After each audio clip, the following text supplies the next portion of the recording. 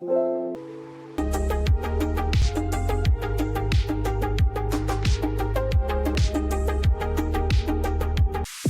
used to, like, literally, the berserkers, they used to call them Dili, which means crazy, okay? That's our K-Hive. They have been training themselves. They've been locked away in the mountainside, slapping fucking rocks, okay? Absolutely, just slapping rocks completely naked, training themselves so that they can destroy the MAGA sickos. And if there is one force to be reckoned with on the internet, within the Democratic Party's constituencies, it is the motherfucking K-Hive. They go balls to the fucking wall. Kamala Harris wants to vaccinate your children in the ass to make them all autistic and homosexual. She's working with the deep state. Come, more like Kamala Harris. She wants to make you never come again, but not in a puritanical good Christian way, but in a weird, freak-like liberal kind of way. Welcome to the cum zone. They go balls to the fucking wall. What are you looking at? What's going on, everybody? I hope everyone's having a fantastic evening, afternoon, pre-noon, no matter where you are in the world. I'm Hassan Piker. This is the HasanAbi broadcast coming to you live from sunny California, Los Angeles. Folks, we're live and alive, and I hope all the boys, girls, and MBs are having a fantastic one, because today's a beautiful day. Today's a wonderful day. Today is Thursday. It's my partner anniversary. Why does everybody know that? I didn't even fucking know that. That's crazy. It's my partner anniversary. That's right, ladies and gentlemen, boys, girls, and MBs. It is Thirsty Thursday, August 8th, 2024. I am right on time. It's 11:14 a.m. We're locked in. We're loaded. We're ready to go. We're feeling the dang thing. And I hope everyone's feeling the energy in the room, in the crowd today. Looking like a stripper right there, my dude. Oh, yeah, I shaved. I forgot that's like sometimes a big deal. I shaved. It was back to the mustache. Look at that. Folks, this is part of the broadcast where I tell you a little bit about my personal news about what's going on in the world of HasanAbi Piker. Let me tell you what has happened in between the time period where I press the stop streaming button and press the start streaming button, okay? Can't wait for you to cover Beast. Yeah, if we have some time, unless like a scandal occurs, you know, we will cover the Beast. The Beastie Boys. We'll do that. Apparently, they've done some crazy shit. Anyway, Trump is live speaking from the press from Mar-a-Lago. We're gonna get into that right now. Fuck the personal news. Let's go, baby. Let's go. Locked and loaded. And I'm no Biden fan, but I'll tell you what, from a constitutional standpoint, from any standpoint you look at, they took the presidency away. And people were saying he lost after the debate. He couldn't win. Well, I don't know that that's true necessarily. Thank you, Demasius, for the playlist. But whether he could win or he couldn't win, he had the right to run. And they took it away. They said they're going to use the 25th Amendment. They're going to hit you hard. Either we can do it the nice. I know exactly, because I know a lot of people on the other side, believe it or not. And they said, we'll do it the nice way or we'll do it the hard way. And he said, all right. So that, I mean, they've really taken, what they've done is pretty incredible. And now I'm running against somebody else, and we're leading. We're leading. So I'm not complaining. I'm saying it's a... Nope, he knows the polls. He knows the polls ain't looking good. He knows the polls ain't looking good. We cherish this Constitution. To have done it this way is pretty severe, pretty horrible.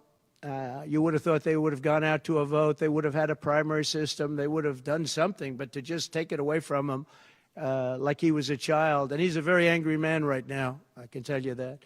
He's not happy with Obama, and he's not happy with Nancy Pelosi, crazy Nancy. She is crazy, too. She's not happy with any of the people that told him that you've got to leave. She's the GOAT. Put some respect on it, dude. I think he Put some fucking respect on my goat's name, okay? That is Nancy LaGoat Pelosi. As you probably have noticed, and he had a rough debate. But that doesn't mean that you just take it away like that. Do we have a blast off meme chat? He had 14 million votes. She had no votes. She got no votes. And I think she's crashing. I think when people find out, and I think people are starting to find out what a bad job she did. Do y'all have a good meme for this? On the border. She's trying to say she had nothing to do with the border. She had everything. She was appointed to head the border. And then they said, border czar, oh, she loved that name, she loved that name, but she never went there.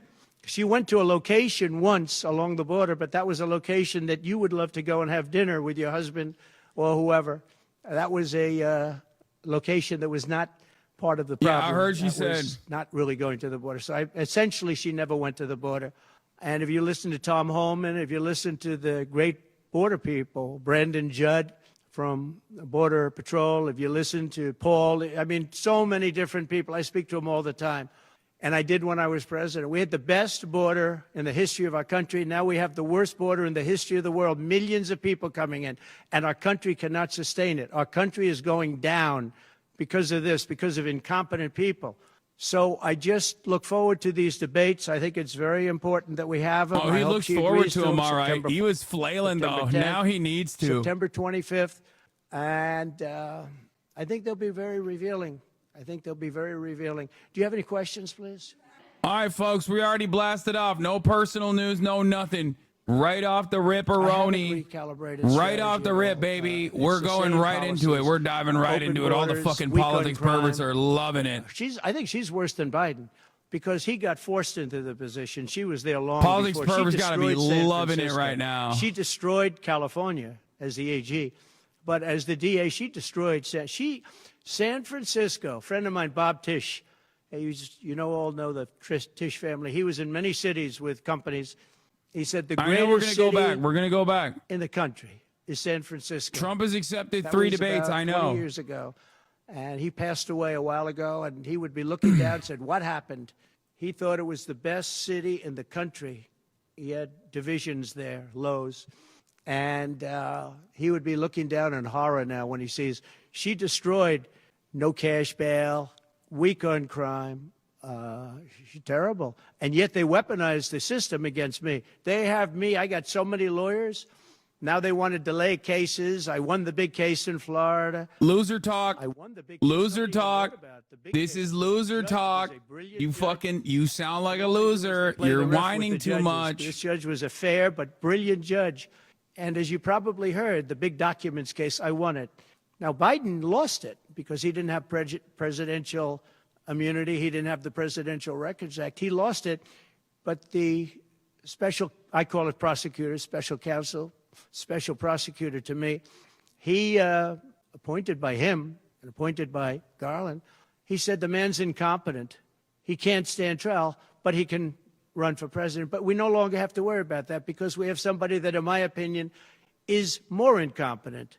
She couldn't pass her bar exam and lots of other things. And she should not be in a position because if I love that bar. It's such a stupid thing to say. It is such an objectively dumb thing to shit on Kamala Harris over. She's literally a courtroom prosecutor and became the attorney general, dog. So many fucking lawyers failed a bar exam, especially in a state like California. You're so dumb. You are so stupid for saying that. Yeah. I love when he's like, yeah, Kamala Harris is so stupid. She fucking couldn't pass the bar exam. It's like, bro, she was the attorney general. What are you talking about? Well, it changes around a little bit. I'm getting other voters. Perhaps, I was doing very well with black voters, and I still am. I seem to be doing very well with... shut the fuck up. Don't be like a goddamn chatter, okay? They're not mic'd up. The reporters are not mic'd up. You're like a chatter right now. Black women, but I do seem to be very well with other segments, extremely well with Hispanic. It's like a gray name. What are you Jewish doing? Voters way up. White males way up. White males have gone through the roof. White males way up. White males? No, I don't know. All we're doing is giving you the stats that you have. It could be that I'll be affected somewhat with black females, where we're doing pretty well. And I think ultimately they'll like me better because I'm going to give them security, safety, and jobs. I'm going to give them a good economy. We have a very bad economy right now. We could literally be on the throes of a depression, not recession, a depression. And they can't have that. They can't have that. So I think I'm going to do well with everybody, especially when the facts are right. Yeah, please, in the back.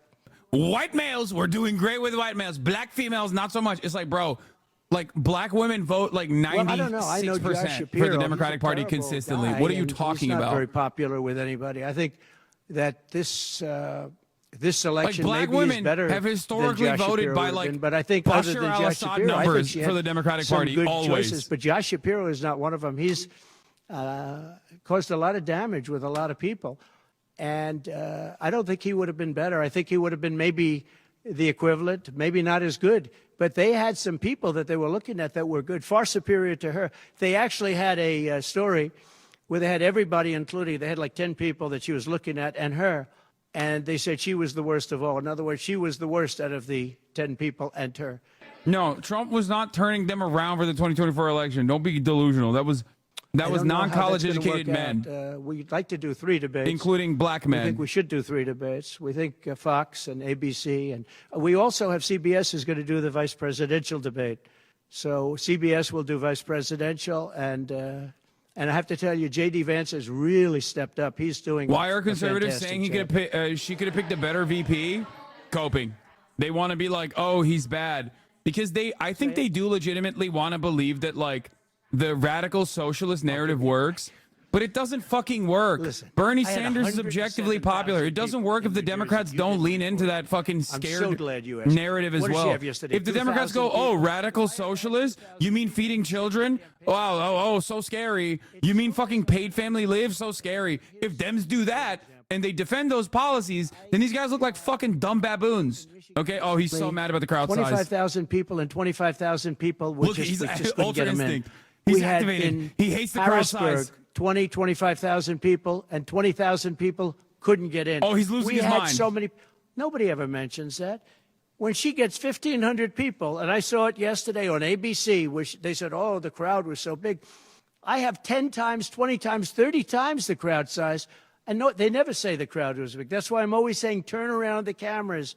I'm so glad you asked that. I think it's so terrible when you say, well, she has 1,500 people, 1,000 people, and they talk about, oh, the enthusiasm. Let me tell you, we have the enthusiasm. Oh, the no, Republican you don't. Party, and me as a candidate, but the Republican Party He's crashing out. has He's the enthusiasm because people want to see crime stopped. They want to see a country that's respected. Think of it. If I were president, you wouldn't have Russia and Ukraine, where it never happened. 0 chance. You wouldn't have had October 7th of Israel. You wouldn't have the horrible withdrawal. And I don't mean the withdrawal because the withdrawal was fine. I was ready to withdraw from Afghanistan, and we were going to do it with dignity and strength. And we were. Remember that taking ownership over withdrawing from Afghanistan. We wouldn't have had pro-peace, 13 great soldiers. I know the He's families presenting of himself those as the peace soldiers. candidate. Well, remember that, Democrats. Remember that. Soldiers killed, and we wouldn't have had 45 soldiers obliterated. No legs, best no arms, soldiers. the face. None of that would have happened. And you wouldn't have had inflation. You wouldn't have had any inflation because inflation was caused by their bad energy problems. Now they've gone back to the Trump thing because they need the votes. I don't know if you know, they're drilling now because they had to go back because gasoline was going up to $7, $8, $9 a barrel. So they said, we better do what Trump. But the day after the election, if they won, you're going to have fuel prices go through the roof. Everybody's going to be forced to buy an electric car, which they're not going to do because they don't want that. It's got a great market. It's got a market. It's really a sub-market. People want gasoline-propelled cars. They want hybrids. They want to have everything, and they want electric. But they want everybody to have an electric car. We don't have enough electricity. We couldn't make enough electricity for that. And you know what else? The weight of a car, the weight of a truck. They want all trucks to be electric. Little things that a lot of people don't talk about. The weight of a truck is 2.5 times heavier. You would have to rebuild every bridge in this country if you were going to do this ridiculous policy. So, but on crowd size, in history, for any country, nobody's had crowds like I have, and you know that. And when she gets 1,000 people and everybody starts jumping, you know that if I had 1,000 people would say, that's the end of his campaign. I have hundreds of thousands of people. In South Carolina, I had 88,000 people. In Alabama, I had 68,000 people. Nobody says about crowd size with me. But she has 1,000 people or 1,500 people, and they say, oh, the enthusiasm's back. No. The enthusiasm is with me and the Republican Party because they want to stop crime. They want to stop people from pouring into our country from places unknown and from countries unknown, from countries that nobody ever heard of. That's where the enthusiasm, yeah. I don't know. I don't know if I can or not. I got him elected. Without me, he wouldn't be governor. I got him elected. He was doing terribly. I got him elected. With that being said, I hope we can repair it. But if we don't, the people are still the people, and they're going to vote. We're leading in Georgia by a lot. We're leading in Pennsylvania by a lot. So, but I don't know. Now in Pennsylvania, that's not I have great true. relationships. In Georgia, I do too, but unfortunately not with the governor. I've never understood it. When you get somebody elected, they're supposed to like you. He's not exactly, for some reason, and you'll have to ask him about that. Yeah, I'd love to see it get repaired. I think that if we don't win Georgia, Georgia is a big win, is a big state. So I won Alabama by a record. Nobody's ever gotten that many votes. I won South Carolina by a record. You don't win Alabama and South Carolina by records and lose Georgia. It doesn't happen. And the people of Georgia understand that. There was tremendous anxiety and problems in Georgia. A lot of people say, what happened? And we have to, all we want is honest elections. If we have honest elections in Georgia and we have honest elections in Pennsylvania, we're going to win them by a lot. Well, he actually said it two ways. First, he said it incorrectly, then he corrected himself. Do you agree with that, right? You know, if you watch him. He said it two ways. No. How high is the chance MAGA riots? They won't, dude. People are like worried about a January 6th. 90 minutes to bring it up at the Y'all debate. are fucking about that at the like. debate. I think Democrats are so scared all the time. Everyone said, "Oh, January 6th and its aftermath, its actual like legal consequences, legitimately shut this shit down." Small business owners have too much to fucking lose, big dog. They're not gonna fucking go out there again and do it again. That only happens once, okay? That only happens one time. That happens when you feel like the government has your back. Of course they're not going to arrest me. What do you mean? I'm a white guy. I'm a business owner. The cops are on my side.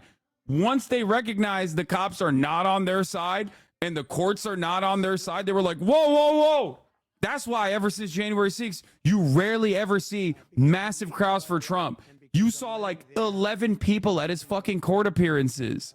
Where'd they go? The Republican Party pulled the infrastructure, the astroturfing infrastructure Trump had. Literally, they pulled the chair from underneath him instantly, okay? You have to remember that.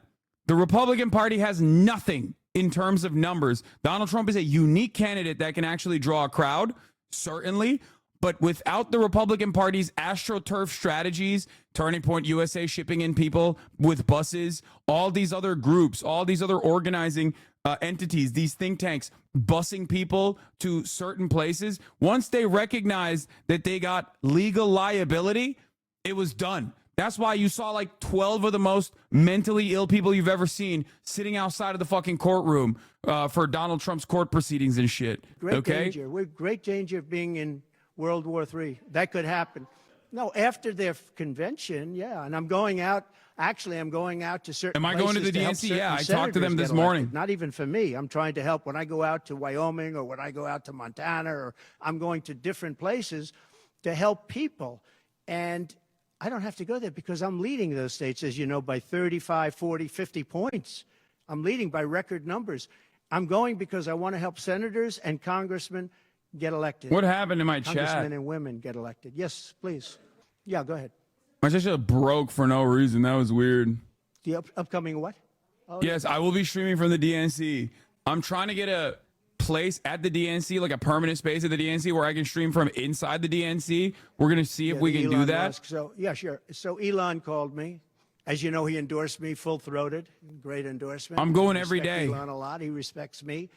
And not easy for him to endorse, to be honest with you. You know, it takes courage to endorse people. Many people have courage and many people don't. He does have courage. And Elon endorsed me, and he asked me whether or not I'd do a show on Monday, and I think it's going to be Monday night. And I believe he's the host of the show. So it'll be very interesting. A lot of people are talking about it. I look forward to it. That'll be done on Monday night, where you have a lot of misinformation spread about China, and you have a lot of misinformation spread about a lot of different places. I think I'm going to get along great with China. President Xi of China and I were very good friends. We met right here, right in that, except we had a beautiful sofa there, as opposed to what we have right now. Right now we have you. But President Xi and I had a very good relationship until COVID, and I held him responsible for COVID. It broke up our relationship, but I think we're going to have a great relationship, and I think it's going to be mutually beneficial. But we cannot have it where China is taking advantage of the United States, and that's what they were doing, as you very well know. Yes, please. China. It seems like they're going back into the trans stuff, which worries me as a trans woman. Do you think the Dems will respond directly? They have WALZ on the side. WALZ is the VP. They have to respond to it. It's fucking awesome. That's why I love the WALZ situation. That if you Democrats should always be like, dude, you're just trying to bully 1% of the population. You're fucking gross. You're weird. You want to do penis inspection day at school. You're a fucking loser. And possibly a pedophile. Shut the fuck up. That's all they need to do. Every single good policy, like tampons in bathrooms, that's bad. You don't want people to have menstrual products in their bathrooms for free? The fuck's wrong with you? They have to sully everything by being like, oh, but they're going to put it in the boys' rooms. It's like, no, they're not. But even if they were, who gives a fuck? But I said peacefully and patriotically. The biggest crowd I've ever spoken to, and you've seen, Maggie, I was at the mall. I was at the Washington Monument. I was at the whole thing. I had crowds. I don't know who's ever had a bigger crowd than I have, but I had it many times. The biggest crowd I've ever spoken before was that day. And I'll tell you, if you have a switcher like a Blackmagic AT-EM, they might have a clean camera feed you could use for your stream at the NC. I don't know about that. Going to the Capitol. But you never see the picture of the crowd. The biggest crowd I've ever spoken, I've spoken to the biggest crowds. Nobody's spoken to crowds bigger than me. If you look at Martin Luther King, when he did his speech, his great speech, and you look at ours, oh my God, real estate, same oh my everything. God. Oh my Same God. number of people, if not. Oh my God, more. he's comparing. He's white boy MLK, baby. People, but I had 25,000 He's right. people. But when you look at the exact same picture, I'm Martin Luther King for the whites. The fountains, the whole thing, all the way back to from Lincoln to Washington, and you look at it. I'm bigger than MLK. His crowd, my crowd. We actually had more people. He said I had 25,000. He had more people than MLK. Yo, and I'm okay with it because I liked Dr. Martin Luther King. Yeah. Please. Oh, you liked them. Good. Isn't it crazy? Now Trump is talking about January 6th so often. Should have reminding people what he did. Yeah, I don't know why he like. Sure. That's such a dumb idea for him. We have a constitution. It's a very important document, and we live by it. She has no votes, and I'm very happy to run against her. I'm not complaining from that standpoint. And I hate to be defending him, but he did not want to leave. He wanted to see if he could win. They said, you're not going to win. After the debate, they said, you're not going to win. You can't win. You're out. And at first they said it nicely, and he wasn't leaving. And then you know it better than anybody. Wait a minute. So when you think about it, they said at first they were going to go out to another vote. They were going to go through a primary system, a quick primary system, which it would have to be. And then it all disappeared, and they just picked a person that was the first out. She was the first loser. Okay, so we call her the first loser. She was the first loser. Is that what you call her? When during the primary system, during the Democrat. Damn, should be pretty easy to fucking defeat then, don't you think? Wouldn't this be a gift? She had no votes. Wouldn't you be talking like it's a major gift for you then? She's such a big fucking loser. Why are you mad? I'm looking forward to, but why are you mad then? Why are you chirping? You're chirping. You're chirping.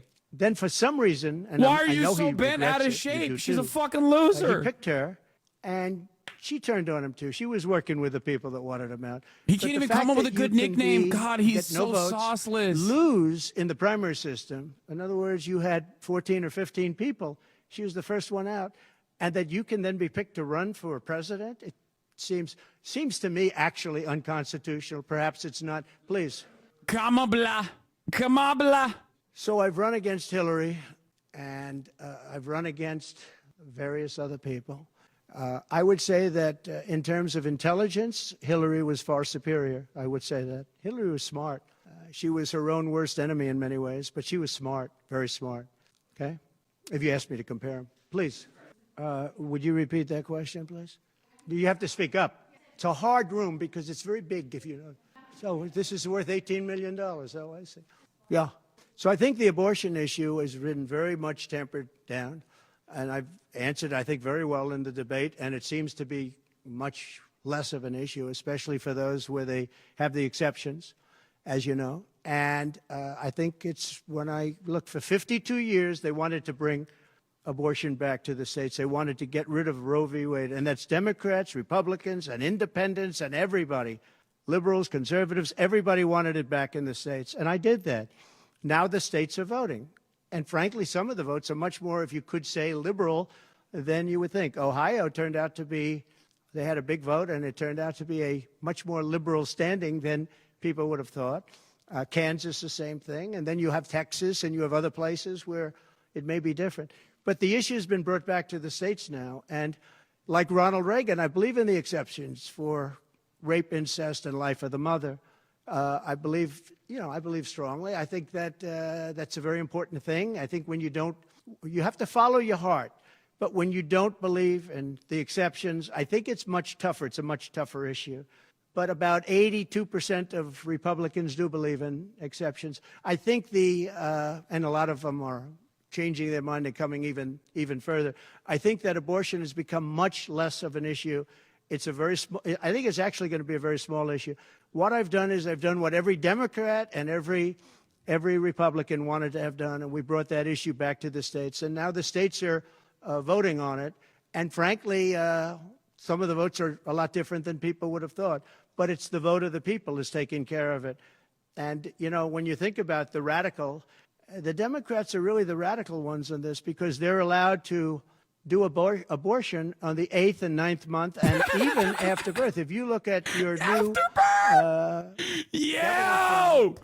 Democrats want to kill your children. They want the Guatemalan migrants to come into the hospital and kill your child after birth. They're doing it, folks. They're doing it to only the whites. He said the baby will be born. We will put the baby aside, and we will decide with the mother what we're going to do. This is so good. It's so good. Please keep it up. Minnesota keep it up, sir. This guy agrees with that. He is the most liberal. Look, between her and him, there's never been anything like this. There's never been a combination. So I'll use the word progressive. They want to go progressive. They don't like the word liberal. I like liberal better. I think it's more appropriate because nobody knows what progressive means. But they now like to use the word progressive. But there's certainly never been anybody so liberal like these two, or even close. I think the abortion issue has been taken down many notches. I don't think it's a big factor anymore, really. And when people hear what I said in the debate, and I think I said it very well during the debate, we brought it back to the states. People totally forgot that we are stopping women from getting abortions. Very importantly, and you think about this, assuming you have exceptions. If you don't have exceptions, it's a more difficult thing. At the same time, there are people that strongly feel that way, and you have to follow your heart, and you should follow your heart. But that issue is very much subdued. I love how stupid Republicans are. I love you, Chatter. I mean, my state's vote decision isn't bad. Yes. That's really interesting that you say that, because it's really odd that many states have actually voted to preserve abortion, to protect it. 75% of the country considered Roe v. Wade to be the law of the land, and literally red states have actually voted to preserve entertainment. They wanted hunting, to protect abortion rights. Okay, Republicans are the ones who are going against the wishes of the population. You dumbass, got them. You didn't get shit. Shut up. Take a day off. The opposite way. They had very strong gun laws, and now they have gone the opposite way, where they allowed people to have guns, where in one case they encourage people to go out and get guns, and crime is down 29%. And remember this, what is the toughest gun law in the United States? Chicago. On July 4th, 117 people were shot and 17 died. The toughest gun laws in the United States are weirdly enough, Illinois as a state is so goddamn close to states with no fucking gun laws. Afghanistan does not have that. Afghanistan, it's by weird. the way, It's weird. It's almost like America is a network of states that are united. And if you have a state that has no gun laws whatsoever, that kind of fucks it up for the states with gun laws. You know what I mean? It's just odd. Also, having said that, even the gun violence rate in Illinois is still lower than fucking red states. You're so wrong. I had a talk with Abdul. Abdul was... People just always go, Chicago, Chicago. It's like, bro, gun violence in the state of Illinois is still literally lower than red states. Gun violence in red states are still higher. You want to know why? You want to know why? Because they have more guns. That's it. We had the disaster of the lift, where people were falling off airplanes from 3 times the height of the World Trade Center. I mean, terrible. But now our country has to be respected again. Please, go ahead, please. I'd be against that. That Kamala is in favor of not giving Israel weapons? Yeah, that's what I hear. Look, she's been very, very bad to Israel, and she's been very bad to Jewish people. She's been very bad. And I'd be very good to Israel. I know I'd be is very Jewish, good to Israel. I'll hug and kiss Israel. Kamala. I love Israel. For me, they should have their head examined. If you think about it, I gave them Golan Heights. I gave them the capital of Israel, Jerusalem. I even built the embassy. Talk about American Jews, I bro. gave them no Iran deal. The problem is they didn't do anything with it. Iran was broke. We could have made It's it like, I so gave the easily. Jews Golan Heights. It's like, bro, what are you saying? Iran can't have a nuclear weapon. It's very simple. We Like, would have gotten along with Iran. I was This looking forward is, to it. this unironically, I'm sorry, this is anti-Semitic. Like, and I'm not saying that in like a woke, like, you're being anti-Semitic. It quite literally is the assumption that like every fucking Jewish person in America is like, oh my God, Donald Trump gave Israel Golan Heights. Well, I guess I'm voting for him now. Like, you only think this way if you are straight up anti-Semitic and you literally think like every Jew, like they don't have any interest in fucking progressive policies. They have no interest in like preserving abortion rights or whatever. They're like, oh my God, Golan Heights. Well, that seems fucking sick for me. I know who I'm voting for. It's so stupid. You're dumb. You're dumb. I'm not just saying that, like, I'm not saying this to simply be woke when I talk about like Jews are not a monolith, okay? It's just so stupid. No one makes voting decisions like that, okay? He's literally, he has no way of comprehending this electoral calculation beyond like, what do you mean? What do you mean? I gave the Jews Golan Heights. Well, I know Willie Brown very well. Oh, sick, man. I'm so glad that Israel permanently annexed a piece of Syria. I'm sure that every Jewish person is just only focused on that. Landing. This was not a pleasant landing, and Willie was he was a little concerned. So I know him pretty well. I mean, I haven't seen him in years, but he told me terrible things about her. But this is what you're telling me anyway, I guess. But he should double down. He should be like, Kamala Harris's husband, not a real Jew. I don't know. Maybe he's changed his tune, but that'll do it. He was not a fan of hers very much at that point. Yeah, I do. Go ahead. On what? Well, I'm going to announce that. I'm going to actually have a press conference on that at some point in the near future, so I don't want to tell you now. But Florida does have a vote coming up on that, and I think probably the vote will go in a little more liberal way than people thought. But I'll be announcing that at the appropriate time. Please. Oh, I can't go a minute without hearing something about Jews on Twitch. Brother, I don't know if you know this, but we're watching Donald Trump right now. We gave tremendous for child care. Like, he brought it up. Our tax cuts, which are the biggest in history, our tax cuts are coming due, as you know, very soon. And if the Democrats don't renew them or make it impossible to renew because it's pretty close in terms of vote, if they don't renew them, it's the equivalent of having a 4 times tax increase from what you have right now, and it'll destroy the economy. I think they're under tremendous pressure to do it. I've never seen, all my life I grow up and I watch politics, and I used to be on the other side of politics first, then I run for office. But in all the years of studying politics, I've never seen people get elected by saying, we're going to give you a tax increase. These guys get up, think of it. We're going to give you no security. We're going to give you a weak military. We're going to give you no walls, no borders, no anything.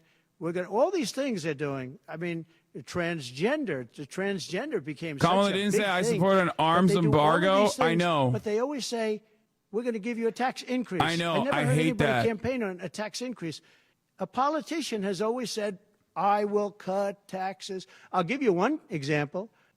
Social Security. They're going to destroy Social Security. I am going to leave Social Security. I'm not raising the years. I'm not raising the age. I will be saving Social Security, and I'm going to work it out that there's no tax on Social Security. Bro, everything that comes out about Tim Walz makes me love him more. We'll get to that in a second. No tax on tips. So waiters, waitresses, caddies, people that drive cars, people that get tips who have been harassed by this government, we're going to have no tax on tips. That's a big thing. Yeah. Oh, absolutely. Sure. Because other people have done far bigger things than Steve Bannon. Sure. It's politically motivated. I think it's a horrible thing they did. Look, they've weaponized government against me. Look at the Florida case. It was a totally weaponized case. All of these cases, by the way, the New York cases are totally controlled out of the Department of Justice. They sent their top person to the various places. They went to the AG's office, got that one going. Then he went to the DA's office, got that one going, ran through it. No, this is all politics, and it's a disgrace. Never happened in this country. It's very common that it happens, but not in our country. It happens in banana republics and third world countries, and that's what we're becoming. We have no borders. We have bad voting regulations. Anytime no borders. You have mail-in ballots, you're going to have problems. France learned that lesson. You know, France had all mail-in voting, and they went back to paper ballots, voter identification, voter ID. They went back to a normal system, one-day voting. They don't want to be around, voting for 64 days. And look, the election, I keep talking about November 5th, but the election really starts on September 6th. That's when it starts because it's early voting. We should have one-day voting. We should have paper ballots. We should have voter ID, and we should have proof of citizenship. Please. I think Trump is literally a mail-in voter, for the record. For who? He votes from a state that has also mail-in voting, Florida, and he himself is a mail-in ballot voter. So it's additionally funny that he constantly shits on it. There are plenty of Republican deep red states in this country that also have universal ballot registration and mail-in voting. Utah being one of them. He's a big believer in the country, but he's very worried about the country. So he's very worried about the now country. He can vote, by the way. And I don't know if it's good for him politically. If he was registered in the state of New York, I don't know if he'd be able to vote, but in the state of Florida, in the state of Florida, it defers back to the actual state. And because in the state of New York, he is allowed to vote despite his felon status, he will be able to vote. No, he is able to vote. This danger. Okay, please. If he was prosecuted for the same crime in the state of Florida, he would not be able to vote. In the state of Florida, they defer to the individual state. In the state of New York, you are allowed to vote as a convict. Yeah, the polls have suggested. There are some polls that say we're going to win in a landslide. People are voting with their stomachs, meaning they're going to the grocery store. They're paying 50, 60, 70% more for food than they did just a couple of years ago. Look at what's happened to energy. Look at what's happened not only to their cars, where gasoline's gone from $1.87, and we had moments when it was below that. No, okay, chatters. Trump got criminally convicted in the state of New York. In the state of Florida, where he votes, where he has permanent residence, Florida defers to the individual state where you got your conviction from. So if he was actually convicted in the state of Florida, he would not be able to vote. But because he was convicted in the state of New York, Florida defers to New York, and New York allows you to vote as a felon. Therefore, he can vote. And it's had very little impact. But you know what? So woke rules is what is allowing him to fucking vote in the state of Florida right now. It's never been this low. Like woke liberal rules is why he is still allowed to vote. He would not be able to vote if he got criminally convicted in the state of Florida. $22 a barrel, and now it's going to be close to 100 pretty soon, my opinion. And the Democrats didn't want to do that, but we bought a lot anyway, and we had it pretty good. And what they've done to the national reserves, the strategic national reserves, is, as you know very well, because you cover it. But what you fucking dumbasses, you streamed the Olympics in the fucking Discord and you lost streaming privileges? Oh my lord, dude, y'all are so dumb. I mean, seriously. Good job, guys. Good job. Anyway, is this him avoiding debate? No, he literally he officially announced 4 debates. Like I'm officially announcing the 3-minute ad break at the top of the hour. Why is he? Sure, he looks frozen. Anyway, Harris Camp has agreed to the ABC September 10 debate only. One so far. Anyway, the 3-minute ad break is upon us. Bye-bye to Hoscord. Get fucking nuked. Okay? Here's the 3-minute ad break now. Okay, yes, please. On what? No, I think she's actually not as smart as he is. I don't think he's very smart either, by the way. I'm not a big fan of his brain, but I think that she's actually not as smart as he is. Magathy, thank you for the 5 tier 1 gift of subs, allowing 5 people to no longer see the ads at the top of the hour. She represents certain groups of people, but I will say this. When people find out about her, I think she'll be much less. And I see it right now. I see her going way down in the polls now. Now that people are finding out that she destroyed San Francisco, she destroyed the state of California along with Governor Gavin Newsom. He's been a terrible governor. Terrible. That one's a banger, and But they Newsom did it is a together. banger. And she was early. I mean, she was the first of the prosecutors, really. You know, now you see Philadelphia, you see Los Angeles, you see New York, you see various people that are very bad. But she was the first of the bad prosecutors. She was early. Who? Would you repeat that, please? No, you. Would you repeat her, what she said? You have to speak up. This room is very louder. Do you hear her? A daily press briefing? Why would I do that? I would give you all the press briefings you want. Look what I'm doing here. But why would I do a daily press? You'd get tired of me very fast. No, but I will give you total access, and you'll have a lot of press briefings, and you'll have from me. Now, are you talking about from me or from a press secretary? Well, yeah, probably they'll do something. If it's not daily, it's going to be a lot. You'll have more than you want. Yeah, please.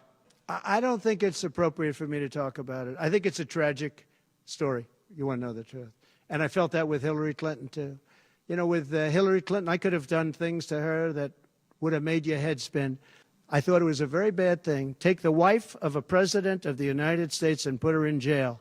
And then I see the way they treat me. That's the way it goes. But I was very protective of her. Nobody would understand that. But I think my people understand it. They used to say, lock her up, and I'd say, just relax, please. We won the election. I think it would be very you led the chance for our country. And we had her between the hammering of all of the files. And don't forget, she got a subpoena from the United States Congress. And then, after getting the subpoena, she destroyed everything that she was supposed to get. God, he is my content god. I am going to miss him, dude. I'm going to miss him. He is such a content god. The wife of a president of the United States. And then when it's my turn, nobody thinks that way. I thought it was a very He's straight up worried that people are chanting lock him up at the fucking Democrat rallies, dude. In terms of the country and in terms of unifying the country, bringing it back, to have taken her and to have put her in jail. And I think you know the things as well as I do. There were some pretty bad acts that she did. I think it would have been very bad for our country. And a lot of my people, a lot of the MAGA, as they call them, but the base. And I think the base is 75% of the country, far beyond the Republican Party, because we're a party of common sense, and I'm a person of common sense. I want to have low taxes. I want Bro, to have he's strong delusional. I want to have a strong military so that 75%. Trump has never had that kind of approval rating, like ever. They're natural in his enemies. peak They moments, always he didn't have that. Because China needs more land and Russia has it. They've always been natural enemies, and because of Obama, it started with him. Oh, he's doing the Vivek shit. Biden, because he didn't know what the hell he was He's doing. doing the Vivek shit. Oh my God. Oh my God. He's doing Reddit. He's doing Reddit Groiper memes. He's doing Tucker Carlson. He's doing we got to realign with Russia against China. Oh my God. Oh my God. Oh, dude, this kind of shit is so awesome. If he stays to the foreign policy of like, no new wars under my leadership, Democrats love wars, that is actually a pretty solid way to do it.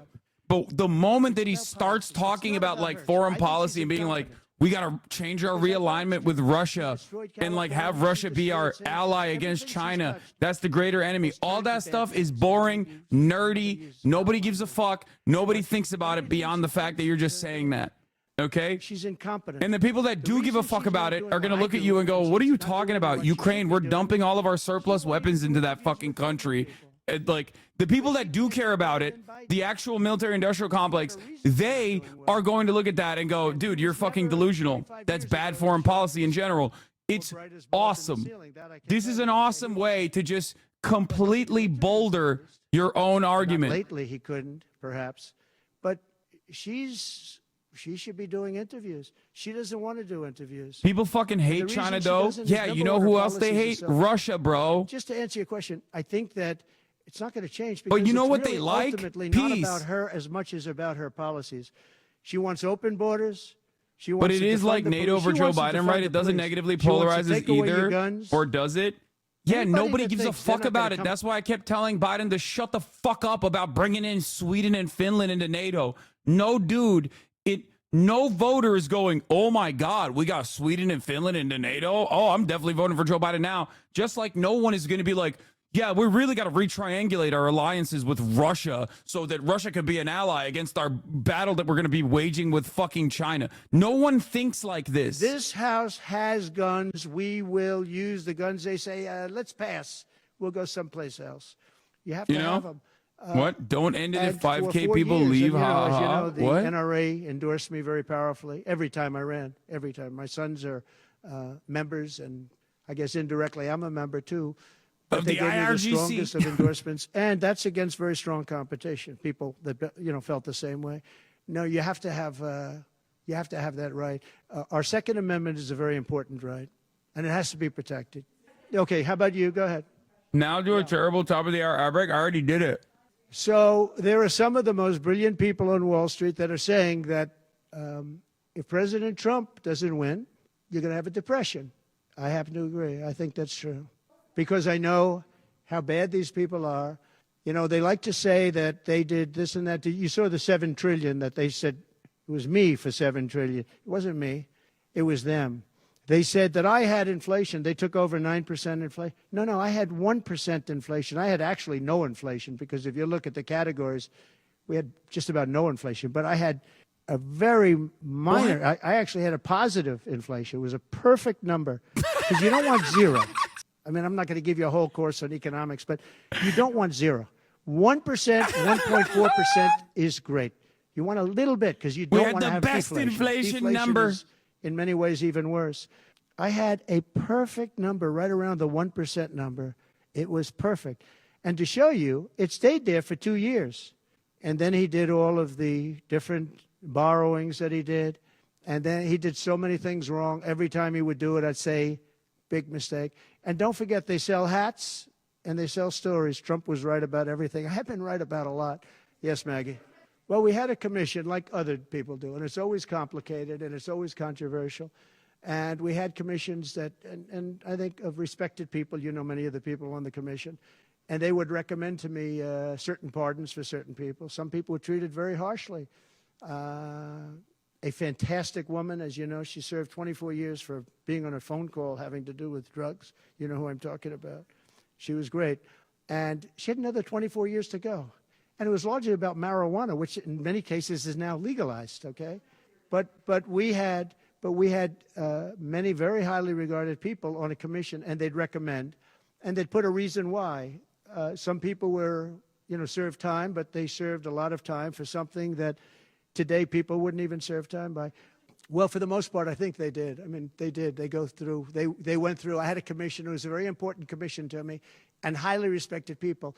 And frankly, they came up with some decisions that I wouldn't necessarily agree with, but I did it. But I let a lot of people out that had no representation. I went to people in jails, in prison that we respected. I said, how many of these people should be let out? We let out large groups of low-income people that were serving like 40 years for something that today you wouldn't even be put in jail for. What?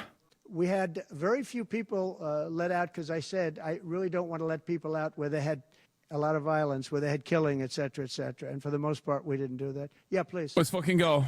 Content, baby. Content. So much content coming our way. So much content coming our way. On defense? Federal Reserve. I'm eating. Right. We're well, eating. He's doing well. The Federal Reserve is a very interesting thing, and it's sort of gotten it wrong a lot. And he's tending to be a little bit late on things. He gets a little bit too early and a little bit too late. And, that's very largely it's a gut feeling. I believe it's really a gut feeling. And I used to have it out with him. I had it out with him a couple of times very strongly. I fought him very hard. It's fucked up, but true. We get along fine. We get along fine. But I feel that the president should have at least say in there. Yeah, I feel that strongly. I think that in my case, we'll talk I about made this. a lot of money. I was very successful. Kind of know, and I think I have a better instinct. I'm almost certain I know what happened here. Like, I'm almost certain because I'm talking to the DNC. Like, I'm talking to the marketing agency that's like doing DNC operations as well. And I'm almost certain I know exactly what happened there. I don't think it was a staffer. Well, as we legalize it, I start to agree a lot more because, it's being illegalized all over the country. Florida has something coming up. I'll be making a statement about that fairly soon. But as we legalize it throughout the country, whether that's a good thing or a bad thing, it's awfully hard to have people all over the jails that are in jail right now for something that's legal. So I think, obviously, there's a lot of sentiment to doing that. Yeah, please. No, the Secret Service part of it also makes sense. I'll talk to you guys about it in a second. I'll explain it in a second after this. Because, like, I had to also apply for Secret Service credentials. Because she's the one if you do anything with the DNC, you have to apply for Secret Service credentials. If you do anything for the RNC, you have to apply for the Secret Service credentials. But you'll have to That's normal. I'll explain it in a second after this is over. For a long time. I actually contributed to her campaign a long time ago because I was a developer. I contributed to lots of campaigns of Democrats, Republicans. Is this presser helping Trump at all? Fucking helping him lose, maybe. No. But, it's terrible. To me, it doesn't matter. He's low energy. He's flailing. He's saying the most insane, unhinged shit. Really. The media is desperate for Trump opportunities so they can clip him. The Clippers are going to go nutty with this, okay? Are you a Soros asset? Yes. George Soros is what funds most of my pretty most of my recovered, chat. Yeah. I'm a fast healer. It's a hell of a shot, but I'm a fast healer. Yeah, pretty much recovered. No, it didn't hit that. I got very lucky. It just hit the lobe, as they call it. Yeah, a little bit, not much. On top, a little bit. Yeah. Well, we're starting that. Yeah. We are going to start the largest mass deportation in the history of our country because we have no choice. It's not sustainable. And we're going to start with violent criminals, and we're going to start then with criminals. And our local police is going to work with us because they know everything about the people. They know their names. They know everything about them. They know their middle name. They know their numbers. And as you know, the other side is trying. You know, look, for years I wondered, why are they allowing these people to come in at levels like this? It was incredible. And I said two reasons. They're either really stupid, and I don't believe they're stupid, because anybody that can cheat in elections like they cheat is not stupid. Or, in the alternative, they have bad motives or they hate our country. And I used to think they hate our country. But lately I've seen where they're trying to sign these people up to vote. And they have to stop. They cannot let illegal immigrants vote in this upcoming election. All right, one more question. Go ahead, one more. Make it a good one, please. Oh, make it a good one. Right. We have so many ways of making money in this country. We're not going to affect our Social Security. We're not changing it. And I proved that over 4 years. And we're going to do it. It's very unfair to people. They spend their life and they're great citizens and they pay in. We're not going to charge tax to Social Security, the seniors. We're not going to do it. We're not going to charge. And also tax. I say the two things. We're going to have no tax on seniors, Social Security, and we're going to have no tax on tips. Very simple. And we are a country that has so many different ways to make money. We have under our feet more liquid gold, I call it oil, and gas, than any country in the world, much more than Saudi Arabia, much more than Russia. We have so many different ways we can make money. We're not going to hurt our seniors with Social Security, and we're not going to charge them tax, okay? We should not have sanctuary cities. Sanctuary cities is a way of protecting criminals, and we should not have sanctuary cities. And if you go to California, and I know it well, I have property out there, great property. If you go to California and you ask the people of California, do they like the idea of sanctuary cities? They don't like it. They're tired of it. They're tired of crime. They're tired of what's happened to our country. Our country's become a crime-ridden mess, and we're going to stop it on November 5th. Thank you very much, everybody. Thank you. Thank you. My goat. Look at him walk away.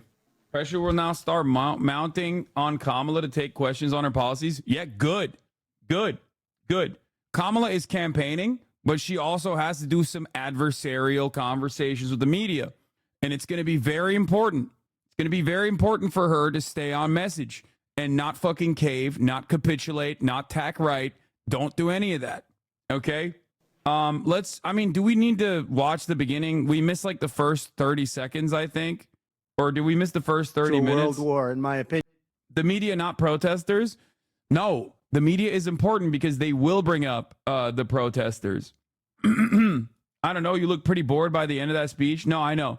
So someone in Discord fucked, and now we're in hot water with the Olympics. I know, man. Shut the fuck up. I know. Discord literally... You guys don't deserve anything. You deserve less, okay? You in the Discord, you deserve less, okay? Yeah, good. Good. I'm glad you can't have fucking live streaming privileges in the fucking Discord server, okay? That's it. That's it. Like you're like, what are you doing? Like, what are you doing? The IOC is literally one of the most litigious fucking institutions on the planet. What are you doing? So dumb. Yeah. What about anime night? Yeah. Get fucked anime night. You can't do any of that. Like, you streamed the Olympics? What the fuck are you doing? This is also yet another example that I have no control over the fucking Discord. It's for you, by you. Probably a bad idea in general, but you know, you're nuts for thinking that you can fucking live stream the Olympics. Get fucked. Yeah. For you, by you. This is where it went wrong. It's true. It's true. Anyway, they copyrighted our 1-second clip of the Olympics. The pod instantly. I had to cut it. Yeah, y'all are crazy. We had to take down our Iman Khalif video. They literally are like that. For 1 microsecond of a video, the Olympics will come down and come down hard and will destroy you. Okay? Kamala Harris is going to speak at the U.S. election campaign event in Michigan. It just started, but we're not going to do that yet. We're going to talk about a whole bunch of other stuff. First and foremost, let's get this out of the way. Okay? First and foremost, let's get this one thing out of the way. I'm going to talk about the Kamala Harris stuff from last night. Obviously, she's been campaigning pretty hard. I'm very excited about the debate. Okay, we'll do all of that. But first, so here's what's going on. TMZ has gotten information. Turns out, Bussy Angel, I will fucking ether you. Okay, you really want me to fucking shut down Hoscore? Look at this. Look at this. Everyone retweet. Yeah, you think it's funny? I will fucking ether you. I will destroy the Hoscord. I will nuke it. Don't make me drop the nuke. My hand is on the button. Okay. Anyway, so y'all think it's so sweet. Y'all think it's so sweet. You're like, oh yeah, it's our little place. It's our little place. We can make fun of him here. And then you're like, oh no, I have nowhere to go. Anyway, yeah, we'll see next time there's a tech support issue. Okay, so as you guys know, Kai Cenat came out and was like, oh, you know, someone from the Kamala campaign reached out and, you know, the Secret Service is calling me, whatever. Obviously, there's a little bit of embellishment there. He is an artiste at the end of the day. You know what I mean? Like, I get that. My suspicion is that it wasn't someone directly from the Kamala camp that actually fucking reached out, but most likely someone from not even the DNC personally, but someone who is in charge of the marketing for the DNC. I will not, like, these are the people that I'm talking to as well currently. So I suspect that is what happened. It was like most likely someone who's doing marketing, because there's a shit ton of think tanks. There are a shit ton of think tanks that are operating right now. There are, and all of them are talking about how they have access to high level, how they have access to high level politicians, how they're representing the campaign or whatever. It's normal to a certain degree. They do have that power. So I suspect that someone that is working for a marketing agency or someone that is working, I don't know the full details. I don't know, but I totally understand why Kai would assume that it was like directly someone on the Kamala camp that was reaching out. But the story started with streaming superstar Kai Cenat is pissed he's getting calls from the Secret Service because Kamala Harris campaign wants to collaborate with him. But we're told this is far from the truth. Kai went live with an angry rant about politics and Secret Service nosing into his world. But no one from the Harris for President camp has been in touch with Kai or his stream. A source with knowledge tells the situation to TMZ. So the thing is, it's probably not Kamala Harris's election committee, like election campaign, like Kamala Harris's campaign that directly reached out. It's most likely a third-party marketing agency that handles influencer and talent relations for the DNC that reached out. And they do have the capacity to like put influencers in front of Kamala Harris, so they're not like lying either. So no one is actually lying in this circumstance. I don't think Kai Cenat is lying in this circumstance at all. And as far as like getting calls from the Secret Service, it probably was a DNC marketing agency, like a agency that's working with the Democratic National Convention that I will be going to, that was working on potentially putting together like an event with Kai or like an opportunity with Kai. And yes, if that is the case, then Secret Service will reach out. You have to get Secret Service clearance in order to be able to do this thing. You cannot talk to a vice president or even someone running for president without Secret Service clearance. So even if Kamala Harris's camp did not know that this was in the works, it doesn't matter. Secret Service clearances have to be made ahead of time. So I don't think he's lying about that either. I know this because I had to go through it. I know. Okay? You literally cannot be around someone running for president or someone who is a former president or someone who's currently the vice president without Secret Service clearance. It's just not a thing you can do. You can't do that. Okay? Anyway, Kai's live stream went viral after claiming he received 5 calls from the Secret Service, and he says that a strange female friend has been texting him again with the Harris campaign, but Kai makes it crystal clear he does not care about getting involved in politics. As for why the Secret Service will be contacting him, we're told Kai's team has been in contact with a third-party organization with informal ties to the DNC's convention team. There you go. I told you. That is what's probably going on. It's probably a marketing agency that is working with the DNC that wanted to put Kai in front of Kamala Harris. They do have the capacity to do so, but in order for that to even happen, they still have to, they still have to get through Secret Service clearance. Okay? There's talk of him possibly doing something when convention kicks off in Chicago later this month, but it's unclear what that would look like. There you go. We're also told the talks with Kai initiated prior to President Biden dropping out of the election, and up to this point, no one from Kamala's campaign has been a part of those convos. This all comes in the heels of Kai and Kamala supporters clamoring for them to link up after Donald Trump was interviewed by another popular streamer, Aiden Ross. We've reached out to a rep for Kai so far, no word back. What? This is a false article. Kai refused to mention the party or candidate that the person mentioned. Wait, what? Why did they even feel the need to make this a story? It all ties to the Harris campaign, and you even called them reaching out during the Aiden stream? Yeah, no, it makes sense. Are you planning on lining up some interviews while you're at the DNC? Yes, I had a conversation with the DNC this morning, and that is what we were talking about. I'm trying to explain to them. It's a weird situation because I don't think like these people understand. Like it's not like TwitchCon, you know what I mean? Where every single person you talk to at DreamCon or every single person you talk to at TwitchCon understands who I am, what my background is, and also how to live stream. But when you're talking to a marketing agency that is like in charge of the DNC, they don't fucking know. They don't understand how any of this shit works. So there's like influencer credentials, which I have, and then there's press credentials, right? So I'm in between. I do both. So I'm trying to figure out a way in which like I can get both and also explain to them that I would like to live stream the entire process. And I don't think they understand that. So we'll see. I do have a table. Shouts out the Drop Site News. Shouts out the Ryan Grimm.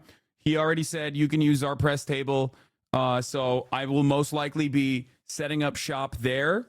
And we'll figure it out once we set up shop inside of the DNC as well. But you better say hi to us in the protest line. No, I'm going to walk past the pro-Palestinian protesters like, I don't know y'all. Peace. No, I'm kidding. So you aren't a Democrat. Why are you going to just be antagonistic? I don't know if you know this, but I am a political commentator. Fox News will be at the DNC, okay? And they are infinitely more antagonistic to the Democratic Party than I am. So it is in my purview and my job to go and cover events like this directly. A lot of people also fucking chirp at me for never leaving my streaming room to go do stuff. And the one time I'm going to leave my streaming room to go do stuff directly where it's happening, and motherfuckers are like, wait a minute, why are you going there?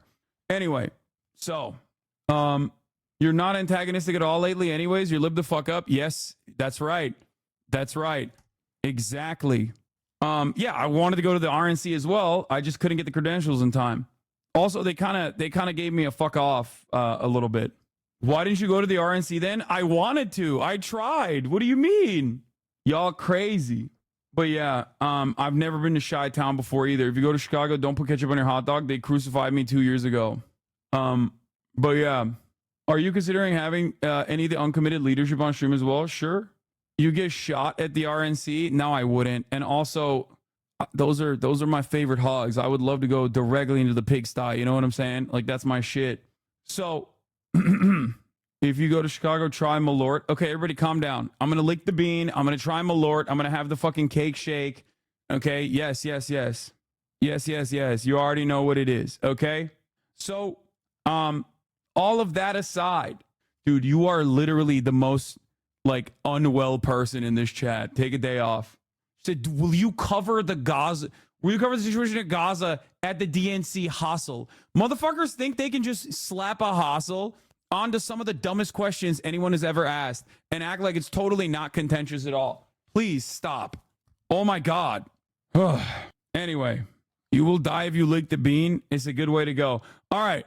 So we got all that lined up. We're working on it. I'm hopeful. I'm excited. We'll see what happens. But yeah, beyond that, let's get to the news. Okay. Let's get back to the news. First and foremost, breaking news. Tim Walz is an enemy of the Italian-American community. He has a long history of being in favor of erasing our culture. He strongly has supported the removal of Christopher Columbus statues. We will call it for what it is, racism.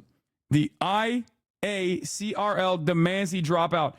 It's like they are working actively to get me to go out of my way to fucking door knock over Tim Walz only. You know what I mean? Like every single new thing I hear about this guy makes me love him more. Okay. I knew that he wanted to take down the Christopher Columbus statues, which is perfectly valid, but I did not know that he was also Italiophobic. Like, if that is the major motivator for you and not like, you know, Christopher Columbus's like horrific actions of violence against indigenous populations, like, I'm still on board. As a matter of fact, I'm even more on board because the one thing that I like more than someone taking a stance against, like, you know, genocidal, the weirdos in the past and like shitting on them is Italiophobia. Okay. It's like this guy is basically looking at a position and then somehow repackaging it in a way that makes even more sense. I was conflicted because I love colonization and murder, but hate Italians. Yeah, there you go. So yeah. Is this letter real? Bro, is this community real? The Italian-American civil rights? Originated in 1970, made great again in 2023, become a member today. Hey, how you doing? Fuck you. Hey, this guy fucking hates Italians, dude. Are you fucking gonna do that? Are you gonna fucking do that? Are you gonna do that to us? Oh, so good. Okay, all right. So that was a brief aside. Let's get back to the main point of contention here. Kamala Harris has hit the campaign trail with Tim Walz as of yesterday. They went to Eau Claire, okay, and then they immediately followed that up with a rally stop in Detroit, Michigan. The rally was so big that they had to move the rally to an airport hangar, okay? Now, great momentum so far for the Harris-Walz ticket, okay? Great momentum so far, but in that rally, something happened. My expectation was because she's in fucking Michigan, maybe she'll say something about Gaza, considering that it's kind of important for the state, considering that there's like, you know, 100,000 plus uncommitted voters from that state alone in the Democratic primaries that said we're not voting for the Democrats, we're not voting for Joe Biden if, you know, if there is no ceasefire. And she did say something, just not a good thing. Just on the race for the White House, Kamala Harris and her running mate Tim Walz and Donald Trump's running mate J.D. Vance are all hitting the same battleground states, which could ultimately decide the election. Selena Wang is on the scene for us in Detroit, where Harris and Walz held a rally last night. Good morning, Selena. Hey, good morning, Lindsay. The Harris and Trump campaigns are battling to win the Midwest, but while Harris and Walz are crisscrossing through these battleground states, Donald Trump has been staying at home, instead sending his running mate J.D. Vance to chase after them. Ooh, not good. Overnight, not good, the sweetie. Harris and Trump campaigns holding dueling events in must-win battleground states. It's a beautiful day here in Shelby Township. Vice President Kamala Harris and her new running mate, Minnesota Governor Tim Walz, crisscrossing the Midwest together. drawing 15,000 supporters in Detroit, her largest crowd yet. Hold on, I gotta pee-pee. I'll be into back. the Trump campaign, even as she called off chants of lock him up. Hold on. You know what? Here's the thing. The courts are going to handle that. We're going to beat them in November. But Harris facing her first handful of protesters, repeatedly interrupting her with calls for a ceasefire in Gaza. You know what? If you want Donald Trump to win, then say that. Otherwise, I'm speaking. Hours earlier in Wisconsin, as State President Biden won by just 20,000 votes, Harris riding the momentum of their new campaign. Make your voices heard. But with every stop, Trump's running mate, J.D. Vance, not far behind. I just wanted to check out my future plane. At one point, even overlapping on the tarmac in Wisconsin. There are 6 or 7 states that are going to decide the entire election. We think it's important to get out there to talk to people to make the best case that we can. While Vance is on the road chasing Harris and WALZ, Trump is at home, holding only one rally later this week in Montana, instead sending Vance to be his attack dog.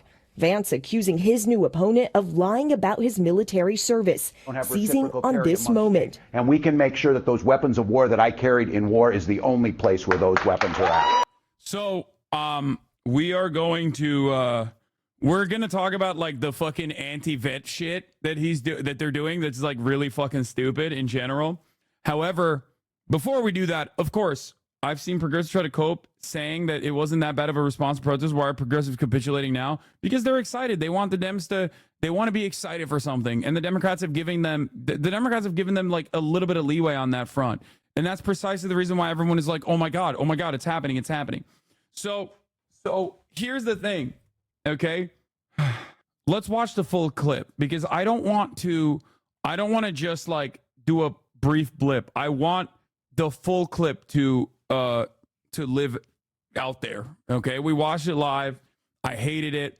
Even before this clip, though, I wanted the Democrats. I wanted Kamala Harris to say something about Gaza in Michigan, especially in Michigan. You got to do it. I know Kamala is speaking again in a few hours. Okay, calm down. I know it's on the docket. Okay, so here's the thing. There's two different ways. There's a couple different things I want to say, but there's like two different ways to analyze this. Obviously, as always, from a morality standpoint, it is unconscionable that America is a willing participant in an active genocide. That would not happen if America made one fucking phone call, right? If the White House made one phone call, it's over. It's done. It's a ripperoni situation.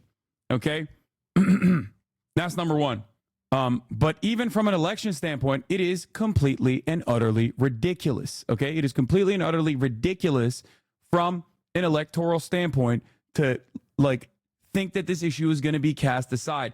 To think that this issue is going to be to think that this issue is something that you just don't have to actually talk about at all, and that people will forget about it. Because they won't forget about it. They will disrupt your protests, and they should, by the way. They should do that. They should, to keep this issue top of mind. People should actively protest at these rallies. I think it's a good thing. It's not a bad thing at all. Okay? So, here's the thing. Do we have the full clip? Can someone send me the full clip of the disrupt the rally, not the protest? What do you mean? I'm going to give you guys all the answers that you're asking for in a second. I want to watch the full clip, and I don't think anybody is sending me the fucking full clip. What's happening? Oh, you said they should disrupt your protest? Sorry, I meant disrupt the rallies, disrupt like campaign stops. It's perfectly valid. It's here it is. So protesters came in and said, Kamala, you can't hide. We won't vote for genocide. Okay? These are protesters possibly from the Uncommitted campaign. These are anti-genocide protesters. Anti-genocide is a good value to have. It is a value that everyone should have. Okay? It's something that every single person should believe. It's something that every single person lies and claims they do believe once the genocide is over. You know what I mean? Like everyone lies about where they were and what they would have done in times of need when push comes to shove, when the genocide is ended, right? Everybody loves talking about how they were on the right side of history, even if we know that they're not on the right side of history in moments like this. So beyond that, it also happens to be aligned with the Democratic Party's own statements. the Democratic Party's own actions. The White House claims that they are pro-ceasefire, pro-permanent end to hostilities. They've claimed this for 3 months now. What are we doing? Okay, what the fuck? So these protesters are protesting Kamala Harris for not really saying much about Gaza, and this is an obvious expectation, okay? Like, they knew, the campaign knew that there were going to be pro-Palestinian protesters at this fucking thing, okay? Of course there are going to be pro-Palestinian members in the crowd. And there are plenty of people in that crowd that I'm willing to bet are super invested in Kamala Harris, very excited, maybe didn't even like the disruptions that protesters caused, but still want to know what she has to say about Gaza, okay? And this happens. Here's the 30-second situation. First, she says, I'm here because I believe in democracy. Everyone's voice matters. Voice matters, but She did the Joe Biden thing, right? She did the Joe Biden thing. It's like, oh, no, let him speak. You know, children are dying. Let him speak. That's what Joe Biden has done in the past, because these guys used to disrupt all of the protests. Disrupt all of the rallies that the Biden campaign was trying to put together. Speaking now. You know what? If you want Donald Trump to win, then say that. Otherwise, I'm speaking. So that was awful, okay? Awful way to fucking go about it. Completely ridiculous way to respond to this, okay? It's really bad for 2 reasons. One, it's obviously a really bad way to deal with anything, right? It's a historically bad way to deal with anything. It's like very Hillary Clinton style to be like, I'm talking, okay? And I know the most annoying liberals, many of them were Biden dead enders, by the way, until like the very last moment, are probably going, oh, she snapped, okay? Oh, she fucking snapped. Those people are stupid, okay? I'll just say it like that. Those people are fucking stupid. They don't know anything, and they're dumb. They were all fucking on the timeline talking about how it has to be Biden. It has to be Biden. It can't be Kamala Harris until, as I predicted, as I told you, as soon as the swap happened, they were like, oh my God, I'm so happy about Kamala Harris. Those people are stupid. Do not fucking listen to them. Okay? They're dumb. They're basically like, they have the intellectual capacity of a sea cucumber. Okay? They are basically responding to shapes and colors. The I'm speaking line is their own from a debate against Mike Pence. Exactly. Doing that to Mike Pence is fine. Doing that to your own base of support, where people are demanding a ceasefire on Gaza, is insane, okay? That's so stupid. All right, so let's continue. Whew. I said a couple things, but one of the things that pissed me off the most was this, okay? How are you going to go to Michigan with a stump speech and not be equipped with a quick line about Gaza, even on partisan lines? It should have never even gotten to the point of the protests, to the protesters disrupting the speech, because she should have already had a line locked and ready to go, okay? You're in fucking Dearborn, Michigan. You're 10 miles away from Dearborn, Michigan. You're insane for thinking that this is not going to come up. That's bad political instincts. That's bad politicking, okay?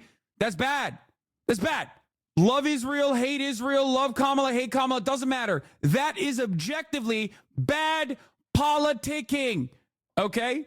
It was a moment that she did bad politics, just like when she went to Georgia, and the first thing she came out of the gate swinging with was, we're going to do a fucking right-wing border bill. Bad politicking. Don't do that. They stopped doing that, by the way. I don't know if you guys noticed. They don't do the fucking right-wing border bill shit. Ever since that first Georgia campaign rally, they haven't done that again. Okay? So that's number one. Number two, like I said, it was a real Hillary moment from Kamala telling anti-genocide protesters they want Trump to win if they keep speaking out of turn like that. I then continued. And I also, hold on, let me see. What else did I fucking write about this? I said, oh, and then we found out, right as this was happening, we found out that Kamala Harris had actually met with the Uncommitted National Movement.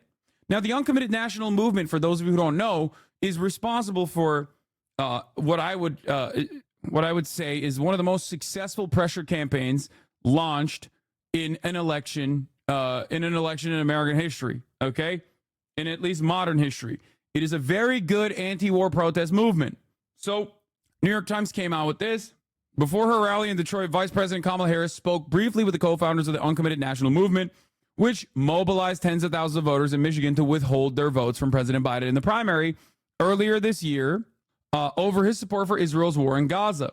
Abbas Aliway and Layla El Abed said they were in the welcoming line for Harris and Governor WALZ and communicated to Harris that they wanted to support her, but that voters wanted her to consider an arms embargo to immediately stop the carnage in the besieged enclave. Harris listened to the stories of people in Michigan who have had dozens of family members killed in Gaza. The leaders asked to meet with her about the embargo request, and she indicated she was open to it. Okay? And introduced the two leaders to her staff. Now, for me, a lot of people look to that and they went, oh, well, see, she's much more understanding than Joe Biden. And it's true, she is. But to me, that makes it so much fucking worse. Okay? That makes it even worse because, as I said here, an absolutely wild thing to do in a state where the number of voters that voted uncommitted in the primary was almost the same as the margins Biden won by in 2020. Not having a single line prepared to hold to your commitment of a permanent ceasefire after you met with the uncommitted movement is crazy. Okay? And she didn't actually meet with them. She said she pushed it down the line, and she said she would meet with them down the line. She just, did the photo op, heard a couple of the stories. Still fine. Okay? You're the only person I have seen with this take. Rather unique. It just doesn't make any sense to me that they did not expect this to come up. It scares me a little bit that they do not think that people will talk about this, that they do not think that people will not bring this up. Protests will get even worse when school comes back around in the fall, which is, what the fuck? What the fuck was that? Which subsequently happens to be during the election. Smack dab in the middle of the fucking election. That's number one. Number one, this is only going to continue to snowball, especially with the protests of the DNC. There's going to be pro-Palestinian, anti-war, anti-genocide protests in Chicago during the DNC.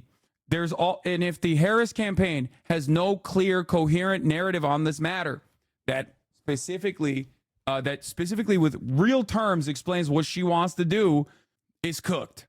It's completely fucking cooked. And then, as this snowballs, the media will start talking about Harris's lack of interest in dealing with this.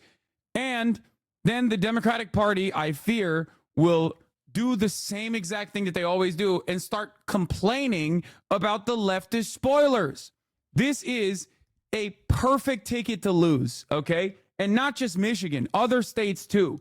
If you turn around and constantly fucking left bash, you will lose this election, okay? Right now, you have potentially Obama constituencies that you can activate, you can tap into. That means you have to stand on business. That means you have to be very clear about your progressive message, okay? That's it. Doing this is actually legitimately poison, okay? You might get your hug box on Twitter with people going like this and saying, yes, Sweaty, you're such a queen. But that doesn't change the reality that people will see it. People will see it in other states. People that would normally be excited to door knock for you will turn around and go, I'm not fucking voting for you. Fuck you. Okay? And the leftist spoiler narrative is the same as what Van Jones did the other night. Oh, anti-Semitism is the reason why Josh Shapiro didn't actually get selected. Boom. That was immediately seized on by the right wing. They're trying desperately to be like, Democrats are anti-Semitic, Democrats are anti-Semitic, Democrats are anti-Semitic. It's not going to fucking work because obviously Republicans align with Nazis. But like the thing I'm trying to point to here is that the moment that the ship has holes in it, Republicans will try to seize on that. And you will get fucked if you keep talking about leftist spoilers and how they want Trump to win, You'll get fucked. It will gum up the works. You will not be able to put together a consistent, coherent narrative if you're constantly left bashing. Hillary Clinton had this problem as well. Okay? Don't fucking do that. You have 90 days. You have 90 days to win this election. If you spend any fucking time on this anytime talking about, oh, I guess the left wants Donald Trump to win, you're fucked, okay? Don't do it. 89 days now, not even 90. Especially, and I mean especially, this is very important, majorities, overwhelming majorities of Americans want a ceasefire. You stand to lose nothing, you only gain, okay? I also tweeted this out. I said, Democrats, if they want to lose, cynically talk about valid progressive demands that are aligned with the party platform as selfish spoilers that want Trump to win. Democrats, if they want to lose, should swing right on key issues and capitulate the right-wing hysteria. Democrats, if they want to lose, should say that criticisms are born out of hating the identity of the candidate. Oh, you just don't want to hear Kamala Harris because you can't stand a black woman, a black Indian woman in a position of power. All of that stuff is poison, okay? Terrible, terrible, terrible way to campaign. A lot of that stuff Hillary Clinton did, okay? Don't do that. Do not do that. I mean, that's true, though. What? The right won't attack her on Gaza? She's winning, though, Hassan? Oh. She's winning now. She has momentum. This cuts away at that. It is so silly. Now, you need to understand something. You need to understand another thing here, okay?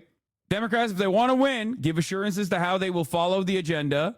Show feeding kids isn't radical. Call the Republicans weird for their pathological obsessions on culture war, and then stick to kitchen table issues. Let them say the sexist shit, and then tie it back to abortion restrictions. Tie it back to policy.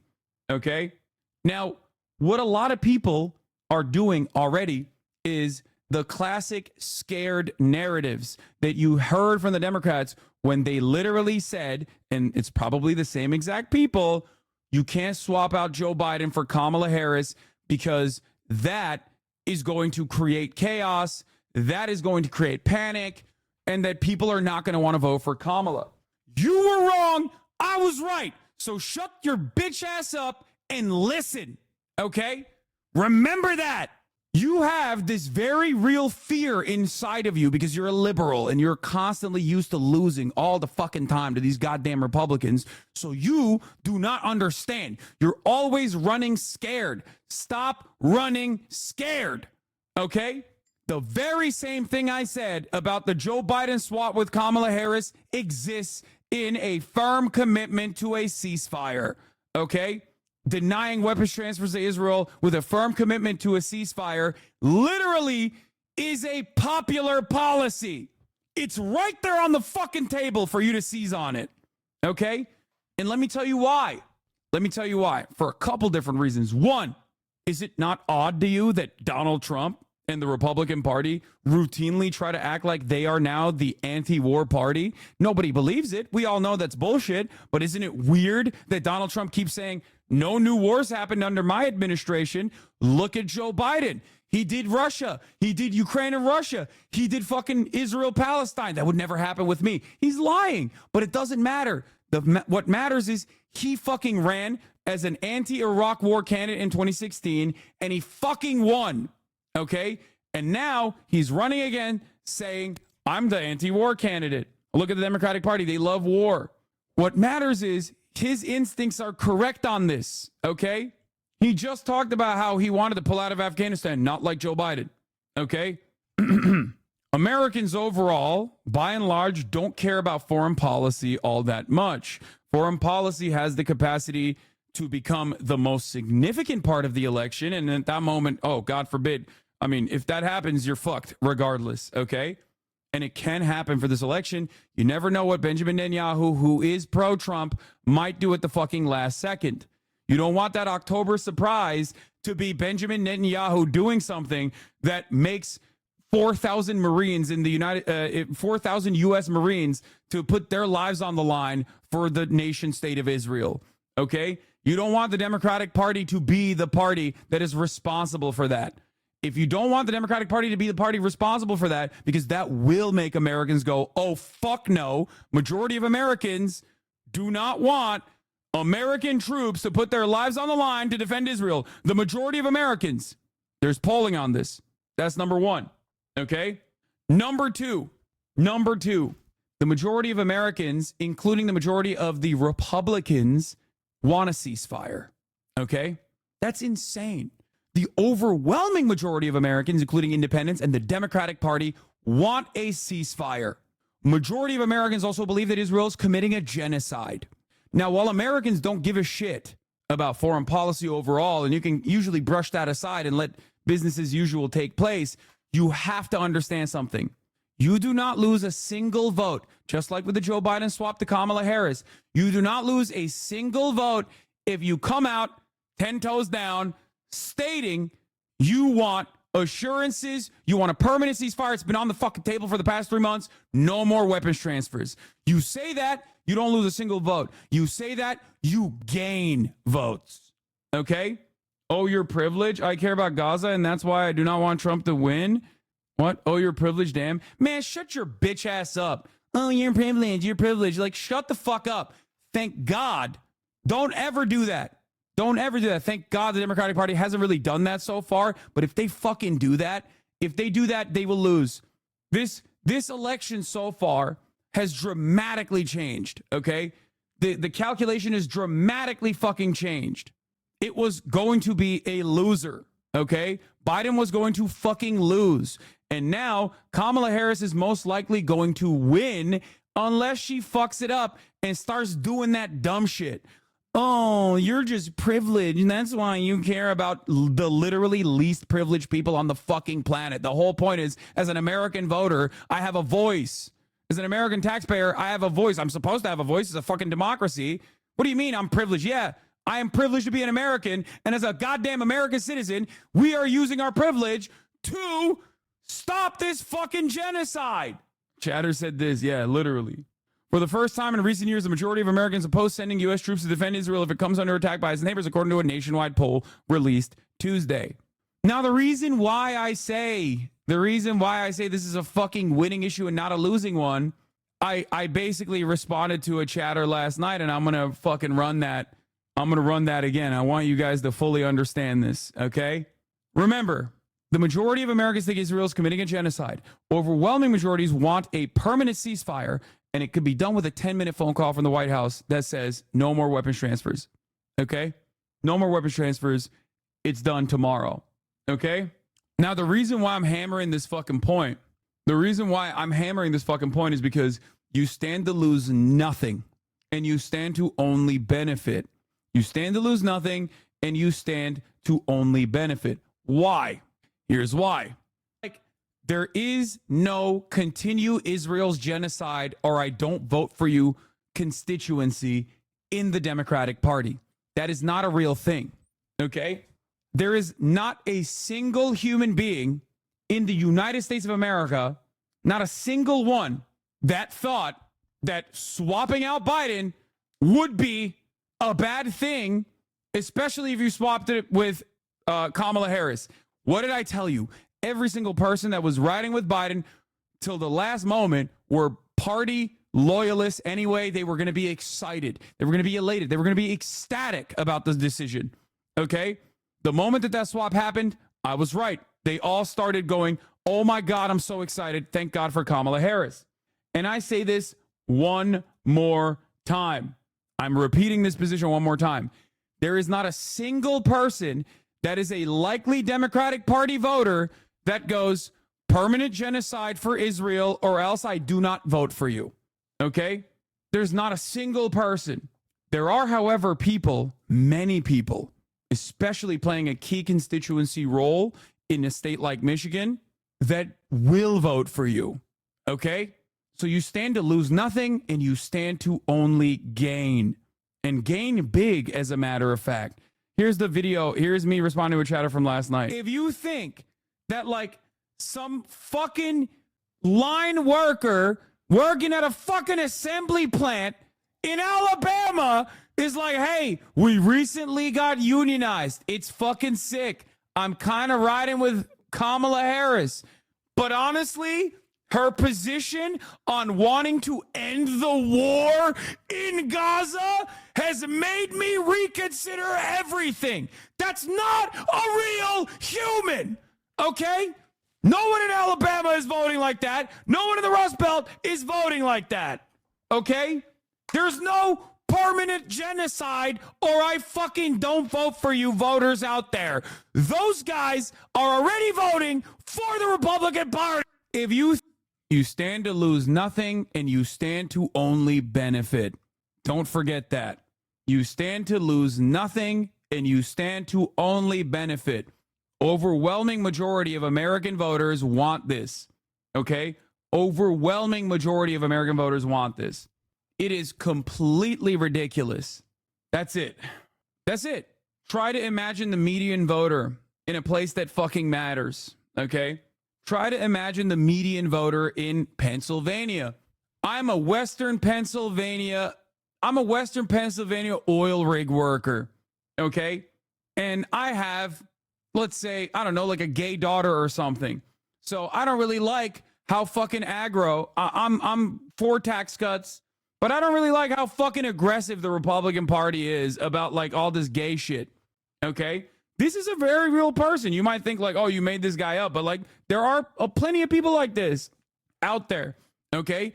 Do you think that person refuses to vote for the Democratic Party potentially because of Israel? Because that they're like, oh man, I'm really invested in the permanent genocide of Gazan civilians with my tax dollars. Are you fucking delusional? Absolutely not. Okay? Abso-fucking-lutely not.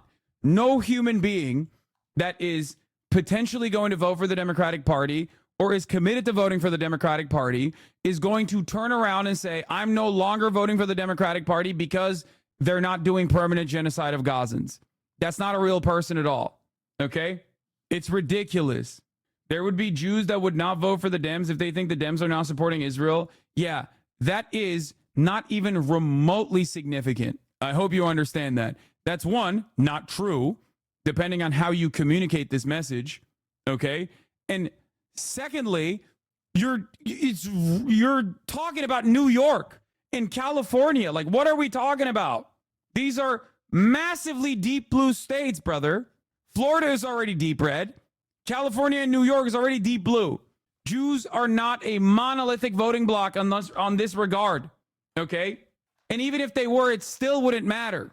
I'm worried you're going to get smeared like Corbyn in the UK. Nah, because the other side is Donald Trump. He sits and fucking eats and dines with Nazis. Okay? Ain't no fucking way does that happen. Also, her husband is Jewish. Americans are too stupid to fucking think that like someone who's married to a Jewish guy could possibly be anti-Semitic anyway. And I'm only saying that because that doesn't discount someone being anti-Semitic. Stephen Miller is literally a Nazi and also Jewish. But Americans don't think like that. So it doesn't matter. They try to do that shit with Bernie. It didn't fucking work. The same groups that did that to Corbyn came to the United States of America and tried to call Bernie Sanders anti-Semitic. It didn't matter. Okay? The only thing I question is saying that all those voters don't care about arms embargo as a concept. I see plenty of comments about posts saying like, that's crazy. A ceasefire is enough from the older crowd. They do want a ceasefire, but they're scared of cutting off aid. Normal voter, dumb brain, wanting ceasefire without knowing how it works. They don't want killings, but in their dumb brains is disconnected from the aid. Yeah, except that's where communication comes into play. Okay? Communication comes into play in that situation. You just got to be like, listen, dude, we're the negotiating party. Benjamin Netanyahu loves Donald Trump. That's why I keep saying hit it on partisan fronts. Americans understand partisan polarization. Americans love being negatively polarized towards shit. Half of you motherfuckers are negatively polarized towards the top of the hour ad break. Okay? Because I serve it to you at the top of the hour. And then I tell you, if you no longer want to see those ads, all you need to do is subscribe for $6 or for free with Twitch Prime. Okay? By connecting your Amazon Prime account to your Twitch account, you'll get one free Prime subscription a month. You can also get gifted a sub if you're lucky. Here's the 3-minute ad break now. I'm 1,000% on board with you, but the husband thing, isn't that just like white people married to black people who can't say they can't be racist? Yeah, the reason why a lot of people say that is because people are stupid and they do agree with that. You know that, right? Like, yeah, it works. That's why people say it. Anyway, so keep up the pressure. There is some stuff coming out of the Kamala Harris camp that obviously is against the arms embargo.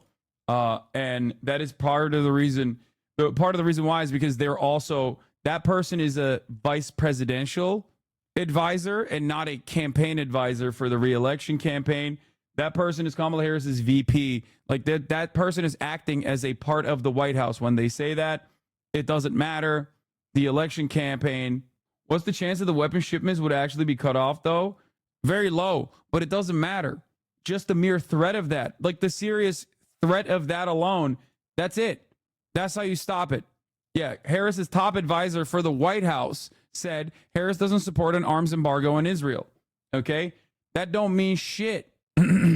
Anyway, let's listen to Dearborn, Michigan Mayor on the uncommitted movement and Kamala Harris. Group that is vowed to vote uncommitted in the election to protest the war in Gaza met with Harris after the rally last night, and they told CNN the vice president was receptive. They said, quote, "It feels fruitful. We're hopeful that she will engage substantively with our request for an arms embargo that stops sending bombs to kill people we love." But Harris's national security advisor said this morning that she, quote, "does not support an arms embargo on Israel, but will keep working to protect civilians in Gaza." Joining me now is Abdullah Hammoud. He is the mayor of Dearborn, Michigan, which is home to a large Arab American and Muslim community. Mayor, thank you so much for being with us. In the primaries, of course, an overwhelming number of Dearborn's voters chose uncommitted. It was 57% that voted uncommitted rather than vote for Joe Biden. First, I want to get... Yeah, this is correct. This man is Biden's assistant and Harris's advisor in her capacity as a vice president. Pressure on Harris while she's campaigning to be president makes sense. It also makes sense to ensure Biden isn't forgotten. If the demand is ceasefire/arms embargo now, he is right now still president. That is precisely the reason why Phil Gordon's take on the matter is inconsequential in terms of like what the Kamala campaign will do. Do you understand? That's what I was trying to explain to you. This person, of course, is going to say that like the VP can't sidestep the president. Yeah. Also, the American liberal political history is long, has a long story tradition of people with very real demands, very understandable demands that were also seen as impossible to achieve at the time, actually routinely disrupting protests. Okay? Dream Act protesters occupy Obama campaign office. Dreamers, children of undocumented migrants would regularly fucking disrupt the protests. Disrupt the campaign, sorry. Regularly. They would do that for gay marriage, and they would do that for dreamers. They would do that for people that, like, they would do that for important moves in terms of civil rights and liberties for people that we now take for granted. Why? Because at the end of the day, in order for this to at least be a theoretical democracy, you still have to respond to nonstop pressure. So you have to keep exerting pressure. How do I convince my parents that Biden should call for it? Just use the monolith example. It's anti-Semitic to act like this is a group is a monolith, just like it's racist to act like a minority group is a monolith. Let's continue. Get your reaction to the vice president's response to those hecklers last night. Yeah, I would have advised the vice president differently. I think what you have is people who are hurting, people who feel dehumanized. And I think in that moment, there could have been an opportunity to recognize the disenfranchisement that many voters, not only in Michigan, but across this country feel as it pertains to the genocide that's unfolding in Gaza. And what I'm hopeful for, though, is the opportunity to have constructive dialogue. We have seen Vice President Harris have some tough rhetoric following her private meeting with Prime Minister Benjamin Netanyahu. And what we would like to see is that tough rhetoric paired with tough policy. How would you describe how she responded? You know, for me, I wasn't on the ground. I wasn't part of the words. I think it makes people feel more dehumanized and less seen. But again, I think what's most important here is to center the policy. Rhetoric. Don't you think she would lose votes from the whole Christian contingency that has become very pro-Israel? Yeah, if I was a fucking Republican Party advisor, I'd be like, hey, sir, you're running for the Republican presidential, like you're the Republican presidential candidate. So you're really going to lose out on your evangelical base of support. Except we're talking about the Democratic Party. What are you talking about? White evangelical Protestants that care about Israel from a religious framework are the most nutty motherfuckers you've ever seen. They sit inside of massive stadiums in fucking parts of the country, deep red parts of the country, and they don't give a fuck about the Democratic Party. They think Democrats are like pedophile monsters anyway. The fuck are you talking about? Those people are already straight mainlining Republican propaganda, and they're never voting for the Democratic Party. It only takes you so far, as we've seen with President Biden. And what we really want to see is what is the policy conversation that we can have? How can we put a new course on what's unfolding in Gaza? Because that is what is centered for so many Americans across this country. You want to find a pathway to end the killing of innocent men, women, and children. And that is the value and principle that we're leading with. The leaders of the uncommitted national movement who met with Harris last night, they want her to support an arms embargo on Israel. They said that she was open to what she was asking, but then pretty quickly her national security advisor firmly rebutted that she would. Like, y'all are forgetting a key aspect of this, and I think it's because the media rarely ever talks about the key aspect here, which is that actually bringing about a ceasefire would literally be so insanely popular. Okay? Like, what are we talking about, dude? This is something that the overwhelming majority of Americans want. I feel like I'm losing my mind. It's like 75% of Americans wanted Roe v. Wade to remain, and the Republicans decided to ether that, and they've been eating dick as a consequence of that decision since they did it, since the Supreme Court did it. And y'all somehow forget that, like, popular decisions lead to popularity for the candidates, and unpopular decisions lead to unpopularity for the party and the candidates. Why are we just discounting that? Holy shit. Is true. While Bibi would never let that happen. Exactly. Which is why you have to fucking bring out the stick. The carrot never worked. Here. 61% of likely voters, including a majority of Democrats, 76%, independents, 57%, and a plurality of Republicans, 49%, support the U.S. calling for a permanent ceasefire and de-escalation of violence in Gaza. This is from December 5th, by the way. After hearing arguments from both sides, voters support a permanent ceasefire in Gaza. People legitimately think that AIPAC can make the ceasefire unpopular. It's unreal. They can't. AIPAC can dump $20 million into congressional races and primaries, especially, remember, these are primaries. They can dump $20 million into a fucking primary. They cannot swing the outcome of a national debate, a national general election. They cannot do that. They don't have that kind of smoke. This is also when the president is coming out against it. Dems will go nearly 100% if Biden comes out in support of it. Yes, I feel like I'm losing my goddamn mind, but like, it's pretty obvious that Americans just don't like war, okay? On the aesthetic front, they just don't like war. They don't like it. That's why even Donald Trump keeps claiming that he is the anti-war candidate. Okay? Please. This is from May 8th.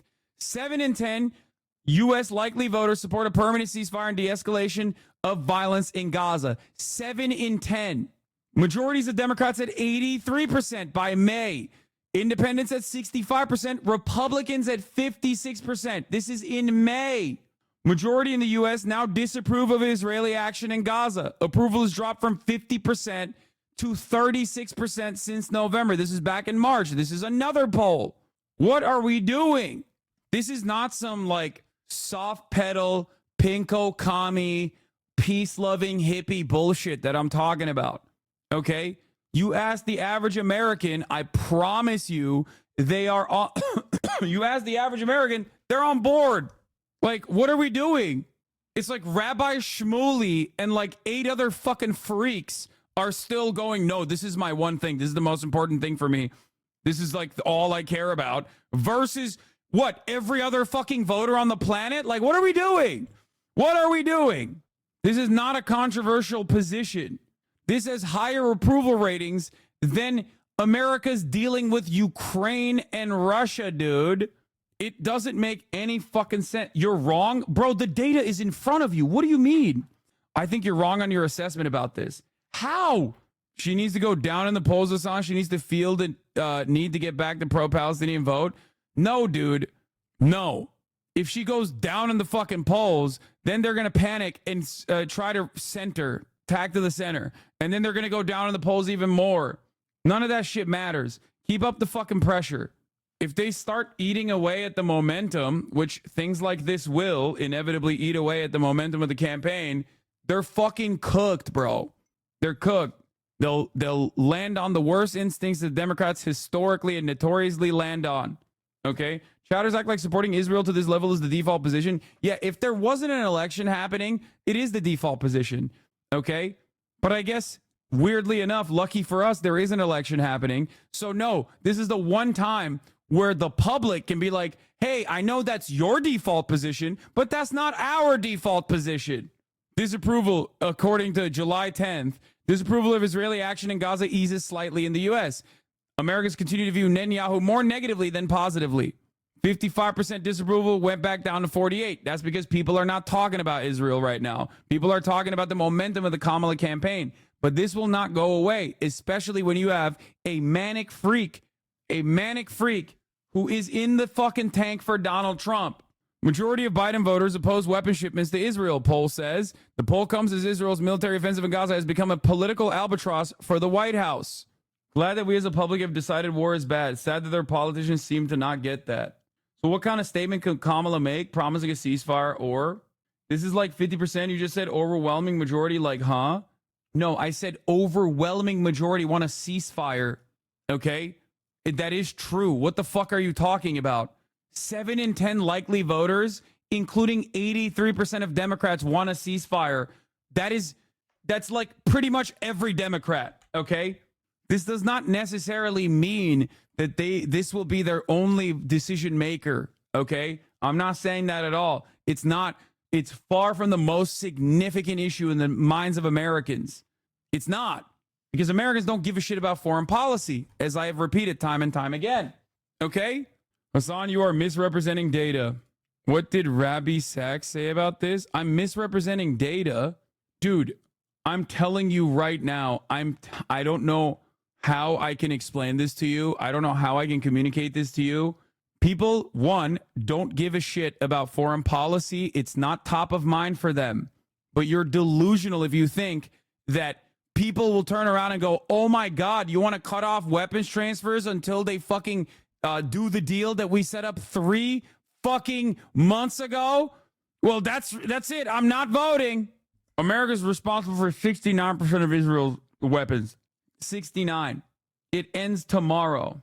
Polls suggest there is less downside on Gaza than one might expect. A Democrat who is soft on Israel, as Biden is seen as having been, loses support on the left. But a candidate who takes a more critical line wins those voters back without losing votes among moderates. Exactly. I don't know why people don't see this. I'm not saying this is top of mind. This is the most important priority for Americans. But if you fucking sit here and act like this is not a goddamn slam dunk because you lose nothing and you stand to gain, I don't know what else to tell you. It's right there. It is literally southern states support the genocide, Hasan. I am going to literally put myself in a Mark 84 rocket and slam myself into the pavement. What are you talking about? They are red states. From an electoral perspective, what fucking southern state is voting? Hey, dumbass. You think the Democrats are going to win Texas? Shut the fuck up! The constituencies that have unconditional loyalty to Israel are white evangelical Protestants in deep red districts that are perma-Republican Party voters. They are so locked in to the Donald Trump campaign, okay? Honestly, man, you are just hurting your cause, the shouting shit, mate. Okay, well, I'll take a week off. Okay, come back later. You're not misrepresenting the data. You're just saying things that don't make sense. Can you explain how she would understand her position on Gaza is important other than seeing it in the only issue that would raise her in the polls? What? Dude, if 83% of Democrats and 7 out of 10 likely voters want a ceasefire, you have already come out and said you want a ceasefire as well. If everyone is saying they want a ceasefire, even if it's not the top of mind, you only stand to benefit, okay? It's the same exact shit. It's the same exact shit with Biden. If 73% of the Democratic Party is saying we want anybody but Biden, and we're still going to vote, but we want anybody but Biden, okay? And you go, I don't know if we can fucking, get Biden out of the race, when you know for a fucking fact that those guys are going to vote for whoever the fuck's on that ticket anyway, because those are the party loyalists regardless. You stand to lose nothing when you make that swap, and you stand to benefit when you make that swap. I was right on this issue. I told you over and over again, and many of the motherfuckers that are coming in now were literally the same people who were like, nah, I'm riding with Biden, dog. You're wrong on this. You stand to lose nothing. You stand to only benefit. Yes, but she doesn't seem to see that. She thinks her pro-labor position is enough. That's so stupid, dude. Fuck. Why haven't they done it yet? Because they're bad. What do you mean? I think you guys are just paying attention to politics for the first time or something. Democrats are bad. They're not very good at campaigning. They're not very good at doing politics in general. Republicans, on the other hand, used to be very good at doing politics. They're not anymore, but they used to be. Democrats are very feckless. They're cowardly. They don't like to make risky decisions. They don't like to make good decisions. They don't like to run good campaigns. This past month was not the norm, okay? It was the exception. This past month of decisions that were bold, that responded to legitimate public pressure, was actually unique for the Democratic Party, okay? Yeah, I work for a radio show in New York City. Based on our callers, there's a rabid Zionist cohort here as well. Makes sense given we have the most Jewish people outside of Israel in the city. But that is another constituency that holds this as their number one issue. Yeah, dude, if you think that, like, if the Dems turn and say, we are going to actually fucking do a ceasefire, which they claim that they want to do, and actually show their firm commitment to that position that they've been claiming that they are on board with for the past 3 months, if you think that that is going to lead to every single Jewish vote in New York State, that by large margins vote for the Democratic Party, to turn around and actively vote against the Democratic Party, one, you're delusional because Jews are not a monolithic voting bloc on that regard. There's plenty of other considerations to make. And two, even in that situation, if you think that New York State is lost, I don't know what to tell you. That is the most insane thing on the planet. The margins in New York are not the same as the margins in Michigan. Okay? That's why a much smaller constituency of Muslim voters and Arab voters and their friends and families are significantly more consequential in terms of the election than New York. Okay? I almost lost my voice there. I got to stop yelling. Let's get back to this video. Think of an arms embargo. So you're contradicting yourself? Does it matter or not? How is it that people don't care about foreign policy, but it's such a big deal that you're shouting? It seems kind of intense for something that we don't know. Okay, you're banned permanently. It's a big deal to me for two reasons. One, because it's a real fucking genocide, dipshit. And two, it is also a real fucking genocide that is like going to only get worse, okay? And last but not least, it's also a gimme that people are not understanding. It's a gimme electorally. It's an easy win. It's an easy dub with no losses. Why are you talking to your subs like that? Chill. They should know better. They've been in here for 18 fucking months and supported me for 18 months. If they're going to come in here in a condescending manner and not understand the point that I'm making and go, you just contradicted yourself, then yeah, you're going to get fucking banned. You should love that I give the same amount of coverage and the same amount of space to people who are not subscribed. Okay? What are we doing? Against Israel this morning.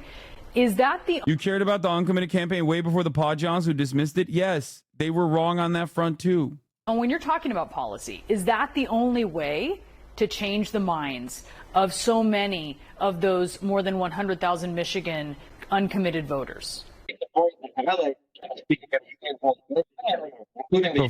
all support an embargo against Israel at the moment in time. That is the only means we believe to actually bring Benjamin Netanyahu to the table and his cabinet of war criminals to actually achieve a permanent ceasefire. And from a policy perspective, based on what I'm hearing on the ground from thought leaders across this country, as well as from my constituents, they want assurances. And an offensive arms embargo is one of those assurances that we believe have to be enacted in order for us to get to a just Palestinian state. The reality is we can no longer go back to the status quo. It no longer exists. We have to find a pathway forward in order to ensure that the Palestinians have the right to self-determination, and that includes a just Palestinian state. Without that, would you vote for Harris? I think based on what I'm hearing from my constituents on the ground, and I take my lead from them, there has to be assurances on how we actually move forward and course correct on this issue. We have seen with President Biden talks of ceasefire now for several months that have not led to any outcome. And so we have to do something differently. And we believe the only way to do so is to lead with international. What we're asking for is for Vice President Harris, a prosecutor, to uphold international law. This has now been litigated by the... That's right. That's like, it's such a fucking easy, it's such an easy narrative, man. Like, that's what's so frustrating about this is like, Americans are so fucking delusional and so self-interested and just like can't even understand what's going on and like don't give a shit. And then they act like an electoral W, okay, the easiest one to grab, is like actually such a hard fucking deal. It's not, man. It's not. It's not. It's not that hard of a decision. Like there is no other circumstance where Americans would like behave like this. There's no domestic policy where Americans would be like, yeah, 75% of people want to protect abortion rights, but like honestly, what if the evangelicals don't vote for Kamala Harris? Like that's what you sound like. The ICJ. We have seen the UK suspend arms sales. And so I think we can follow their lead in upholding international law in order for us to take a step forward and chart a new course on what's happening across the Middle East. Talking to some Democratic operatives, I think there may be a calculation that if the option is Harris versus Trump and Trump's policy on Israel, that voters right now who oppose the Biden-Harris approach to Israel are still going to hold their nose and vote for them. There you go. Lesser evil voting. Lesser evil voting. You can never rely on that. That's a bad calculation. I don't think these people understand it. I don't think that the Democratic Party understands it. Please don't do this. Please don't think that the lesser evil voter. Oh my God. No, you can't do that. I'm losing it. I'm fucking losing it.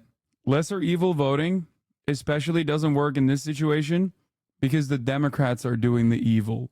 It literally doesn't work for this issue. Lesser evil voting on this issue does not work because everybody sees the Democrats as single-handedly responsible for it. Okay? It's a very bad political strategy. Lesser evil voting is one of the biggest electoral poisons that has rotted the Democratic Party's political instincts and is so unimaginably toxic. I hate it. It is a massive failure, but it was such a success for Hillary. Exactly. Such a big success. Again, contradicting yourself, foreign policy doesn't matter to Americans. Lesser evil voting isn't just foreign policy, jackass.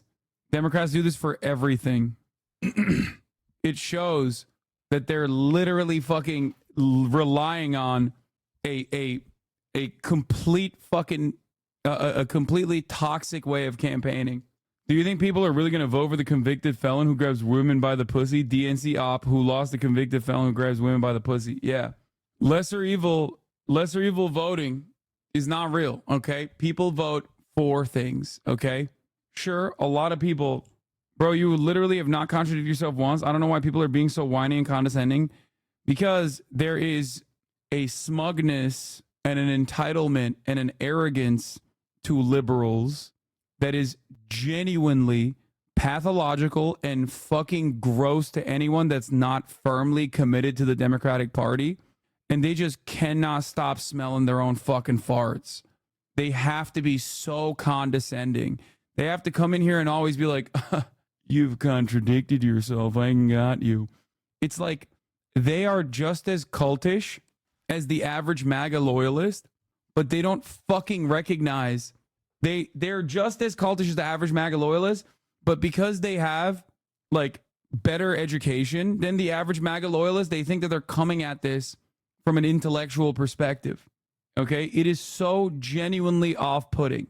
What do you say to that sentiment? I think that may have been the genocide symbol. We're talking about a situation on the ground now, not even that the goal civilian people, and the this audio is awful. Have been women and children, and this is an unprecedented situation that have not been organized. And what people want to do is they want to be inspired. Do these people not understand that people not voting out of moral objections has the same effect as them voting for Trump? Dude, you will never be able to convince someone of this, okay? Please stop. I don't. You're doing it. You're doing it. You're doing it. You're doing it. You're also doing it in the community of a person who literally just said, I'm not voting for Joe Biden, okay? Straight up, I said it. Like, luckily I don't have to anymore, but still, okay? The notion that like, oh, a vote not for a vote not cast for the Democrats is a vote for Donald Trump is not enough. Okay? Why do you always cite national polls? The Dems are more popular. Obviously, they won 7 of the last 8 popular votes, but that's not relevant because they only won 5 of those elections. No, I know. Okay? You're doing the lesser evil voter strategy. Okay? It doesn't work like that. It is not a given that it is not a given that politicians are entitled to your vote. Okay? They need to earn your vote. Even the dumbest American understands this. Obviously, MSNBC watching college educated liberals don't comprehend this because they think that they are they think that they're above it because they're making the calculated decision to do the utilitarian thing, right? But that's not how people vote, man. That's not. If that was the case, Hillary Clinton would be president. It would be the tail end of Hillary Clinton's 2-term presidency. With a hopeful message to come out and vote this November. That's what brings people in. If you recall in 2016, Trump won with less than 11,000 votes. He did not win because people came out and drove to vote for Donald Trump. He won because 80,000 people in the state of Michigan skipped the top of the ballot and they refused to vote for any presidential candidate.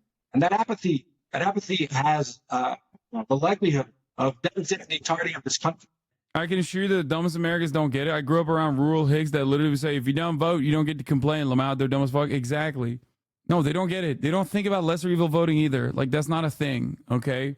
And Republicans don't do that either. They vote because they're like, ooh, I like guns. I know that the Republicans are committed to making sure I can have a rocket-propelled grenade launcher. I like that. I will vote for them. The national law should be upheld, and we should do everything with... Anyway, this was the worst fucking interview of all time. Yeah. Here is Layla Elabed and Abbas Aliway, founders of the Uncommitted Movement, discussing their exchange with Vice President Kamala Harris yesterday in Detroit, Michigan. Kamala Harris and Governor Tim Walz in the photo lineup. A moment to save lives. I had a moment yesterday to briefly engage with VP Kamala Harris and Governor Tim Walz in the photo lineup when she was visiting Detroit yesterday. And in that brief engagement, I did get really emotional. I introduced myself. I was introduced as one of the co-founders of the Uncommitted National Movement. And the first thing I said to VP Harris was, I'm Palestinian. And I got really emotional after that because I was thinking of my community members who are losing hundreds of their family members. And I told VP Harris that. I said, Michigan voters right now. It's funny how Jewish people aren't a monolith, but you consider Republicans to be. Do you know what you just said? Yes, Jewish people are not a monolith in their voting patterns.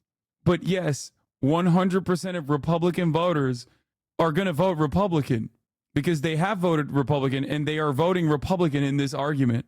Do you think being a Republican is like a ethnicity? If they don't vote Republican, they're no longer Republican. Yeah, 100% of Jewish people are Jewish.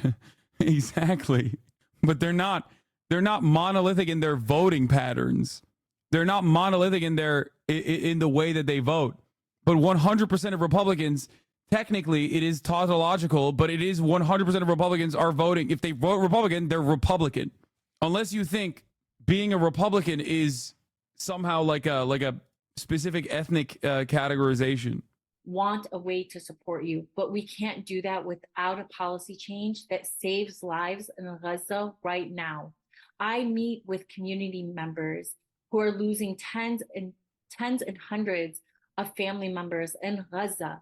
Will you meet with us to talk about an arms embargo? And she, nodded.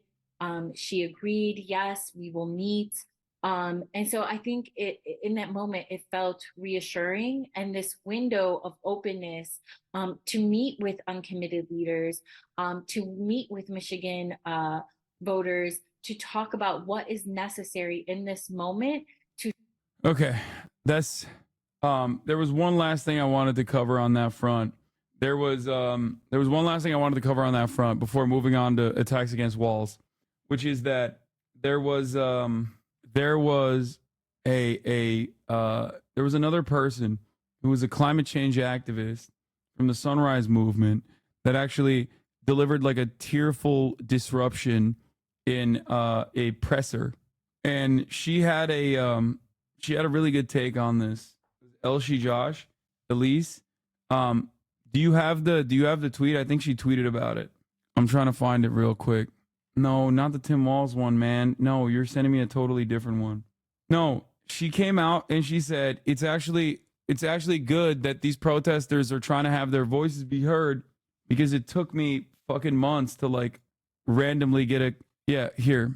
When I tearfully interrupted the White House for bold climate action, I was told I'd get a meeting, and it happened 6 months later, only after a coincidental interaction at a conference.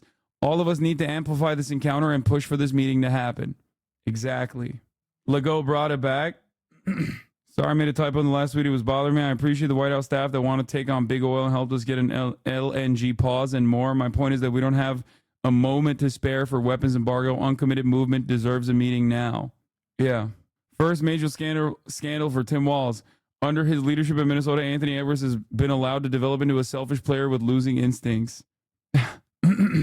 Anyway, do you think the uncommitted reps are discouraged after the rally? Fuck no.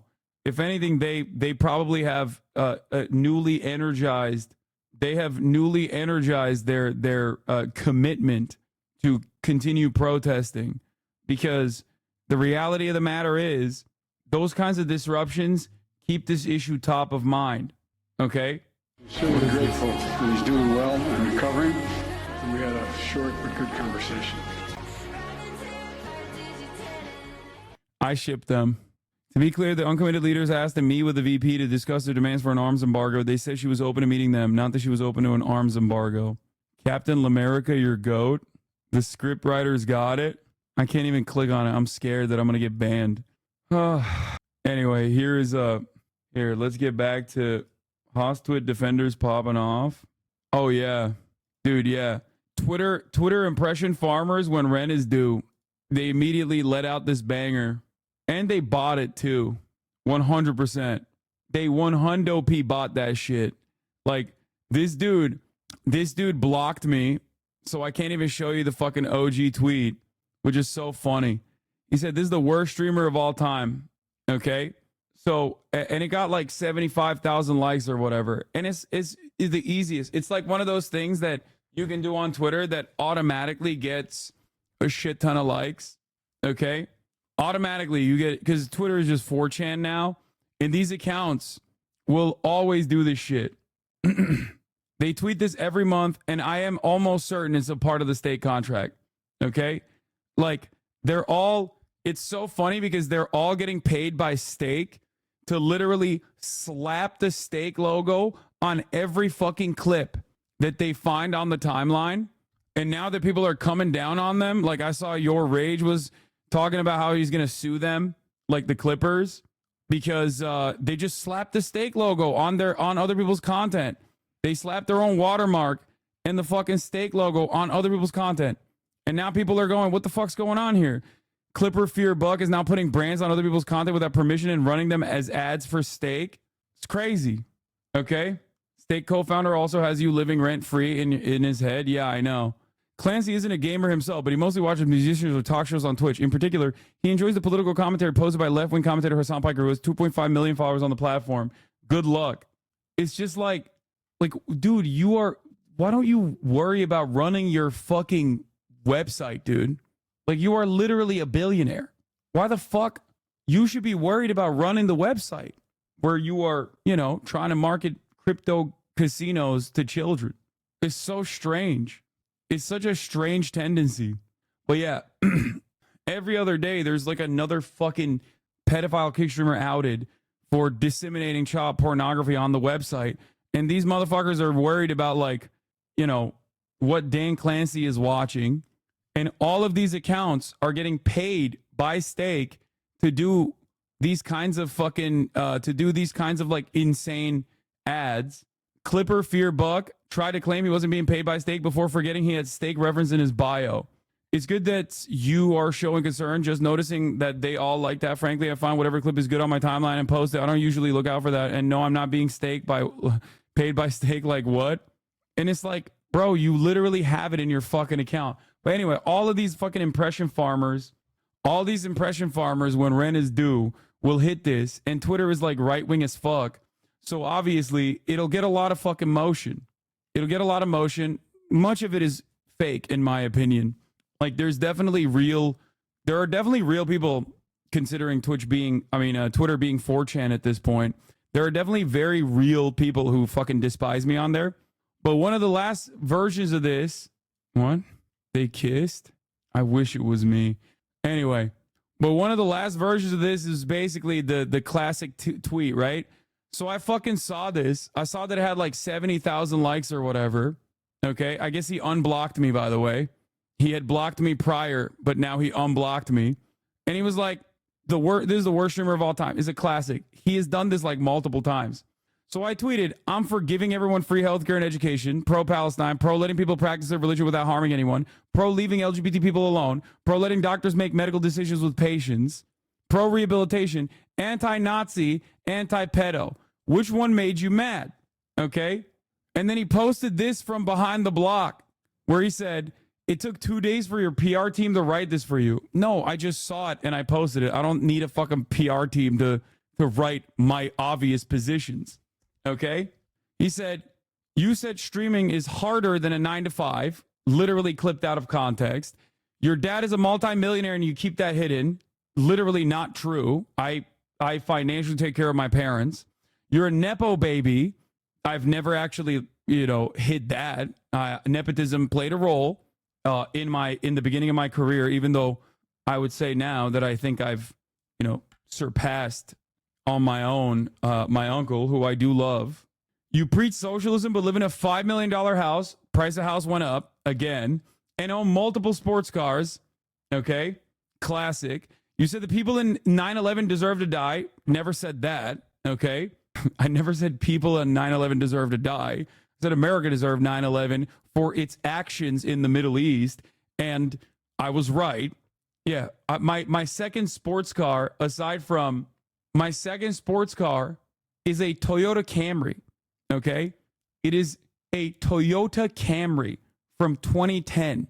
It is a sport. It is a Camry sport. You don't pay your editors and moderators, which again, lie, abject lie. You're a giant hypocrite. Your viewership is declining because you're a horrible person. So I said, I work with labor organizers of fundraise for unions. You get duped by clips. I'm proud that I'm able to take care of my family. I never denied nepotism. Socialism doesn't mean broke. I have the best paid team. Worst time to say I'm falling off. And then I just posted this because these motherfuckers are so delusional that they don't care about like what the truth is. They're hallucinating positions. Like they basically just hallucinate fucking positions, dude. What is this? Pro Elon and Twitter Premium, anti-gay, especially anti-trans. Okay, dude. Pro Israel. These accounts work hard to collect all these clips and share epic moments to their Twitter audience. It's a real job just to repost videos posted on LSF with a steak logo, unlike your job of running the top of the hour ad break. Fuck you. Fair is fair. That's not a two-parter. I got. But it's like, dude, this is akin to hallucinating a different reality that conservatives regularly do, right? It's like, bro, there's highs and lows in streaming. There's ups and downs in streaming, okay? For the past 9 months, I've had a major downturn, okay? Here's the 3-minute ad break now, by the way. The reason why I had that major downturn was because of my firm commitment to covering a historic atrocity. And even in that process, this community still raised multiple millions of dollars for victims of genocide in Gaza. Okay? I'm sorry that I'm not fucking some right-wing shithead that is backed by an online crypto casino that gives you money when you steal other people's tweets. It is so insane. But once again, what is strange to say, what is strange in this circumstance, was that perhaps the strangest thing of all, is that there's 45,000 people in here. This is one of the most watched. No, this is not one of the. This is currently the most watched live stream on this motherfucking platform. Like, what are you talking about? It just doesn't make any sense. But for these guys, like, it doesn't matter what the truth is. They just go, oh, you've fallen off. That's it. They're not hallucinating. They're maliciously lying about you to farm engagement. I know, but it's like it's one of those things that is such a stupid lie to fucking say that you can just like very easily dispute it by just looking at the numbers. Yeah, they literally post a Hassan bad tweet every few months and people fall for the bait every time. Literally just farming engagement, no principles. I know. Anyway, that's the best way to deal with this shit is that is just you keep your fucking head down and you do your thing. Okay? Every couple of months when Elon, like the reason why I suspect they started doing slapping the steak sticker on shit, I think is because Elon is no longer giving them any revenue whatsoever for this like bullshit ass impression farming. Okay? But I do find it unconscionable that people go, oh, dude, this guy's the worst streamer of all time. And then like three fucking posts later, they're like glazing Aiden Ross. Okay? Like, what are you talking about, dude? They're like posting about Neon, glazing Aiden Ross, glazing kick streamers. It's insane. Anyway, they're probably going to clip this and say you're crying about something out of context. Who cares? Let's keep it going. Now let's talk about the Republicans crying about Tim Walz because they're not doing a great job dealing with the Tim Walz situation. The Walz momentum is real. What was this weapon that you carried into war, given that you abandoned your unit right before they went to Iraq? Do not pretend to be something that you're not. Walz served in the Army National Guard for 24 years and has never claimed to have seen active combat. The Harris campaign not addressing Walz's comments that he carried a gun in war, saying only that he carried, fired, and trained others to use weapons of war innumerable times. Adding that Walz would never insult or undermine any American service to this country. In fact, he thanked Senator Vance for putting his life on the line for our country. Walz ignoring Vance's attacks on the trail, instead firing up the crowd. I haven't slept in 24 hours. You know why? We'll sleep when we're dead. We'll sleep when we're dead. Harris and Walz are canceling their planned stops to North Carolina and Georgia today because of the storms, but later this week they head to Arizona and Nevada. Harris and Walz are hoping to ride this new jolt of enthusiasm. Also, what are we talking about? Like, oh, wow, I can't believe Tim Walz was a fucking anti-Iraq war with 24 years of service. Like, he was an anti-Iraq war veteran, okay? He didn't go into the Iraq war, but he literally was anti-war. Like, he came into Congress on an anti-war ticket after serving the fucking Defense Department for 24 years. I don't know if you know this, J.D. Vance, but Donald Trump dodged the fucking Vietnam draft, which, by the way, I objectively have said time and time again was a very smart thing for him to do. Okay? Like, what a fucking insane turn of events here. All the way until the election. All right, Selena Wang, thank you. Like, this motherfucker's a draft dodger, bro. I did a small thread on Vance versus Walz on Military Record. Said that I saw a fire in Iraq. I served in a combat zone. I never said that I saw a firefight myself. I mean, it's true. It's true. He was the fucking... I don't have a ton of military knowledge, but it seems to me that if you reach corporal rank after 4 years of service and admit you were never in an actual firefight, you probably shouldn't talk shit on the dude who reached command sergeant major rank after 24 years of service. Yeah, like the guy who he's doing stolen valor shit to, which I always love because hogs love doing that stuff, is or was the highest ranked congressperson at the time. Veteran laying out walls and the steps that would have happened when he retired. Let's do this. I happened to be in the National Guard in 2005 in Iraq for the first few months of that year. In 2004-2005, the NG had a policy that if soldiers were eligible and selected for promotion, they were promoted conditionally with the requirement that they complete their non-commissioned officer education requirements within a certain period of time. I do not recall if there were different stipulations for command sergeant major positions as they are selected by a council and not straight order of the merit list. Okay, blah, blah, blah. This is boring. I don't really care, man. Do the vets in the chat even care about this shit?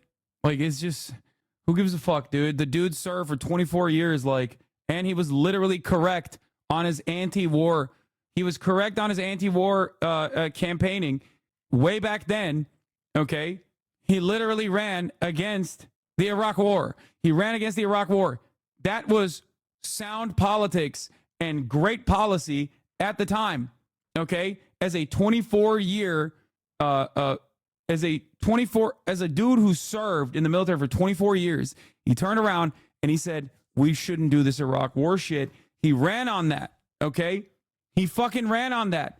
Donald Trump also was a draft dodger for the Vietnam War and literally ran against the Iraq war as well. So why are you saying, like, what's the argument here? Oh, dude, you're a pussy. You should have fucking died in Iraq. Like, you should have died in this war that we think was stupid and killed many Americans for no reason. That makes no sense, dumbass. You make no sense. You're fucking stupid. We are in 2024. I like this take on it personally.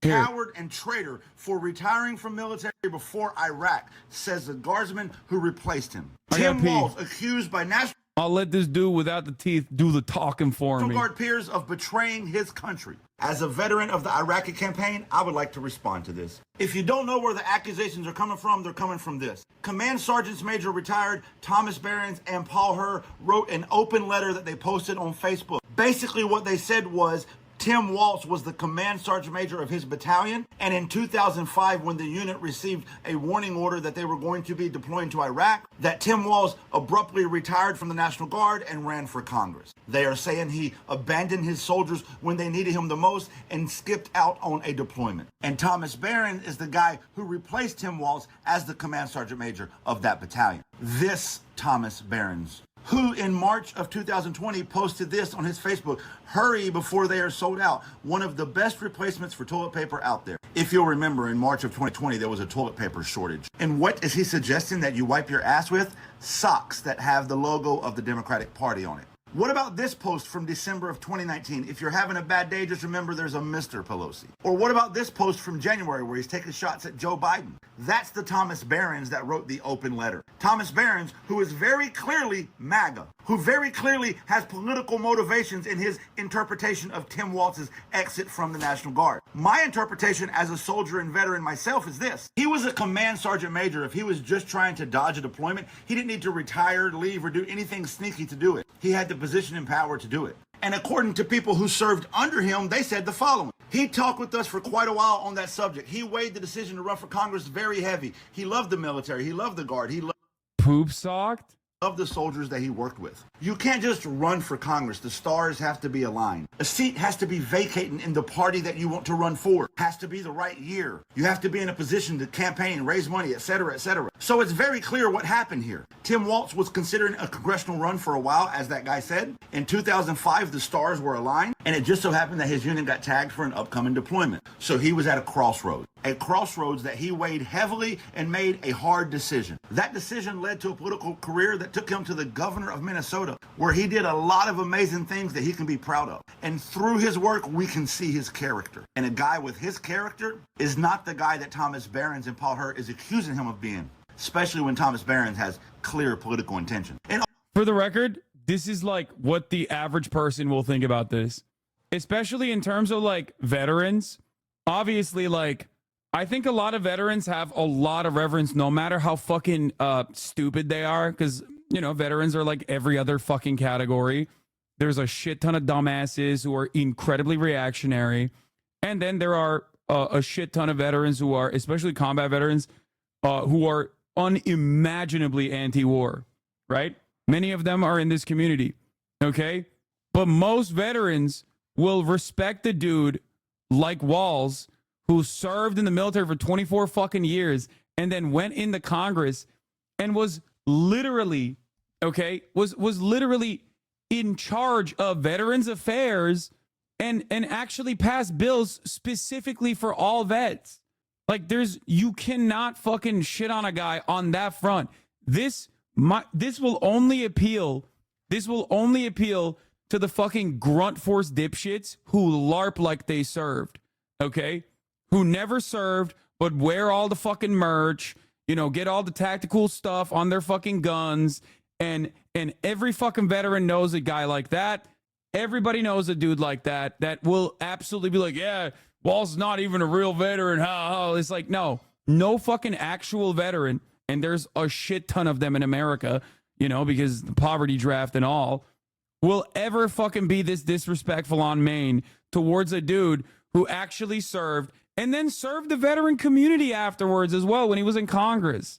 It's ridiculous. Completely ridiculous. Oh, by the way, Command Sergeant Major retired Barons. While you're busy insulting a guy who served 24 years in the armed forces, what about the guy you're voting for that dodged the draft through made-up injuries? Who called a POW a loser and said he likes his heroes not captured? A guy who called dead soldiers losers and suckers? A guy who has so little respect for the flag that he'll hug it just to pander? You call this respect for the flag? So if you want to vote for a draft-dodging, pandering loser. The most they shade is being National Guard, but he retired and then did tons of shit for the veteran community. Exactly. Also, as I've told you guys this before, when you're fucking doing artillery drills, you still fuck up your brain, okay? You fuck up your body in basic. Like, this is something that I keep explaining to people over and over again. You don't have to fucking go and, like, sit in a forward operating base in the Karengal Valley for you to get, like, absolutely destroyed, okay? That's why his original run, where he had that campaign ad about his ears and how he like lost his hearing and only got healthcare, and how important healthcare was for him for that reason, when he like was finally able to hear again and he heard his daughter cry for or sing in the morning for the first time. Like, that's not only a beautiful story, that's not only a beautiful story that like literally packages up in an emotional way an incredibly important commitment to healthcare as a politician, that's also a very common story. Okay? I know I shit on like the fucking grunt force vets on a regular basis. I know I shit on like a lot of the dumb reactionary veterans on a regular basis. But like, these are still very real things that I talk about all the time. That's why I have a fucking massive community of vets as well in here, ironically enough. Loser who insults POWs and dead soldiers and then attack a guy who actually served and wore the uniform? Do you, bro? But don't expect real motherfuckers to buy your bullshit. And to Master Sergeant Retired Tim Walz, thank you for your service, and I will be voting for you as my next vice president. Walz is good on the veteran front. People, especially other vets, shitting on him for getting out after 24 years or suffering from brain disease. I did 6. People who decide to stay in usually do 20 and get out.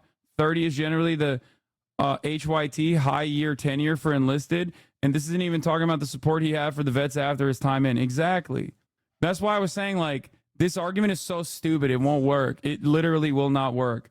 Like, calling into question this person's, like, service, like, maybe it will work for John Kerry as it did back then, but I don't think right now it's going to work when the other guy is Donald Trump. And also, the argument that they're having is over him not going into active combat in Iraq when like 90% of the American public is completely aware that this was a war that should not have been fought anyway, including, but not limited to, Donald fucking Trump, who ran against the Iraq war and defeated Hillary Clinton by consistently claiming that Hillary Clinton was a war hawk who championed the Iraq war. Please, dude. It obviously didn't work for John Kerry. No, it did work as a knock against John Kerry. What are we talking about? John Kerry did not win. But that was a different time because that was George W. Bush. That was in the heat of the it absolutely worked against John Kerry. But we're not living in the John Kerry era. Okay? We're living in an era, it was post 9/11 smoke in general. Okay? It won't, that kind of attack is not going to work against Walz the way that it did for Kerry, because we are far removed from 9/11. Okay? As a matter of fact, the only thing that we remember about 9/11 is the wars the atrocities that we committed in the aftermath of 9/11. And even from a selfish perspective, 12,000 plus American men and children that died in service of a war that nobody fucking should have fought. That's why I'm saying this is a really, really, really dumb way to argue. And it, once again, spells chaos for the Trump ticket.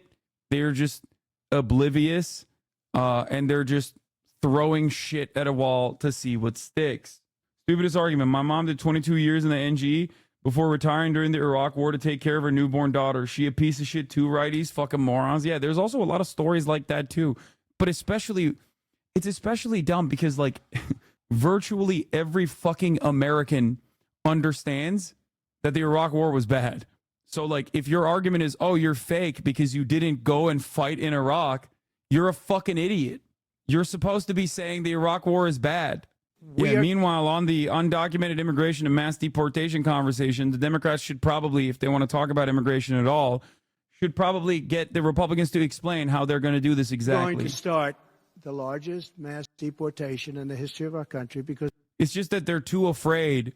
They're too afraid. They see the 60% approval rating for mass deportation, not recognizing that that comes from the consequence of this being an untested narrative, right? Uncontested narrative. That's the reason why it has 60% approval. So that will cause them to not actually fucking contest it. And if they don't contest it and they don't actually fucking walk people through the steps, then yeah, that approval rating will even go higher for this unimaginably Hitlerian policy.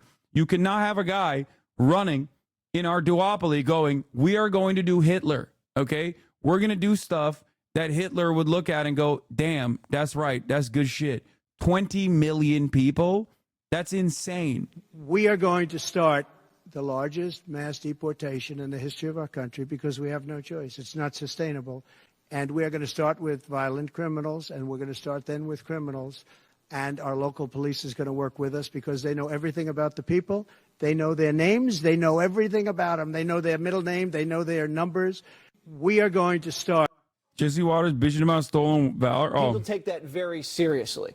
And for him to say that, you know what, I made the decision to not go on this deployment, you know, before I knew I was going to be deployed. Remember back after 9/11, Judge? Dog, you literally are a fucking liberal arts major. Like, shut the fuck up. You didn't do anything. We were talking about in 2002. The midterms were about going to Iraq. Right. 2003, we were in Iraq. This is 2005. If you are a reservist, you know you're going at that point. Right. And to say, oh, I didn't know in the timeline, he is a liar. And people take this very seriously. No, his unit was not deployed. What the fuck do you mean? And he was running for Congress. The truth is that WALZ says he earned the rank of Command Sergeant Major, which is the highest enlisted rank, Greg. But he served as Command Sergeant Major, but he didn't stay in that role long enough to keep that title when he retired. So he lied about that. I mean, that is an out-and-out lie. And it matters to a lot of people. Yeah, it does. You know, a lot of people may be ambivalent about this because they're not in the military. But it cares to the people who are in the military. They do care about this. So you have to respect that opinion.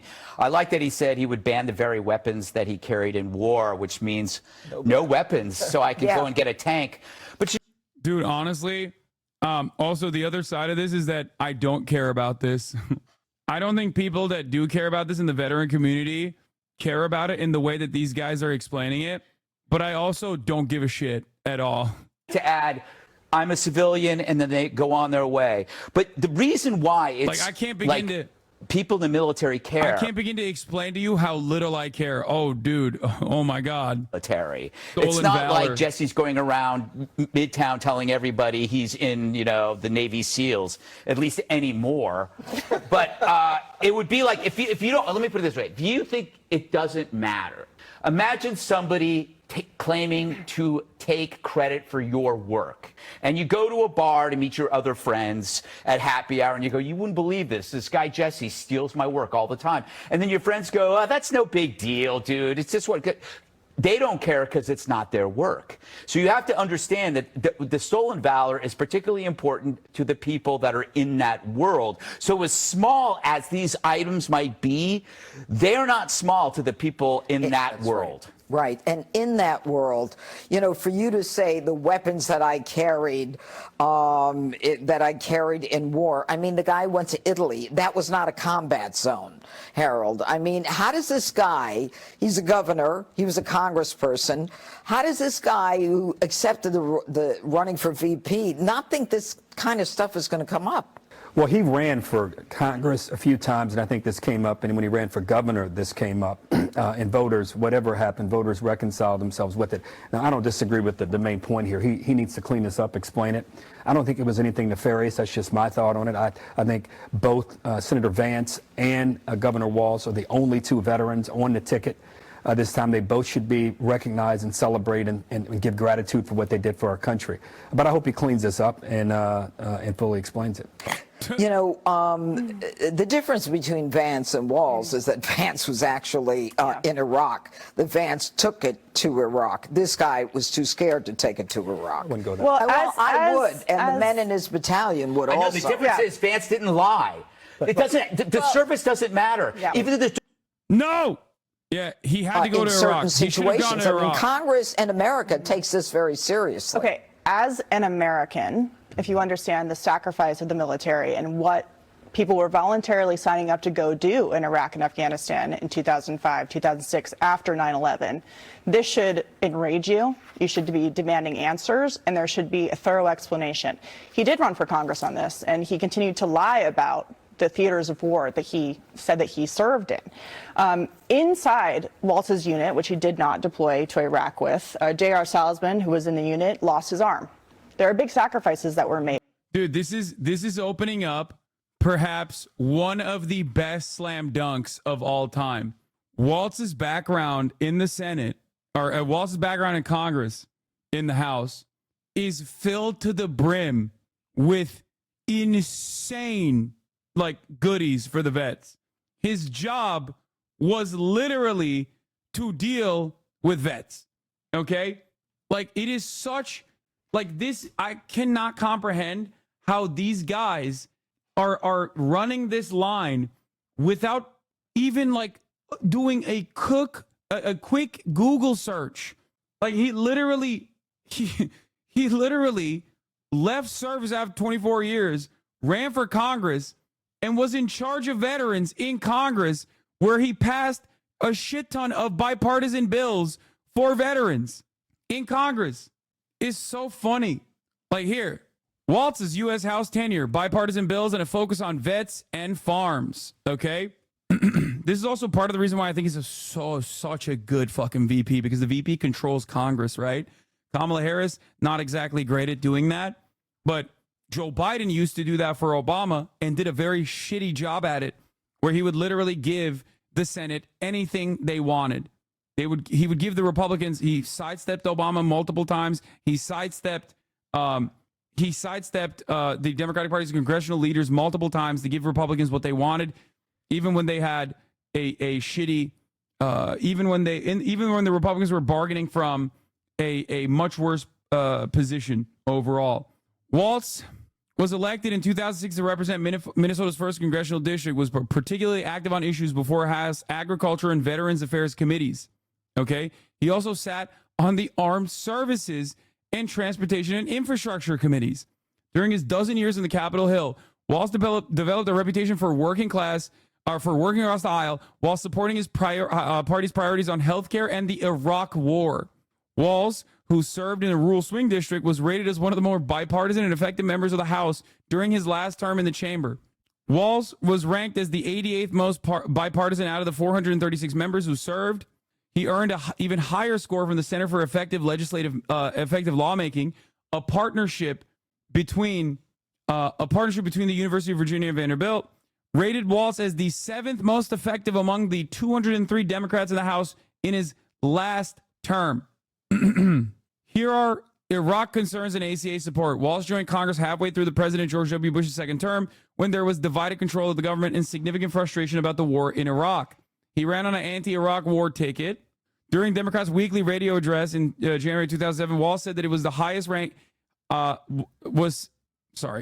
During Democrats' weekly radio address in January 2007, WALZ said that as the highest-ranking enlisted soldier to ever serve in Congress and a veteran who served in support of Operation Enduring Freedom, he shared many voters' concerns about the war.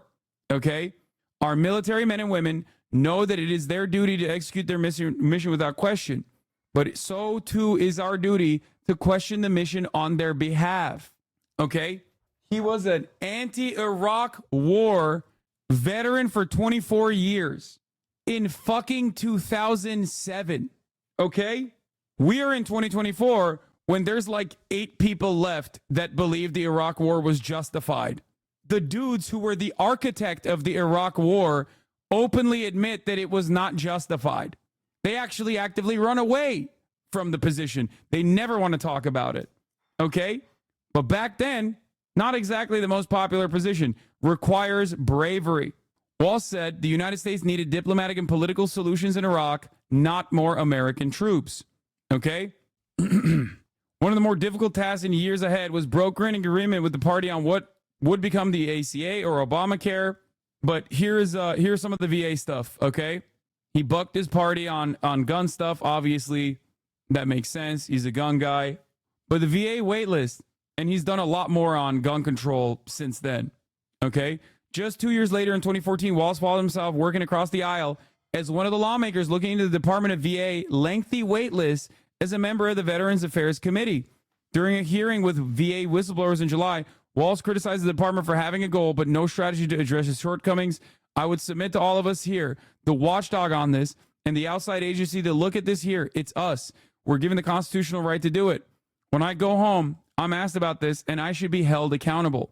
He co-sponsored several bipartisan bills addressing the structure of the VA in the months that followed and voted to approve legislation overhauling aspects of VA healthcare after being named to the conference committee that negotiated the final version of this bill. Make no mistake, he said, the bill isn't perfect. It will not solve all of VA's problems, but it does allow us to take a step forward in reforming the VA to provide veterans and their families real solutions. WALZ said in a statement. He would go on to see the top Democratic seat on the VA committee a few years later, eventually securing the title of ranking member during his last term in Congress.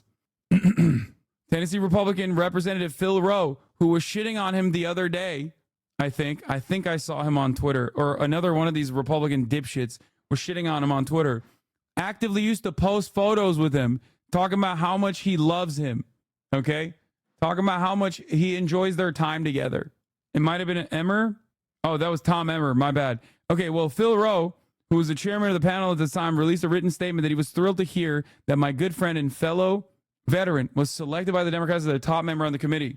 WALZ has been a tireless advocate for veterans. I know he will continue that fight as a ranking member. I look forward to working alongside Rep. WALZ as we strive on both sides of the aisle to improve the lives of our nation's heroes. The rest of the stuff is like on farming bills. But overall, he was primarily concerned with vets. He was primarily concerned with healthcare. He was primarily concerned with veterans. He was also, you're correct again, Kamala is blessed. Yeah. So the idea that this guy is like, service should be called into question for, one, opposing the Iraq war at a time when it was not very popular. But now we celebrate those who actually actively were against the Iraq war, okay, is fucking ridiculous. In 2024, it's especially ridiculous, especially when you're running with a president who has also benefited from not being in politics when the Iraq war was happening and literally chirped at Hillary Clinton for being supportive of the Iraq war while he claimed he was a peaceful dove who was anti-Iraq war. What are we doing? What are the Republicans doing? It's just so bad. My favorite account is I Hate Virginia Daily that posts one of your clips hating on North Virginia defense contractor freaks every day, and it's amazing. What is it? I hate all the fucking Langley dickheads. I hate all the fucking Norfolk defense contractor pieces of shit. I hate Virginia. I hate Northern Virginia specifically. I hate all the fucking Langley dickheads. I hate all the fucking Norfolk defense contractor. What the fuck? This account just only posts this every day. I Hate Virginia Daily. Anyway, here are some liberals fawning over Kamala Harris's Hillary Clinton moment. Because we believe in democracy. Everyone's voice matters, but I am speaking now. You know what? If you want Donald Trump to win, then say that. Otherwise, I'm speaking. Oh, okay. I didn't see that coming. Pretty good. Joining us now, Democratic Senator Debbie Stabenow of Michigan, who spoke at the Detroit rally last night. That's a Yeah, I don't want to watch this. It's gonna fuck me up. You know what? Oh my God, the media is covering this. Oh God, they're all over this shit. Libs were so libbed up about this on TikTok. I fucking despise it. You know what? Well, first of all, Meek, it's always great to be with you. I have to say, it was so impressive. I mean, Here's a better response to Harris' stance on Gaza. Okay, so over the past day or so, Kamala Harris has really come under fire for how she chose to engage with pro-Palestine protests. Bro, this is a 5-minute TikTok. Y'all crazy. Y'all crazy for this one. I was behind the stage with Tim Walz at the time and a group of us, and we were watching on screen, and we couldn't hear exactly what was being said by folks in the crowd, but we heard her respond and say people had the right to speak. And then we heard something else, and when she did that, and the look on her face was priceless, actually. I turned to Tim Walz and said, "You don't want to ever do anything to cause that face." And we were just all like, wow. What a powerful moment. So wow, it was so sick when she just shat on the anti-genocide protesters, dude. Wow. Hey, wallah, baba. The way she stood them down, stared them down, and was like, "Fuck you for taking a stance against genocide." Not easy when you're standing in front of over 15,000 people and something like that happens, but I thought she was magnificent. Senator, so what the protesters were shouting there at the vice president, just because it's a little tough to hear on the audio, is "You can't hide, you're committing genocide." And we know that the vice president in her rhetoric has condemned some of the civilian casualties there in Gaza. But it's clear the war in the Middle East has dogged this White House. And there are certainly expectations that there will be significant protests, perhaps, at the convention in Chicago in just 2 weeks' time. How concerned are you that this could be a real issue, particularly in your home state of Michigan, which features such a large Arab American, Muslim American population, and many of those people are so deeply pained by what's happening in Gaza? Well, that's an important question because, frankly, we're all pained. We're all pained about the loss of life. The hostages need to come home. Are you? Evet. Orada ufak beyaz konteyner da var. Dolapta. There needs to be a ceasefire and a peace agreement, which is what... Dude, politicians are crazy because look at the switch up. Like, she went from, she was so brave and so bold and so brilliant for shitting on anti-genocide protesters, that we're all worried about the lives like that. Like she didn't even take a breath between the two statements. Like, the switch up is crazy. Like, you think we can't hear what you just said? Pained about the loss of life. The hostages need to come home. There needs to be a ceasefire and a peace agreement, which is what President Biden and Vice President Harris are working towards. We need to be respectful of everyone. What's been happening is absolutely horrible, no question about it. And I think the vice president has reflected that in her comments over and over. I will also say, though, that there were many of us that spoke, a number of us that spoke as elected officials who all share the same general feeling about bringing the hostages home, ceasefire, certainly supporting Israel's self-defense, but against Hamas, but at the same time standing up against the loss of life, Palestinian loss of life. And the only time that this... Well, she's tap dancing. She's trying to have a hard time. She's having a hard time coming to a coherent point on this. Happened at all, the disruption at all, was at a moment that she was speaking in, not for me, not for the governor, not for anyone else. It was not a general theme, is what I'm saying, because the larger group, everyone supports our ticket and wants them to win. And even when the group spoke up, which they have every right to do, they were overwhelmed by people saying, we don't want to go back, and basically supporting her. So it's very important, but it's only one piece of Michigan, the complexity of Michigan. And, this is the 6th time she came back to the state just this year, which is amazing. And I do have to just get in that if you want to make an entrance, do it on Air Force 2. I have never seen an entrance like that before. It was, like, come on. Masterful, I said the lines. and the crowd really went wild. I said the lines about the fucking disgusting Palestinians, okay? Are you happy? Shut the fuck up about them now.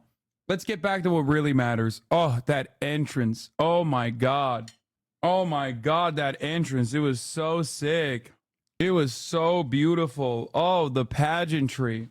Yeah. We care about the Palestinians. All right, shut up. Hey, Senator. I want to pivot a little bit to your personal story and where you are in your career right now. You are retiring from the Senate, where the median age is almost 66 years old. Congresswoman Alyssa Slotkin is running to replace you against former Congressman Mike Rogers. A few weeks ago, Slotkin had mentioned offhandedly on a call with donors that you were doing a radical thing by passing the torch. Joe Biden shortly thereafter followed, your path. I'm wondering, if you can talk a little bit about that decision-making process and whether you have any advice to some of your fellow colleagues in the Senate about whether they should do the same. Well, first, I say I'm so proud of Alyssa Slotkin, who's going to hold my seat, which is very exciting. She won by well over 75% in her contested primary, so I'm very excited for that. For me, I just think it's very important to really know when to pass the torch, and both for personal reasons, it was important to me. My mom's 98. I've got grandkids I want to spend more time with, but I also think my mom is 98, which is why she'll be replacing me on the ticket. Bro, your mom is alive? That's crazy. What? They wanted to run laps, but they were the ones that made it an issue when your Israel takes are this bad? We're at a time where we need new ideas and we need new energy. And I think that what the president did was very, very courageous. I think it's important to be able to make those decisions. The president called me the day after he had made that decision. He said, you and I are both retiring the end of the year. We're going to hold hands and run through the tape. And I think we'd be better off with each of us taking a look at that and making that kind of decision. Senator Debbie Stabenow of Michigan, thank you very much for coming on the show this morning. We appreciate it. Fuck these ghouls, bro. These ghoulish monsters, okay? You know what? If you want Donald Trump to win, then say that. Otherwise, I'm speaking. Vice President Kamala Harris there is responding to pro-Palestine protesters after they started heckling her during a rally in Detroit last night. Her response drew loud cheers from supporters in the crowd. The exchange was a reminder of the division among Democrats over the war in Gaza. With the presidential election fewer than 100 days away, we want to explore some of the issues on voters' minds. We're going to start with where each candidate stands on the Israel-Hamas war. So during Donald Trump's presidency, the U.S. ended opposition to Israeli settlements in occupied territories and formally recognized Israel's 1981 annexation of the Golan Heights. He also ordered the U.S. Embassy's move from Tel Aviv to Jerusalem, which broke decades of American foreign policy and precedent, and Palestinians fiercely opposed. Where does he stand on the current conflict? Well, Trump has condemned Hamas and supported Israel's right to defend itself, but he has also had some criticism. In April, in an interview with radio host Hugh Hewitt, he said, quote, Israel is absolutely losing the PR war because of images of destruction in Gaza. He added that Israel needed to, quote, get it over with and let's get back to peace and to stop killing people. But he's been less direct in acknowledging the humanitarian crisis in Gaza, and at a rally, he told supporters he would... Are they campaigning for Trump? What's happening? Like, he's currently not the president. So he already gets like a massive fucking boost from this because all of the death and destruction is in Joe Biden's hands. Then beyond that, you're showing that he's like said Israel's losing the PR war. Let's get back to peace and stop killing people. Like, you're making it seem like he's anti-fucking war, that he's going to, like, put an end, put a stop to it. Would ban Gazan refugees from entering into the United States. Vice President Kamala Harris has mainly stayed with the Biden administration's position on the Israel-Hamas war, supportive of Israel's right to defend itself and lobbying for a peaceful end to the war. But she's been more direct in her criticisms of how Israel's actions have impacted Palestinian civilians. She called the humanitarian situation in Gaza a, quote, catastrophe, and expressed concerns about the number of civilians dying there to Prime Minister Benjamin Netanyahu in a July meeting. She was the first administration official to call for a temporary ceasefire back in March. Last December, Harris described the early stages of what the Biden administration and its peace partners in the Middle East would hope for in a plan for post-war Gaza. It would be structured around 5 principles, including no reduction in Palestinian territory or reoccupation of any areas by Israel. 9:30 here in New York now. Here we were watching the Middle East. We've been keeping a very close eye on this throughout the week, waiting for the next move. Here is the region right now and the growing fears of a wider war. What does Iran do? What do they order Hezbollah to do in Lebanon? And what happens with the ongoing war in Gaza? It is a right now as Biden, Egypt, and Qatar issued a joint statement on Israel and Hamas to finalize the Gaza ceasefire. We called on both parties to resume urgent talks on Thursday, August 15th in Cairo to bridge all remaining gaps and start implementing the agreement without delay. we come on the air, Who's going to be, is it going to be Yahya Sinwar? Are you guys going to bring him out of hiding? ceasefire negotiations in Gaza. A joint statement has been released by the three mediators quoted by Reuters, has just been released, and it says it is time to conclude Gaza ceasefire agreement and release. A source familiar with the negotiations said the planned summit is a Hail Mary attempt by the Biden admin to get Gaza hostage and ceasefire deal to prevent a regional war. If they're this desperate and they're doing a Hail Mary, if only there was something that they could do to like put pressure on the one party that keeps sullying the affairs. I just can't put my finger on it. Nah, we just got to keep doing unconditional weapons transfers. Hostages and prisoners. We have worked for months to reach framework agreement, and it is now on the table with only details of implementation missing. We called on two parties to resume urgent talks on Thursday, August 15th in Doha or Cairo to bridge all remaining gaps and start implementing the agreement without any delay. All right, and this just in right now as we come on the air. Three-front operation here, a fourth front if you throw in Yemen and the Houthis down here at the end of the Red Sea. All right, so here is what has transpired over the past 7-8 days on behalf of the Israelis. They've taken out a Hamas leader in Tehran. They have taken out a Hezbollah commander in Beirut, and just earlier today. Yeah, there's a Hamas leader in Tehran, not the principal negotiator on the ceasefire deal or anything. Not a person who is technically considered to be a diplomat. Another top Hamas operative in Gaza as that war continues. So then, as Iran continues to talk about payback for this and that in Beirut, here is what we're up against. U.S. forces in the region over the past 10 months. This is not good.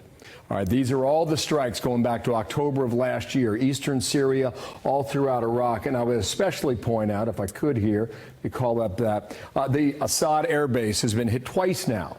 We responded once, but we haven't responded a second time for the attacks earlier in the week on behalf of our U.S. soldiers that are stationed there. This is what the U.S. military has done. Talk about firepower. It is around the entire region. All right, Persian Gulf with the Roosevelt Carrier Group, keeping an eye on Iran. You've got the action in the Red Sea. Again, this is the U.S. Navy. They've been there for months, keeping an eye on the Houthis there in Yemen, and their launching of missiles into Israel, or trying for some time. Not to be. That's crazy, man. I don't know if you know this, but like those are American sons and daughters on those ships, you know? I know you don't give a fuck about like their purpose there, but like lives will be lost if things get out of control. And your ass will also be disrupted too. We won't be able to get our fucking beautiful oil that we get at the price points that we get. Like, oh, look at how beautiful and fucking brave the American military is. Like, oh, they're there, rah, rah, rah. It's like, yeah, bro, it's going to be a lot more than dudes slipping off the fucking ladder dying if shit gets heated. You know what I'm saying? Be left out, the Eastern Mediterranean, the Roosevelt and the Amphibious Ready Group. So you've got the area covered. The question is what happens? And where's the commander-in-chief? President Biden heads back later to Delaware today, and Aisha Hasni pressed the White House on exactly that question, his whereabouts this week. Has the president spoken yet to any of the U.S. service members who were injured this week overseas by Iranian proxies? Don't have any conversations to speak of. I ask that because you're saying that the president is very busy every single day, but can you give the American people maybe an expectation of how much or how little we expect to see the president? As it relates to the president's schedule, public schedule, because I think that's what you're really asking me about, what his public schedule will look like, you'll see him tomorrow. There will be more opportunities. We have 5 months left here. There'll be plenty of opportunities. So he did do a sit down with.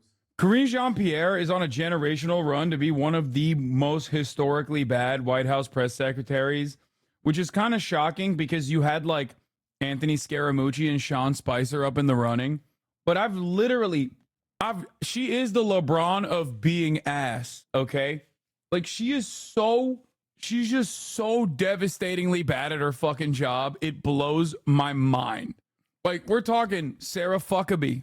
We're talking Sean Spicer. We're talking Anthony Scaramucci, who was like a press sec for like literally 3.5 seconds. And she's up there with the goats of sucking. It's shocking. CBS, Pete Hegseth reacts to all this now, a veteran yourself. Pete, good morning to you, and thank you for your time. Does it make sense to take on a low profile, or is this satisfactory to a veteran like yourself? Well, it's not satisfactory. It does. I mean, it can at times, certain times, make sense to maintain a low profile, work back channel, send signals to people in ways the public don't need to know about. But that's not Joe Biden. That's not this White House. The reason he's off the trail and out of the limelight is he's not running for president again, so he doesn't have political utility to do so. So he's sliding back into a familiar routine, which was already behind the scenes, leaving us all with the question: who really is in charge? Who's making the calls? Is it protocols at the Pentagon that are deciding whether we escalate or not, or who responds or who gets hit? Or is it really Joe Biden based on a presidential daily briefing and a calculation of our national interests? And the reality is, I don't know that our enemies know either, because 4 years ago, you showed that map of those attacks, Bill. It looked very different. The region looked very different because our enemies knew precisely who was in charge, and that there's a word that Israel's used per Hezbollah recently, which is, we will disproportionately respond if you strike us. Donald Trump would say often the same thing, whether it was to Vladimir Putin, whether it was to the Taliban, whether it was to Tehran. If you harm Americans or our interests, you will pay, and you will pay handsomely. Ask Qasem Soleimani. That message has never been sent, and as a result, attacks have proliferated. And our troops that you showed on those bases are very vulnerable, Bill, and I hate to say that. I'm not disclosing something our enemy already doesn't know. We don't have the missile defense system to shoot down a swarming missile or drone attack on a lot of those bases, which means Americans are in harm's way. I agree with you on that. The 2,500 personnel, they come first. Yeah, maybe they should leave. If it's so scary, we should take them out of there. Best Karine Jean-Pierre moment? Wait, what? What's it like working for a doomed presidential candidate? I work for both John Evers and Anthony Weiner. This is what it feels like when your candidate is doomed. Karine Jean-Pierre. Oh my God. This makes so much sense. This is fear-mongering. Ain't no one fucking with America or they'll be destroyed. Huh. Okay. Republican. Karine Jean-Pierre fumbles when asked if the Harris-Walz ticket is a socialist fever dream. Instead of citing progressive and pro-family choices like the CTC, she refers to Biden-Harris pro-cop record, uses right-wing attacks. Majority of House Republicans want to defund the police. Are attacking Governor Walz as radical liberal. They pointed to just the worst type of Democratic Party operative. Just, I don't even want to watch. It's going to piss me off. I hate her so much. And we wait to see what happens on behalf of the hit the other day. I'm going to share this with you. All week long, we've been told out of Washington that Iran's listening to the U.S. message, hold your fire, don't react. I don't know if that's true or not. Here's the Axios scoop. Israel told the U.S. that Hezbollah will pay a, quote, disproportionate price if the attack hits civilians. All right, that's the headline today in Axios. There it is. Here's the theory. If you look at what's happened in Gaza, Netanyahu is not just sending a message to Hamas. He's telling the whole region, if you want this. Bro, chatters know all about disproportionate prices at the top of the hour when there's a 3-minute ad break. And the disproportionate price of avoiding said ads is a $6 a month subscription or a free one in the form of a Twitch Prime. That's not as disproportionate. That's actually pretty simple because Twitch Prime is free. So if you no longer want to see those ads, you already know what to do. Subscribe with the Twitch Prime, baby. Or you can get gifted a sub. What? Too late for the bait. Here's the 3-minute ad break now. It's pretty funny when Israel's like, oh, we're going to do disproportionate response. It's like, bro, when have you been proportionate? Like, you think regional actors don't know that you're going to be disproportionate? Like, what is the proportion? A disproportionate response in this circumstance should be nuking Lebanon. That's it. Like, that's the only thing that would be, like, less restrained than the way that Israel has already operated would be nuking a country. This. Come and get it. Now, Beirut's been leveled before. Does Hezbollah want that again today? Sure has. I mean, it's a real question you have to ask yourself, whether or not those leaders on behalf of Hezbollah want to subject their people to another long war that will come at a huge price to them. There's a statement. Bro, that's an insane thing to say. Like, my man said Beirut's about to find out if they fuck around with Israel. It's like, first of all, Hezbollah is born out of Israel's ridiculous violence. It's not like they were there and then Israel was like, oh, I'm so mad that you're there. Like, no, they were just doing that shit already. And then they were born out of a need for a resistance. Yeah, kind of like Hamas. That has to be made, Bill, because Israel lives in an existential moment. They either succeed or their enemies seek to eliminate them. And, you know, the sort of eggheads in our foreign policy establishment love to debate about proportionality and the EU types, NATO types. What's a proper response? Sometimes the most appropriate response is a disproportionate response so that your enemies put completely on their heels and they say, whoa, we didn't ask for that. We weren't asking to be absolutely obliterated. That's why killing the leader of Hamas's negotiating team in Tehran sends a signal to every other leader, you're not safe at home. Or telling Hezbollah that if you kill our civilians again, like on that soccer field, we're going to turn you into a smoldering heap. That's really important because Hamas not their civilians, and the community immediately was like, do not go to war. Do not go blow up Lebanon on our behalf. You fucking pieces of shit. They were Druze, they're Syrian, and they are not rocking with Israel. Okay, played games and they played a dumb game and they paid a dumb price. And as a result, and Israel's standing still today. That's the kind of message you send. Israel understands that. We should support Bibi Netanyahu. Listen, in protecting that's the way country. Putin fights. He leveled Chechnya 3 decades ago. Dude, I swear to God, right wingers are more passionate about defending Israel than they are about America. Straight up. Like, a lot of people will talk about dual loyalty, which is like oftentimes an anti-Semitic canard when talking about Jews having dual loyalty to Israel. Bro, these dudes have single loyalty. Like, Republicans have single loyalty. It's no longer dual, okay? It's just single. They're like, nah, Israel and Israel only, actually. Like, Lindsey Graham, as a American congressperson, went on Fox News and was like, I trust Israel more than I trust my own generals. That's how you know this country has no, like, nationalistic sentiment, dude. You put a dude through a fucking flagpole for saying that anywhere else, okay? He'd be like, I'm sorry, what? You trust Israel more than our own generals? Like, what the fuck? Go live there then, freak. Don't worry, you can get married in Cyprus. That's right. And he did it in eastern Ukraine, too. It stunned the world. Remember, just 3 years ago when those images came in and we're like, wow, look at this. This is not necessarily Western Europe. This is a modern country that's just getting leveled day by day. Pete, it's good to have you on. We'll wait and see what reaction comes in the Middle East. Pete Hegseth. Thank you, Bill. Thank you. I'm Steve Doocy. I'm Brian Kilmeade. And I'm Ainsley Earhart. And click here to subscribe to the Fox News YouTube. And Tom joins me now from Minnesota. All right, we're skipping this. Joining us now, former GOP presidential candidate Vivek Ramaswamy is with us. All right, Vivek, let's get your take. Greatest contributor to the Democratic Party is the media. We have Kamala and Tim in their own words. It is the most radical candidates to ever run on a major party ticket for the presidency and the vice presidency in this country. And yet they go completely unvetted. They have a media that is compliant, an extension of their press office. Your reaction to it, and how does the Trump campaign deal? Or maybe, and I'm going out on a limb here, maybe people don't think it's radical to feed children and do paid family leave. Like, on its face, this might be a unique proposition, but I don't think people think it's that radical. I'm just saying. Deal with that challenge. It's a challenge. Look, part of this, Sean, is the consequence of the fact they laid a trap for us. And the trap was this. Joe Biden was the nominee, such that for the last 18 months, Republicans have focused our financial and political capital on attacking Joe Biden when he's not the nominee. But because the press is the one that criticized Biden in that last month, here's what they've done. They've banked some artificial credibility with the public. I've talked to many independents across the country, and their main pushback on the idea that the media is biased is the fact that, no, they were just criticizing Biden as recently as last month. So in some ways, we were led into that trap, and now it's up to us to find our way out of it. Here's that path, Sean. I think that we would make the same mistake again by just obsessing over the candidates instead of following a 3-word formula to win this election.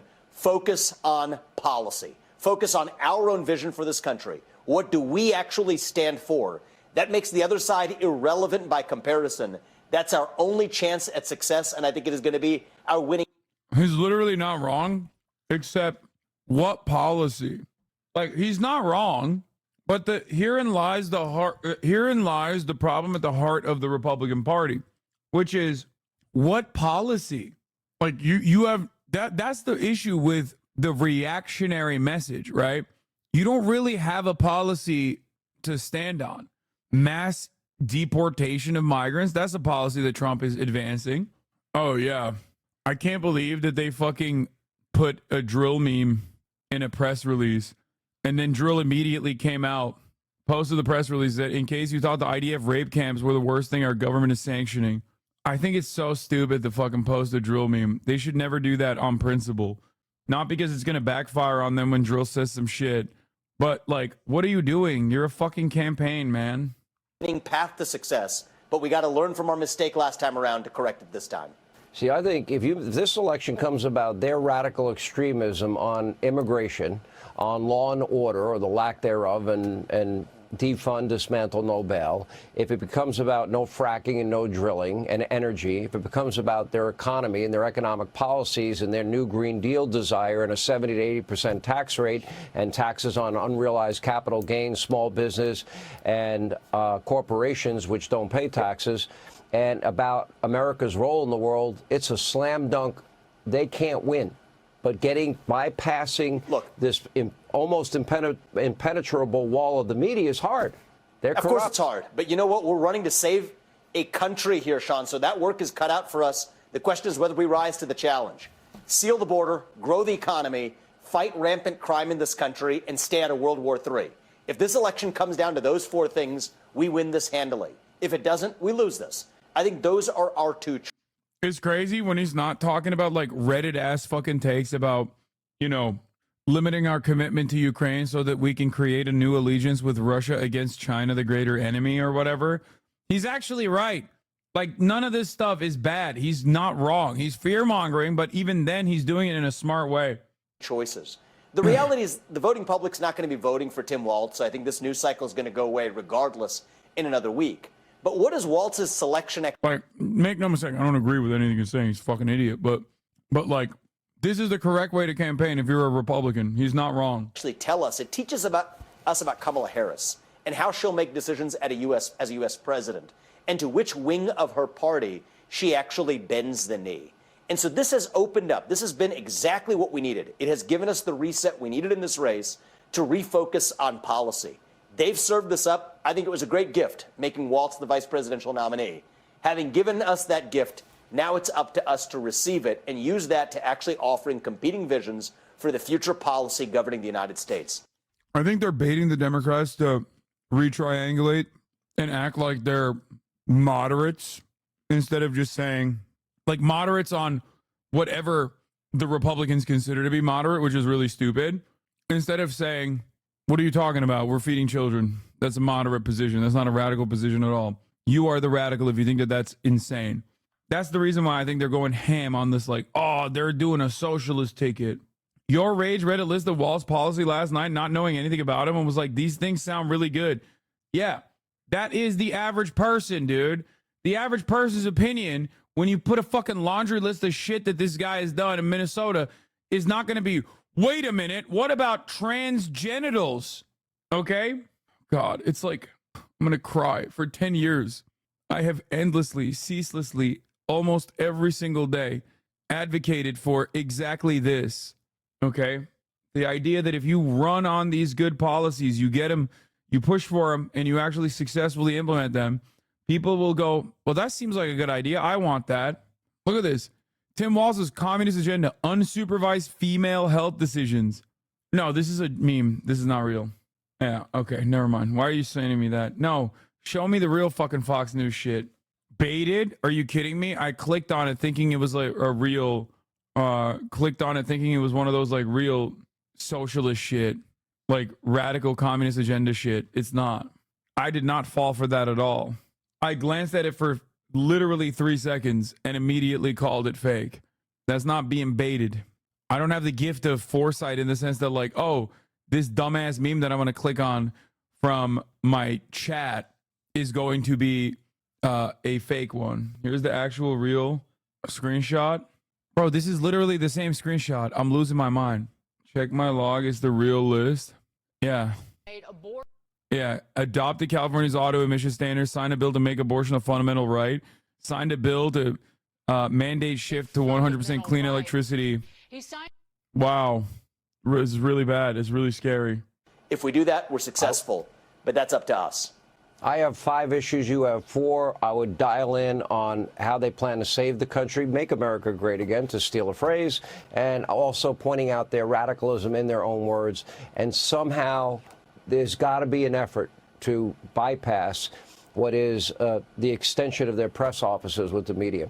Vivek Ramaswamy, always appreciate you being with us. Thank you, sir. Hey, Sean Hannity here. Hey, click here to subscribe to Fox News YouTube page. And hey, man. President. Instead of complaining that the media is not offering like positive coverage of Donald Trump, why don't you do what you're supposed to do, which is be the media for the Republican Party? Right. Very odd that like they're spending this limited amount of time and media placements that they have complaining about other media. Do the job, dumbass. Do your fucking job. Glaze up my goat king. You are the media. Anyway, we're going to talk about this insane story, okay? In the aftermath of what I falsely assumed would be a pathway to open up communications with Russia, Ukrainian forces, 300 soldiers, 30 armored units, I can't believe I'm saying this, moved into Russia and took over Russian territory. Russia is retaliating against a reported push by Ukraine into Russian territory. Russia's military put out this video claiming to show an attack on Ukrainian soldiers near Russia's Kursk region, which is now the scene of fierce fighting.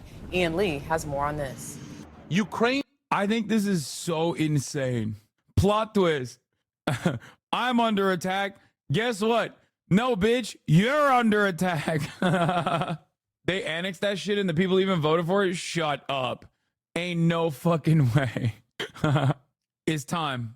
It's time to let Russia into NATO. Okay? If I had $1 for the times the Battle of Kursk happened, I would have 2. Not a lot, but it's interesting. It's happened twice in the past 80 plus years. Yeah.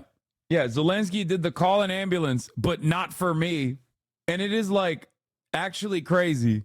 Opinions on it are varied. Some people think it's a smart decision and they're like pushing in as well. Some people think that they're doing this so they can like pull some of the Russian forces from the front lines back to defend Russian territory. Some people are saying it's because they want to hold on to leverage, which I kind of understand and think is a good idea. If it's, you know, something that they can continue managing, it doesn't really make a lot of sense when you're having a serious issue with a lack of manpower. Did they actually annex it? I think they should. Now that they're there, they might as well. They might as well claim it's Ukraine. Fuck it, dude. Let's make it more interesting. You know what I mean? Fuck it.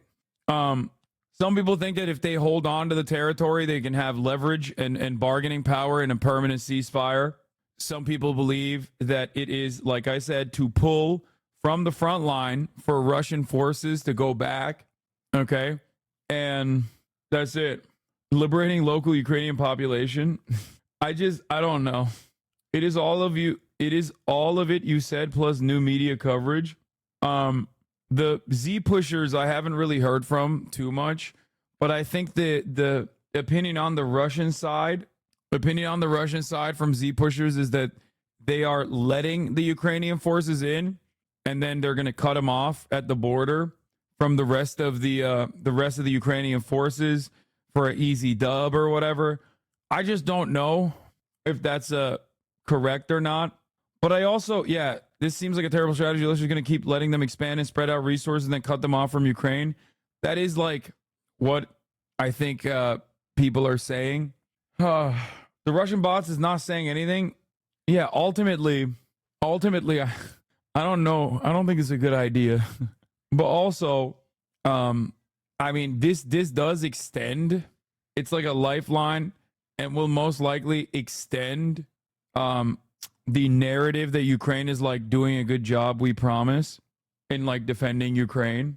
So I don't know. I felt like the 26-person like hostage / prisoner swap that America did was perhaps I was too much on hopium, but I thought that was a good start for larger conversations to be had about a ceasefire. This probably makes it less likely rather than more likely. So we'll see. Ukraine is taking the fight into Russia. This video posted on social media allegedly shows its forces pouring over the border, while another on a pro-Ukrainian account appears to show Russian soldiers surrendering in large numbers. Moscow is scrambling to block the advance with artillery and airstrikes. Russia's top general tries to project an image of control, telling President Vladimir Putin the offensive of 1,000 Ukrainian troops has been halted. On the ground, a stunned Russian man tells the camera the fighting has damaged everything in his village. The White House says it wants to know Kyiv's endgame. We are going to continue to stay focused on making sure they have what they need to defend themselves against Russia's aggression. Ukraine is targeting Russia's... Why does Putin look mad? Bro, have you seen him? I've never seen that motherfucker look not mad. There's never been a moment where he looks happy, bro. What do you mean? That's just his face, bro. He literally... The only time I've seen him happy was when he was with his bestie, Kim. That's literally the only time I've seen that motherfucker smile, bro, when he was with Kim Jong-un. And I think with Xi as well. Kursk region, far away from the main front lines in the east and south. The 2-year-old war has ground to a stalemate. Moscow throws wave after wave at Ukrainian defenses, making small but costly gains. Ukrainian defenses. Those Ukrainian defenses, sorry, I shouldn't laugh, but like, it's just so ridiculous. Yeah, literally, they're doing a phenomenal job, dude. They're fucking, ay. What a fucked up situation. Anyway, it's a bold strategy, okay? It's a bold strategy from Ukraine. It's officially the most Hearts of Iron 4 campaign. It's officially the most Reddit war. It already was the most Reddit war. It just shows civilians on the Russian side getting murked in the same way, but I guess fuck them because they're orcs. That's what Reddit is saying. I don't say that. So it's weird. It's just an escalation that won't change anything on the front in the east. Yeah, I don't know. Oh, I forgot. The official position from Ukraine is basically nothing. They haven't really talked about it. But the American position defending Ukraine is that they are trying to ensure that Russia cannot use these border towns to continue sending more resources to the front line. That's it. That's the argument. I don't know. Making small but costly gains. Meanwhile, Russian missiles continue to rain down on Ukrainian cities. On Tuesday, one damaged a clinic in Kharkiv. Ukraine hopes the recently delivered F-16 fighter jets can protect its skies and help turn the tide of the war. We've reached... Like, they got unlimited resources from America. They got unlimited resources from America to do this. But it's also like, it's just... I don't think this is a winnable war. I read this was a preemptive strike because apparently the Russians were demining around Kursk. What will Ukraine even achieve with this? Why attack Russia when Russia has almost 25% of Ukraine territory seized? Fuck it, YOLO, I think. But once again, the biggest problem for the Ukrainians is not necessarily like a lack of weapons. That's a problem for sure. But a much larger problem is a lack of manpower. So I guess the best defense is a good offense. Out to Ukrainian officials. So far, they're not commenting on the advance into Russia. One theory is that it could help take the pressure off the east by spreading Moscow's forces thinner. Gail? All right, Ian, thank you very much. Yeah, but nobody expected Ukraine to defend itself for 2 years now. What are you talking about, bro? They got unlimited Western resources. The only thing that like took away from that as for a brief moment was Israel being like, oh yeah, well, we want to do some Russia shit too. Like, and then America was like, oh fuck, well, sorry, Ukraine. We don't we like countries that don't have to defend themselves. We like countries that are doing the offensive against a population that is basically held prisoner. Sorry. I do hope that the commitment that the United States has offered to the brave Ukrainian forces will, of course, extend to Hezbollah if they choose to do an incursion themselves, or Hamas, you know, the resistance forces across the board. You know, America always on the right side of every issue. You know what I'm saying? I'm sure they will also be just as understanding if Hezbollah was like, hey, we're going to actually put boots on the ground in northern Israel. You know, Joseph Robinette Rogan gives some input. But on the left, they do it on the right. They gaslight you. They manipulate you. They promote narratives. And the only one who's not doing that is Robert F. Kennedy Jr. Yeah, because he's incomprehensible. Like, what the fuck? I mean, this is not surprising to me in any way, shape, or form, because Joe Rogan is an anti-vaxxer and RFK is the anti-vaxxer ticket. Jr. You a fan? Yeah, I am a fan.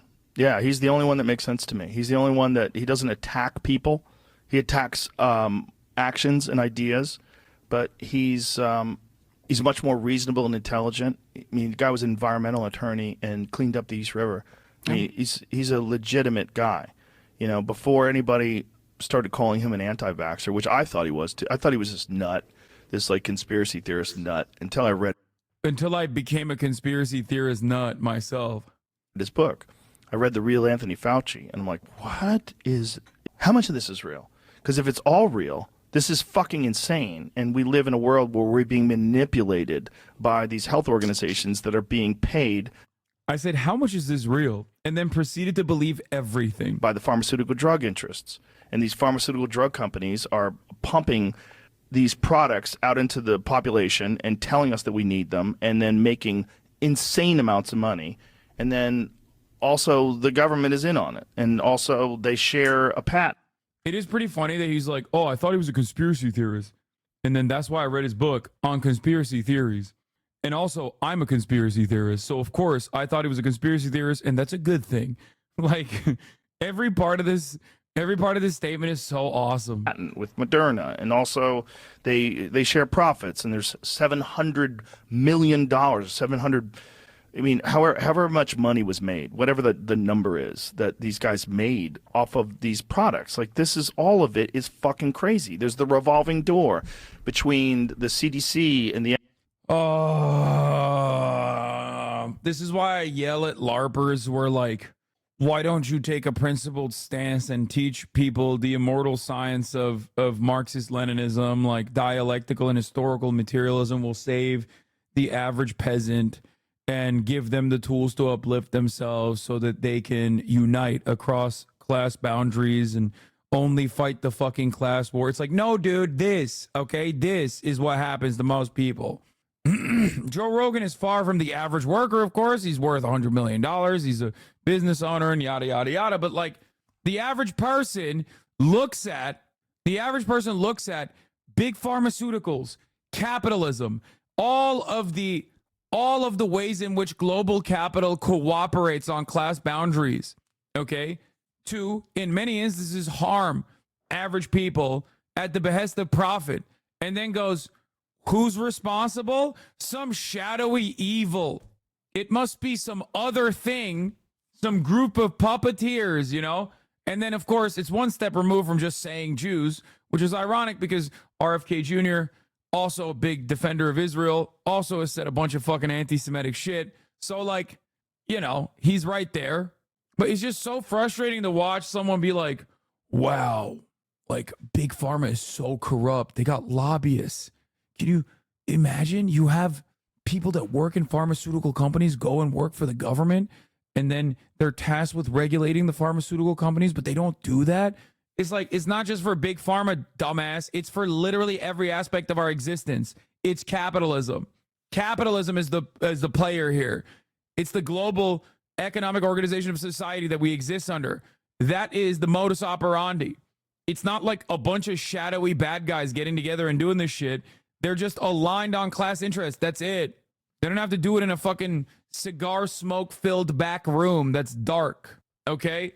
The FDA and then these pharmaceutical drug companies. So the people that make the regulations then go on to have these cushy jobs with the pharmaceutical drug corporations. Like, oh, nothing to see here. It's like it's open. It's right out in the open. Right. And when he talks about all that stuff in his book, you're just like, what the fuck, man? If this wasn't true, he would be sued. Yeah. But so it seems to be true. Yeah. And it's a scary thing because people don't want to talk about it because they don't want to be attacked. You know, they don't want to be called an anti-vaxxer. That's a big one. Right. Yes, stupid. That's the problem. And also, RFK isn't just anti-vax. He's like anti-medicine. Yes, we are cattle. What do we do with cattle? We vaccinate them. Why do we vaccinate the cattle? So they don't die. That is still ultimately a good thing. If you don't want to die, then mass inoculation campaigns are good. Oh my God. It is one of the very few instances where the reasoning for why the omega wealthy want you to get fucking vaccinated might differ from why you should get vaccinated, but ultimately, it's still good, okay? When cattle dies, rich people lose profit, okay? They don't want cattle to die. They want cattle to get back to work in a much shorter period of time. They want cattle to have better recovery. You are cattle. But ultimately, if you don't want to fucking die, if you want to eliminate some of the worst aspects of this new disease that was ripping the country, then yeah, you got to get inoculated. You got to get vaccinated. It's so fucking stupid. Like, this literally should have never been a point of contention when you found out that like Rupert Murdoch and omega wealthy people were getting vaccinated ahead of everybody else. Like, those guys get vaccinated, you fucking idiot. What are you talking about? I can't believe this is still an issue. Like, people still talk about it. Oh, it's the same thing with guns. Conservatives are like, oh, more guns means safer. Okay, bring your fucking gun to the NRA convention. Oh, is more guns equal safer? Why don't you bring your weapons to a Trump rally then? Oh, wait, a registered Republican did do that, and that shit didn't feel safe at all, did it? Like, it makes no sense. Fox News runs the gamut on anti-vaxxer sentiment, but they won't let you enter the building if you're not vaccinated. Every single one of those motherfuckers that were running every night on the anti-vaccination campaigns were all vaccinated. They were all vaccinated. I think all of the anti-vax sentiment is yet another testament that we are devolving as a society. Okay, can you ban me? No. No, I will not. We are devolving. Vaccines are one of the best scientific accomplishments. Like, we are literally shitting on, it's like shitting on skyscrapers. It's like shitting on airplanes. What the fuck is next, dude? We're going to be like, yeah, the sky gods don't want us to be in tin foil, tin can that flies in space. We no want. Like, oh, yeah, man. The mRNA vaccine, if it's able to fucking cure AIDS and shit, dude, you shouldn't take it if you have it, okay? Dumbass. It's anti-science sentiment. It's anti-government sentiment. People don't want to listen to nerds. They want to believe they know best. I know, but it's stupid. We're devolving. That's my point. What are we doing? What are we doing? Let the dumb die? It doesn't work that way. Most people aren't dumb because they're evil and bad people. They're dumb because they are victim to their material conditions. I don't want dumb people to fucking die. I want them to not be dumb by being educated. And even if they refuse to be educated, I still want them to be comfortable. And I want them to live comfortable lives. That's why I want them to get vaccinated too. Oh, fuck. Speaking of which, let's get to RFK Jr. Last week tonight, John Oliver made an RFK Jr. video. I have earned these. Trouble in Beastland? Okay, so Mr. Beast has a lot of stuff going on. I can't believe Legal Eagle, the legal team, the Eagle team actually came up with illegal rigging, lotteries, and NDAs. This comes on the heels of the first, what is it, like Dog Watch or whatever? Oh, RFK Bear, dog pack. There's a YouTuber who isn't really a YouTuber, but like built a YouTube channel specifically to make this video. Is it Dog Watch, Dog Pack, Dog Bark? This guy literally has 450,000 subscribers now with 2 videos. Okay. He made this channel. I don't think the videos are monetized. He made a video 2 weeks ago called "I Work for Mr. Beast. He's a fraud." Okay. And the thing is, like, this first video was kind of weak overall because it was literally just like, oh, Mr. Beast, I worked with him and he like fakes his videos. No shit. And also, he's doing an illegal lottery, which I'm not entirely certain was an illegal lottery, which is fine. But the second video, like, he made this video, "I work for Mr. Beast, he's a fraud," right?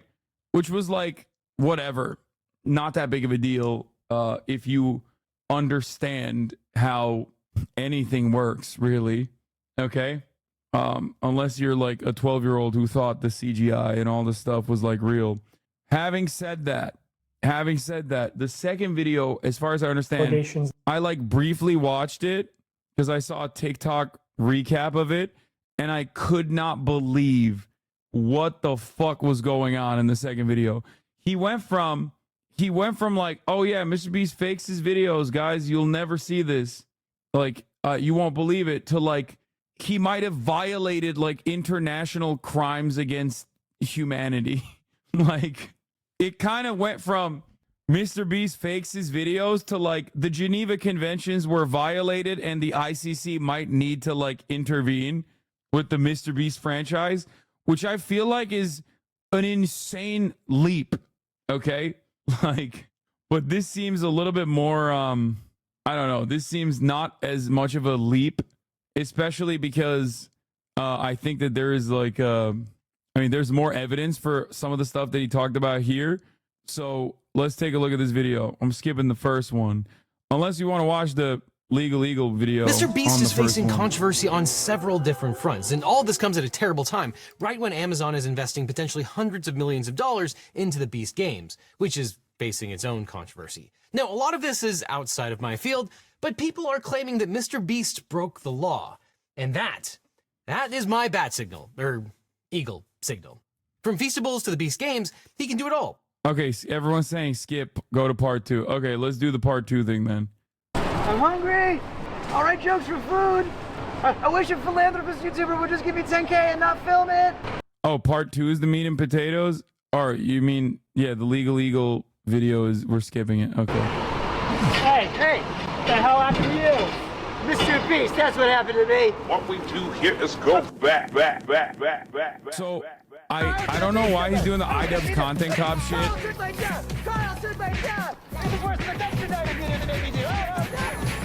Like, he's doing the iDubbbz content cop shit, which is like so old school, I guess. It's a little bit in poor taste, but Content cop from Temu back at it again. So just before I get into my interrogation with former Mr. Beast employee Jake Weddle, a lot has happened since my last video. After posting it, I got hundreds of messages from former Mr. Beast employees, and I had them all like send proof of former employment. You know, just people showing their support or telling their stories of you know, fake videos or unsafe practices, you know, toxic workplace, stuff like that. I'm not really gonna get into those claims because, for one, like, most people want to stay anonymous, which I understand. And also, like, I think most of that stuff's just been covered with you know, the news coming out about Beast games and everything. And also I have like more serious allegations that I want to start covering. Also, I heard from a very credible source that Mr. Beast has been sitting on a response to part 1 because he was worried if he posted it, I would instantly respond with part 2, you know, like this is Kids Bop, Kendrick Lamar vs. Drake. Also, I know Mr. Beast's secret CEO has been practically like harassing my people on, you know, hey, what's in part 2? What does he know? So I will just tell you, James, what will be in part 3, so you don't have to harass my people. It will be about serious allegations of sexual misconduct in the company and your direct involvement in covering up those crimes. And I'll make sure to give you full credit and plaster your face all over the screen when we talk about that. So yeah, I've gotten dozens of messages from former Mr. Beast employees of very serious allegations. So I just want to put a call to action at the start of this video that, you know, if you have a story, you can DM me. Just make sure you send proof of employment first, because I get a lot of DMs. And like, as much as I meme and joke around, like, I take anonymity very seriously. So without explicit permission, I don't go public with anything. And obviously, if it goes to court, there's no captions. I would hope they would censor your information from the court documents. I don't know. Oh, and former contestants too. That's another thing I heard after posting my last video is during the 100 boys versus girls video, I have people corroborating the same story that the camera guy who gave the girls a drone was making some girls feel uncomfortable. You trap these girls in a circle and make them sleep on rough turf and get them high on paint fumes, and then you try to f them. Okay, that seems really dark. No, it's not dark. You're misunderstanding. Chrome auto captions don't work. You know that it don't work. Okay, stop playing with me with this. Bro. I think I am. Yeah, you are. Because if the girl said no, then the answer obviously is no. No. But the thing is she's not gonna say no. She would never say no because of the implication.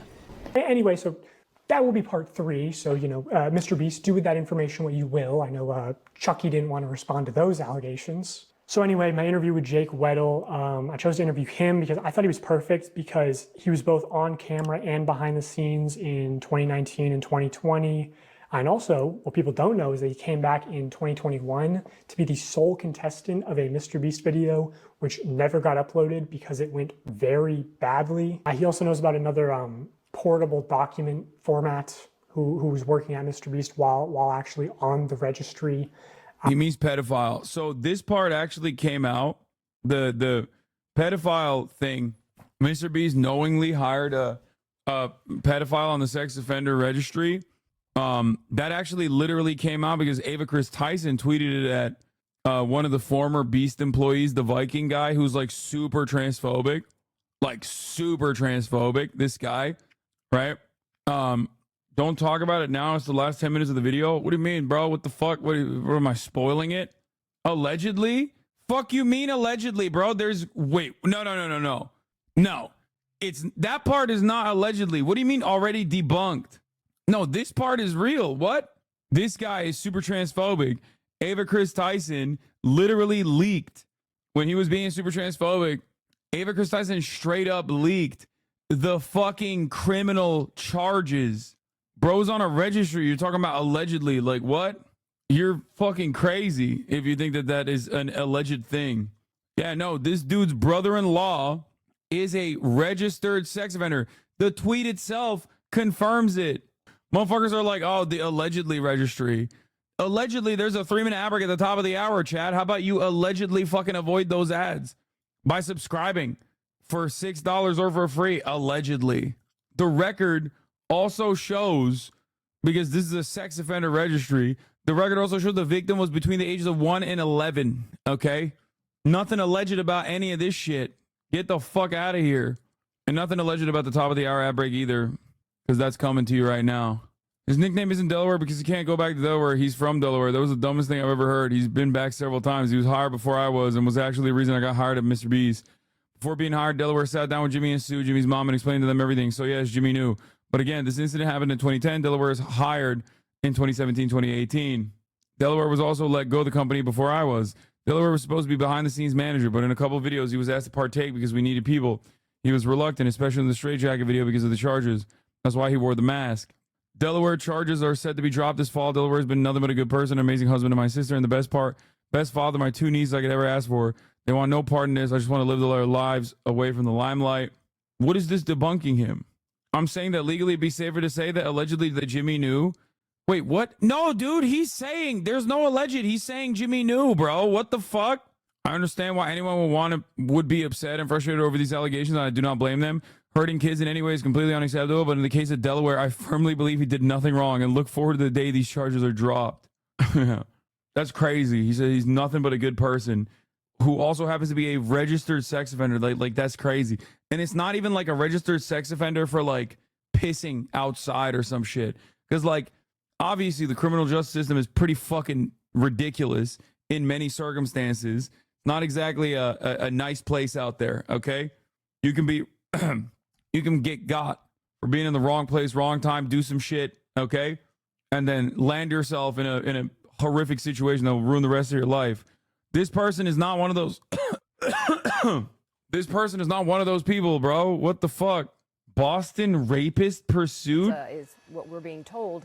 And so they were trying to enforce that out-of-state warrant, and that is when the pursuit started. And I was also want to point out what you just said, that this pursuit is different because some of the pursuits we've seen recently, authorities have really backed off. We haven't seen. Bro, this is literally so. This is like the one valid fucking car chase. Holy shit! Vehicle, but in this case, we've seen 5 patrol cars, and as you mentioned, they are staying very close to this vehicle. Yeah, they've got 6 or 7 that have been following him all the way through here, and I think he's coming up on the Century City area here as he makes his way. He looks like he is on the phone. He has his right hand up to his right ear.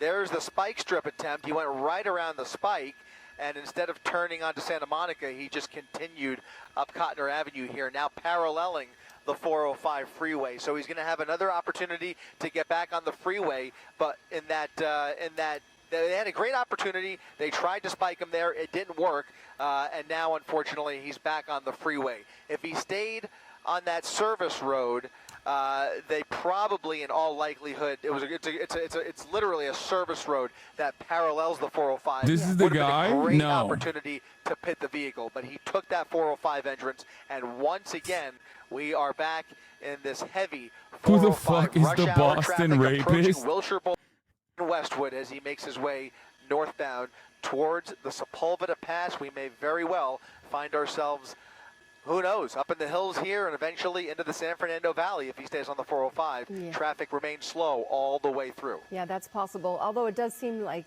now he is getting off the freeway. What is Getting that? off at Wilshire. Getting off at Wilshire, okay. And what was interesting is he spent so much time around the LAX, Westchester, Inglewood area, about, 45 minutes. And now he's venturing north on the 405 and now exiting on Wilshire. Yeah, the one thing I think we could safely say is he does not know where he wants to end up here. He has been very indecisive. He has shown no That's a Lincoln Nautilus, it looks like. signs of aiming in any particular direction or any specific destination. He has been making mostly random moves, random turns on surface streets, and even on the freeway, he's gotten off, gotten back on, gone the opposite direction. He just is obviously making it up as he goes along. He is not very animated there. He seems to be on the phone. They think he may be communicating with somebody or perhaps even streaming the pursuit inside the vehicle. Bro stole the Uber XL default? Jesus A Christ. chug of water here and there. There's a water bottle in the center console there. So he is now on Bro, this is my Wilshire hood, Boulevard, like, not even a joke. making his way westbound. I lived around, through the I Wilshire lived in this corridor, area coming up for a off the very nose long here. Now, time. there's a little bit less traffic. Not exactly an empty Wilshire Boulevard, but if they see enough of a wide open space, this could be another situation where they attempt a pit maneuver. But Wilshire corridor does slow down a little bit. A lot of traffic lights through here, even in moderate traffic. I don't think they're going to have a real good opportunity on Wilshire Boulevard. But maybe if he gets off, maybe if he pulls off into one of these side streets along Wilshire, then they'll try it again.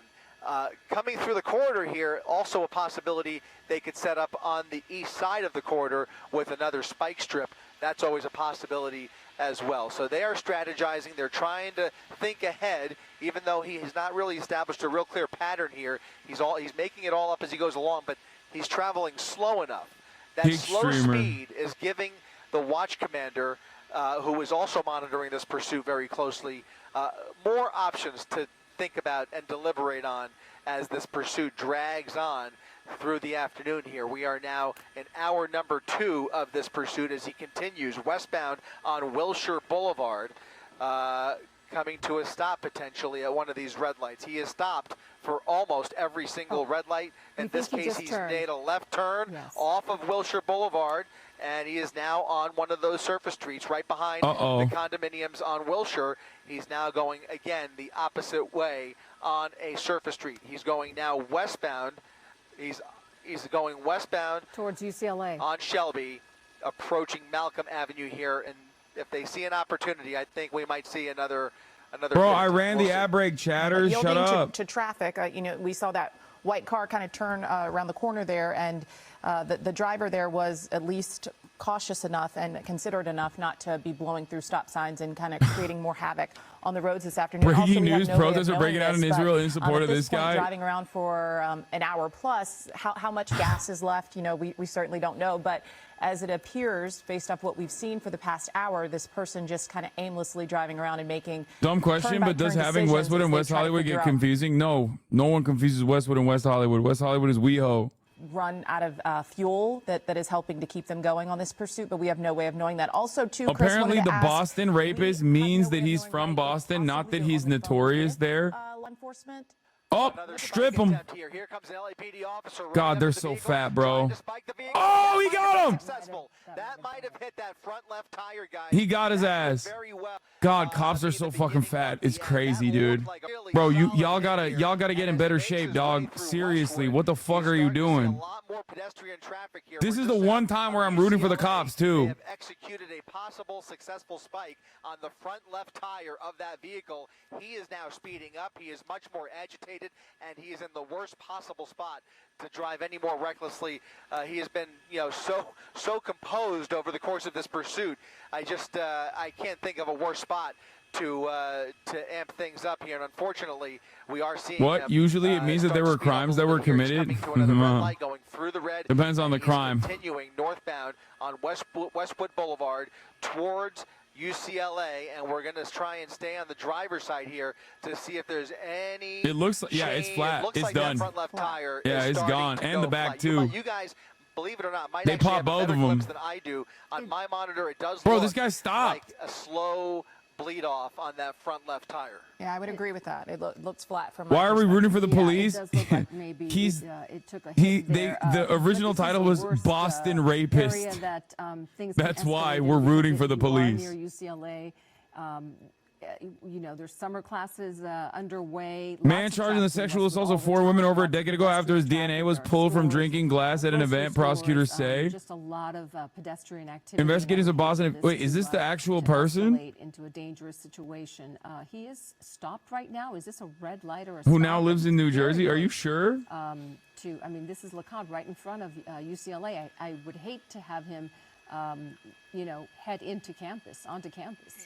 Well, certainly you've got a lot of people. It's probably one of the most pedestrian-heavy areas in all of LA. Here in the heart of Westwood, where there are students and just everybody walking around. There's restaurants and everything you can imagine in this area near this intersection. Again, he's right by the movie theater and continuing northbound as that tire starts to run low. We can only hope and pray that the vehicle comes to a stop. Now, one flat tire is likely not going to be enough to really stop a vehicle of this size. What this the is a fuck? very How? capable, almost looks like a brand new Lincoln Aviator that is capable of running on a flat tire here. So now he's on campus. He is on campus. He has just made a left turn into campus right by the hospital.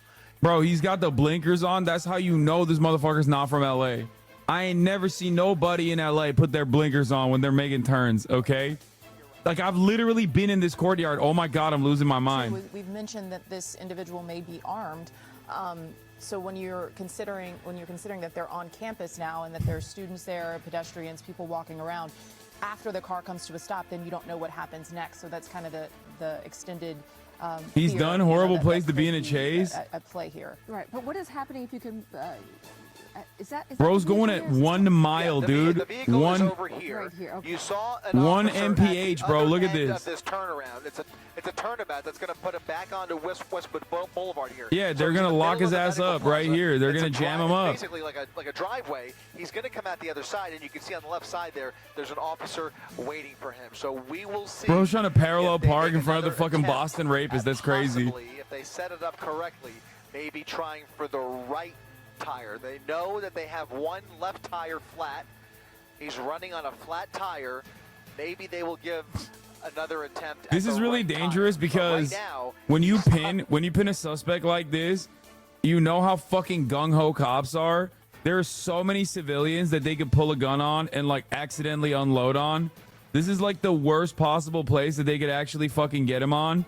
Like, I hope they let him out of there because honestly, it's also fucking insane to do this in the middle of a goddamn hospital courtyard. Like, oh my Lord, he's so, dude, this is so fucking chalk. This is so bad. It's Jover, but it's terrifying for all of the people that are like literally stuck there. And they can't even deploy the spike strip either because like there are other fucking people that need to evacuate the area. Look at him. He's trying to evade it. He's trying to evade it. Maybe an attempt at the rear there. He was able to get around that. So they threw the spike strip down. It fell just short of the vehicle. And now, instead of coming out, I think he's going to end up going around again. We may make our way around this turnabout. Bro's coming in for lap again. 2. And I think we're still on hospital property. He's going to stay on the property he has. He's gone all the way around. And he's circling the driveway here. This is bizarre, guys. And there's at least if they get shot, they're at a hospital. Yeah, I don't think you want fucking random people who are trying to go to the hospital to get shot. You know what I mean? Because they're either A, visiting their fucking already in the hospital family members, B, nurses and healthcare staff, like the ones who came out. Bro, nurses love TikTok. I swear to God. Or already are in need of a medical emergency. Right at the hospital, there are tons of people who are well aware of this pursuit. The lights and sirens are blaring. They're getting citizen alerts. They're probably doctors love TikTok, bro. I swear to God, they love it too much. This has turned into a real game of cat and mouse as they try and figure out how to bring this to a peaceful resolution without exposing anybody to danger. You think of all of the opportunities that we may have seen earlier where there was not as much collateral in the way. Now you see all bro, just give it up. Just give it up. Just give it up. Put your hands up. Just give it up. Come on, dude. Come on. This is crazy. This is crazy. This is actually crazy. So few options at their disposal. Give it the fuck up, dude. So many innocent people walking around, driving around in a hospital setting like this. It is a nightmare scenario. So just when you thought this was a slow speed, boring pursuit, this has turned into a really okay. They cleared it out. Get in there. Oh, they're trying to get out. Just like that, things have taken on an entirely different turn with now two separate spike oh my attempts. God, there's a person walking back there casually. He's driving on bro, a left. Believe me when I say this, my curious ass would be dipping out of there so fucking fast, your head would spin. You'd be like, I've never seen a 6'4" white boy like this just truck stick out of there, okay? There's no way. And not because like I'm scared of the rapist or whatever. I'm scared of the fucking cops that are gonna like open up on him. Okay, hold on. He's not. Just popped open, and let's see. Just widen out just a smidge here. We want to see those officers. They've got their guns out, trained on. Bro, literally worst fucking time. Is he showing hands? You saw at least his left hand. He's showing hands. I think at least his left hand. He is attempting to exit the vehicle with his arms and hands now clearly visible. The suspect deciding time is up after an hour-plus pursuit. He has opened the door and is now exiting the vehicle, albeit very slowly. Bro, my mom's timing is impeccable, bro. My mom's timing is impeccable. Like, right as this is happening, she's knocking on the fucking door. Kaya's, like, freaking out. I'm thinking, what the fuck's going on? Crazy. Giving up peacefully, about to surrender to these LAPD officers. But, man, what a dramatic end indeed, as he really has come to a stop in a precarious place. You have the best timing, Mom. Pedestrians around here. It does look right as a pedophile's getting arrested. Empty-handed, even though they are operating and I'm like worried that they're gonna dump him, mag dump him. You're knocking on the door. He is wanted for robbery. He is a serial rape suspect out of Boston, but we believe, and it does look like they're gonna take this suspect into custody any minute here. He looks like he is moving, he is injured. Moving a little slow here. He's having a little trouble balancing or walking. Looks like he don't know if he's, don't know if he's some physical challenges, injured in any way, or if he's maybe a little, who knows, maybe inebriated in some way. We don't know. These are all, even though this is kind of the end to the pursuit and we see him out of the vehicle now, when we're watching these things, these seem to always be the most tense moments where anything could kind of happen or he's going to do the call an ambulance trick. He's finally come to a stop and is out of the vehicle and the officers seem to be in control, but these moments always give me kind of the most anxiety. Because you're exactly right, Michelle. This is cops are going to let him go. He looks too much like a cop. you know, inherent dangers. And has done like a cop style crime. They're gonna be like, yo, you're one of us. Never mind. All indications are here. He does not appear to pose a threat, but looks to be. Oh, my bad, bro. You're good to go. Any assumptions, and in an area where there is so much other, activity here, they have cleared the area, and they now basically, it appears to me they've been able to get other people out of the way. There were a lot of pedestrians on that curb a short time ago. Hire him. Everybody. Hire him. Motherfucker looks like the chief of police, bro. This is very unusual. Never seen this, where they clear the vehicle and he is still out of the vehicle. Bro, why are his legs doing that? He is not, and they are going to approach him nice and gently here and place him under arrest. Likely place him in an ambulance in short order, but it does look like he does not have all of his faculties, but thankfully he is now in police custody. Ding dong. From what I've seen, the dude basically didn't break a single law, really. Pursuit subject that basically broke no laws. It was, you can say it was a slow speed pursuit, but it sure did ramp up at the end with these very tense moments. You know, he is a suspected serial rapist. We don't have too. No, except for the rape, like the serial rape. I think he may have drove to the hospital on purpose because of his condition. What's his condition, though? So much more information we just don't have about this. But again, we can all breathe a sigh of relief that no one on the road was hurt, no innocent bystanders were affected or injured. Yeah, I mean, what we do know is that he certainly now has a trip to jail, and these charges that he's facing that he was initially kind of pulled over for, now he can face justice for that. I mean, I don't know if the assumption is that he came from the other side of the country to try to avoid whatever, you know, charges were following him, but officers now have him in custody, which is the beginning of, you know, some type of justice for these rape victims of his, serial rapists. You know, those sort of serious charges certainly. Oh, dude, I love it when they have the double cuff like that. That's a big boy right there. Right. And he certainly, without a doubt, was evading police, fleeing. That's a good one. The patrol officers that were tailing him because he saw those spike strips and he was avoiding them. He knew that they were after him. So why are they being so gentle? What do you think, bro? That he looks like the police chief. Like, of course. He's got the chief of police phenotype. Okay? Look at him. That's why. They see themselves in him. Okay? What do you mean? Why are they treating him so nicely? Responsible for that you don't want to have to speak with authorities about. So we can only imagine that maybe that's what was going through his mind as he was originally pulled over for this, or attempted to be pulled over this afternoon around 4 o'clock. All right, yes, but no one hurt on the campus of UCLA and anywhere else. So. Okay, all right. We can move on with other news right now. New here at 5, following. That's crazy that we just jumped from like one rape story to the next so quickly. This is where it all happens at the HasanAbi broadcast. Okay, there you go, chatters, where it all happens. Okay, what a fucking crazy, what a crazy situation, what a crazy turn of events. All right, let's get back to Mr. Beast. More into that story at the end of the video. So I got his DM, drove straight to New York overnight, did not sleep, just drank a bunch of caffeine, and I also only had one microphone in the interview, which he's wearing. So it's mostly just him talking. Also, like, final thing, people said my last video started slow. This video also starts slow. It builds up over time, but I'll do the retention thing and say, the ending will blow your mind. It's crazy. Yeah. Okay. Jake Weddle, everybody. I'm Jake Weddle. Most people who, if you know me from Mr. Beast, I'm a deep cut. I'm in a few of the videos, sometimes maybe purposefully kept to the shadows a little bit. I'm in the cutting room floor a lot of the time. But I've been in some videos. I've worked on a lot of them. I was there from 2019 to 2020, 2021-ish when I came back and did some more. I was there when they were authentic. Bro, this vid is absolute shit. Wait, why? This vid is dumb as hell. Wait, why is this shit? Why are chatters saying it sucks? Is it because of the editing? Because there ain't no fucking way. It just is. Bro, there is no way we have like whole ass grown ass adults that watch me that are like avid Mr. Beast heads. Like, there is no shot, right? Like, there is just, because I've seen a bunch of people in here.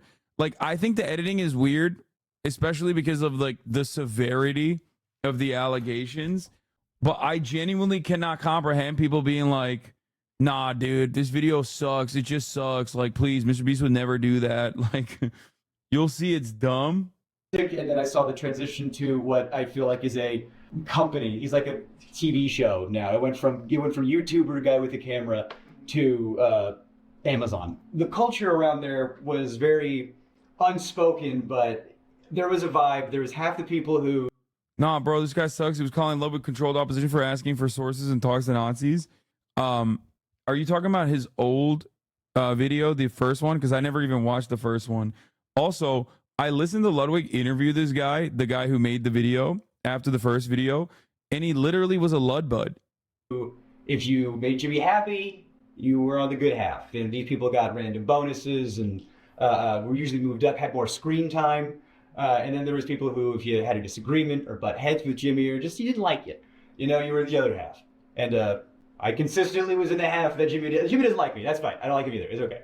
Oh, that's so good to say. I don't like Jimmy. I hate you so much. He didn't want anyone to get more popular or have more of a way out necessarily. Like, oh, I'm doing my Twitch thing on the side. Don't do that because you could get famous and leave and talk about me negatively. And I could tell that the yes men were, you know, doing well. And I was, you know, disgruntled for quite some time. So I've talked to reporters, right? Like publicly. And I've always had to choose my words very, very carefully because I don't want to say anything I don't stand behind, obviously. So I used to talk to people. I used to glaze Jimmy publicly for things I do genuinely think are true. But then it's like, well, how come you didn't talk about the working conditions? Well, I wanted a career. I didn't want to, you know, speak ill of YouTube's golden boy and then I'm blacklisted forever. I tell people I was talking to you, and they go, "Don't, what are you doing? You're going to kill your career." It's like, I have to or I'll be sad. If this is the moment, we're going to talk about it. So as far as that, that's my covering up of why we didn't talk about XYZ sooner, but now you know. What would you say is the fakest video that you worked on while you were there? Fakest video that I worked on while I was there. This is the extent of the fakeness that I was involved to. This is like admitting to my complicity. I was a writer there, and we were working on a video crushing my friend's car with a rock or meteor or something. It was a rock or a meteor inside of it. I can't remember, but he wanted to do a prank where, unbeknownst to the person, he takes a rock, crushes their car, and they're supposed to think a rock came out of space. We're gonna take a meteor and we're gonna put it on Weddle's car. We're gonna take another meteor and put it on Marcus's car. Both of them have no idea that we're doing this. Weddle and Marcus are probably shocked. They had no idea. And so that... No, it's not. Hey, man, it has the videos being faked is inconsequential. It's like, fuck, chat, shut up. I wouldn't be watching this. Oh, my God. I'm going to fucking stab myself with this fucking toothpick. Hey, dumbasses. I know Mr. Beast videos are fake. I'm not 11 years old, okay? Are you? That's not the main reason why I'm fucking watching this shit. I don't care about Mr. Beast videos being fake and staged, okay? Of course, everybody knows that. I don't even give a fuck about, like, the reality TV aspect of it all. Or, like, the competition is faked. Like, yeah, of course. That was the one and only time I had to, my car? What? And on the fly, I saw him, because Marcus was in that video. So Marcus is calling his mom. Marcus genuinely had no idea. He genuinely had no idea. But so Marcus is calling his mom, and his mom's freaking out. And I'm like, oh no, they're going to call my mom next. So I had to text my mom, who had to beg to get the title very quickly. Now I'm texting my mom, I go, Mom, I'm about to call you about the meteor thing. You have no idea? Be surprised. And then I hit send, and then they go, call your mom now. And I call my mom and I tell her, and oh, she should have got the Oscar. Oh my God, on the fly. She goes, what? I'm on vacation. Mom, my car has been destroyed. Wait, what? A meteor hit it. Vacation. Do you understand? But yeah, I did that video, and they're supposed to give me $10K to put down payments on a new car, and they wanted me to get like a big flashy new car. $10K was supposed to be a down payment. And I can't afford a big flashy new car because I work at Mr. Beast. So I must be stupid because I thought he made real videos, but I don't actually watch Mr. Beast. You thought Mr. Beast dropped a meteor on one of his like Beastable guys' cars? Like an actual, like he has the capacity to do such things? Okay, where does this get to like the actual severe allegations? Like I talked about was there was another writer there, older comic, black guy, he had a kid. And I got paid more than him, and I thought that was wild because he was older than me, had a child, we're doing the exact same job, and I'm some 20-year-old fucking white guy, why am I getting paid more than him? I brought that up. And one of the things I didn't like about the way some of the V stuff shook out was Bro, that's not the faked part. Wait, why is he crying? I skipped too fast. I feel really guilty about the way this like shook out. Yeah, I was talking to this other writer, like, it's fucked up, you know, that's how the pay is, and I want you to get paid more, you know, because you deserve to get paid more. You know, I don't have a kid. And he didn't want to rock the boat. He desperately didn't want to rock the boat. He's just, I like my job. I like, you know, because when you grow up with, you know, nothing, not to say that he did, but I know I did, you know. You get a little something, you don't want to lose it, so he didn't want to rock the boat. But he said, hey man, if that's how you feel, you know, like if that's like, I trust you. He stood with me. He went to that meeting with me, and I said at my piece, and he backed me up. I said, I need XYZ or I'm out of here. And they said, bet, and they gave me a severance check the next day, and they gave him a severance check the next day. And if I knew he was going to lose his job too, I wouldn't have done it. 13, 15, and where it starts. He cries a lot, apparently. That's what chatters are saying. Me, I was over the moon. I was like, you're going to give me a check and I get to leave? You know, I don't get to deal with the yeah, how many Orbeez can I fit up my asshole every day, you know? And I get to go home and you're going to pay me to leave. I was over the moon. And he was devastated. He did not want. Listen, he just wanted to be in the room, you know? And I really regret that. But, you know, me and him, we're really still tight. We're still good friends. Is he doing good? Yeah, he's doing good. He's a good guy. I love that guy. That's crazy. Bro's wearing the fucking content cop uniform while the dude is crying in front of him because his friend that he brought to the company wasn't getting paid well. That's crazy. Bro, why did you do this like this? He should have just like locked in and you know, maybe locked in a little bit on audio as well. What is this even issue that this guy's babbling about? Literally sounds like a spoiled brat that has never experienced workplace conditions. Yo, what is happening in the chat? Did we bring like a weird level of fucking liberals into the community in the past week or so that like have turned into chat is going pretty wild. Like chat's going pretty fucking wild. I don't really understand. Not to say bro is lying, but vibes are off. Vibes are off because it seems like a very serious subject matter, and it just seems like very like the way he's talking about it, like the way he cut it, the way he made it is kind of not serious. Not this guy, the other guy, the guy that made the video. He's doing good. Kinda, yeah. So maybe you just feel better? Honestly, best thing I could have done for him. Now that he's very, very far removed from all this crazy shit, I guess. Do you think Jimmy really enjoys doing good and helping people? I think Jimmy wants to be the best YouTuber. I think he is laser focused on one goal. Yeah, I hate that he leaves it irrelevant. He fake view shit along with actual serious criminal shit. Like, what the fuck? Yeah, I don't care that he fakes his views. Like, I legitimately don't care about that. Like, I am not a fucking baby, okay? I'm not going goo goo gaga. Like, I don't care. That's, of course, he fakes his fucking videos. He's making YouTube content, like. Goal. And I think whatever he has to do to achieve that goal, he'll do. And I think it was the smartest decision for him that he calculated, because he's very good with numbers. If I donate to charity, people can't say I'm shitty. If I give this homeless guy 10K, what do you mean I'm a bad guy? But I've always thought, I mean, that makes sense. If you're going to do something nice for somebody and you stick a camera in their face while you do it, that you didn't do a nice thing for somebody. You gained something. There was a homeless guy on the street and you saw an opportunity for yourself and your image, and you gave one guy $10,000 who needed it to eat, and now the revenue you generated from that video is way more than what you gave. I think when he's generous on camera, it's the least authentic thing in the world. There's an element of, you know, oh, hey, you're crying. That's so good for camera. You know, I'm so glad if you're crying because you're so thankful that you got XYZ, and then you go, oh, I'm so glad he needed it that bad so I could come in and, oh, can you cry more? Oh, it's so good for the camera if you could. Oh, it made me uncomfortable when I was working there, and I didn't like it, and I vocalized it sometimes, and I think that's why I wasn't on camera as much as they said I was going to be. I was told at one point that I was going to be like fourth banana, you know, it was going to be Jimmy, Chris, Chandler, me, you know, and then that never happened. And I remember talking about that, like, hey, I thought my contract said XYZ. And then I got the severance checks. So, you know, whatever, how that regard. So after your severance checks, how was your relationship with the company? I know you appeared in videos after that, right? Right. So in videos where I was appearing in later, that's why you keep nice publicly. If you're nice in public, hey, Jake was nice in public. Let's have him back for something. You know, yeah, sure. So I was hoping they call back, you know? And I appeared in some videos after I left. I think one of them was 3 days at a maximum security prison. If I did do mini challenges in that, I got paid. I was, you know, clocked in with a rate, and I would get paid and compensated for those.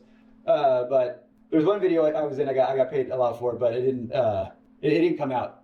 This is the part that's important. There was a video that came out probably like a year ago, something like that. It got a lot of hot water when it came out.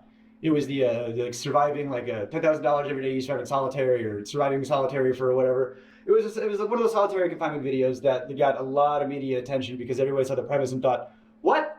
You shouldn't do that." And people don't know that was the second attempt. The first attempt was on me, and it didn't go well. I was already planning on moving to New York, and I had worked at a couple of. Okay, here's what it is. This guy used to work for Mr. Beast. He's appeared in a shit ton of the videos. He's a former, albeit somewhat disgruntled employee. So there's a case for him to, there's a motive for him to be like obviously upset about Mr. Beast. Having said that, however, so far it's a whole bunch of stuff that I didn't really pay too much attention to, but I think one of them was like he brought his friend over to the company, but then his friend wasn't getting paid a lot and he got really upset and he literally said he didn't get paid enough, and then they both got severances afterwards. But the real fucked up shit is what he's about to describe, which is a video that Mr. Beast shot but never actually ended up releasing, because the video was actually solitary confinement, American, Supreme Court certified torture that they basically did to this guy. And he actually experienced some psychological trauma in the aftermath of that video. They didn't actually literally reveal they didn't actually film the video, or they filmed it, but they didn't actually ever end up publishing the video for that reason. But yeah, companies after Beast, and I had a little bit of change in my pocket. You know, the most change I had in my pocket ever. You know, small potatoes, compared to Beast bullshit. But I thought I had enough to move to New York or whatever. And I get a call from somebody over there, and they go, "Hey, they want you for a video." I was like, "Oh, amazing, great, cool, thank God." What's the video? And they tell me the pitch. They try to make the pitch sound like it's gonna be like a walk in the park. It wasn't his friend. It was an older black man with a child who worked there, who was paid the same as him. He thought that was wrong because the guy had a kid. Said they should be paid more. Then they fired both of them. The pitch is 100 days in solitary confinement. But don't worry, like you only paid less than him. Sorry, have to last like 30. We have like a video. They're pitching it like at first it's gonna be like a luxury vacation. You're gonna have like a hot tub and an ice cream machine. And like part of the video is going to be you deciding like what items am I going to get rid of today, and it's like the choice. They were like it's only going to be bad for you to last like 5 days tops when you have like nothing left. You're the first. It's going to be like a breeze for most of it, and by the end of it, after 30 days, you're going to get $300,000 because it's $10,000 a day. And I don't know, man. I grew up poor. Also, the fake Mr. Beast fakes the videos is for Mr. Beast and Co., not for like other random people, like not for people that are lower on the totem pole, or not for like random people that they bring forward. For random people that they bring forward to do the videos, they usually don't fake the videos. Or North Carolina, I said, "Excuse me, I'll dance for you if you put that kind of money in my face." Sure. They were like, "You're going to be locked in this room, and we got to make sure you're on all the time. We're going to have cameras on you all the time, and you're perfect for this because you never shut the fuck up." On paper, I was like, okay, I can do this, and I was. They always cut me out of the videos. They always, and I was, editors had told me that it's because you have too much of a personality. And so with this video, I thought, this is perfect. It's a video they can't cut me out of. I'm the guy. And so I thought, well, if I have to do this, if I have to do solitary confinement in order to do the things I want to do, then I will do that. That I held my tongue and I swallowed my pride and I tried to do one last ride. And I get there. And at first it's fine. And they had just freshly painted the set. You could smell it, which that's probably not good, the smell of fresh paint in your surroundings for the next XYZ time. It looked good on the visual. Like it looks good on camera. It's movie magic bullshit. It was a terrible facility. It was in one of the studios. They had to like get like a separate like tank for, you know, septic stuff. Yeah, there was a hot tub in it. Yeah, there was an ice cream machine. Like things were cool and funny on paper. But when you think about stuff, a hot tub that's not connected to a filtration system, give it 3 days, it's gonna stink. You know, if there's not like a hot water mechanism, so the hot tub was a lukewarm tub at best, which was a silly complaint, but the shower was always cold, and you're taking like a quick shower, and I had cameras 24/7 on me, and the ice cream machine, let's talk about that for a second. The ice cream machine has 2 modes, on, and off, reeking of smelly dairy, mildew, like, so I got to choose which sense was assaulted at a time. I couldn't have all of them good. So the little things started to build up, you know, there was like the bug thing wasn't like terrible, but it was a factor, and like at first it was fine, you know, and you're playing it up, like, cause you know it's a video. And it got to a point where like, they weren't turning the lights off. You know, I asked them, I said, can we like have like nighttime hours? You know? And they said no, because it would fuck up the time-lapse shots. The time-lapse of what, me sleeping? Or me not sleeping? Yeah, I saw in other videos they did like, oh, you're gonna get XYZ hours of sunlight. Oh, great! Want to know how they figured that one out? I didn't have it. You know, one of the things was you got to take away your clock, so you didn't know what time it was. Okay, I got no access to sun, I got no access to clock.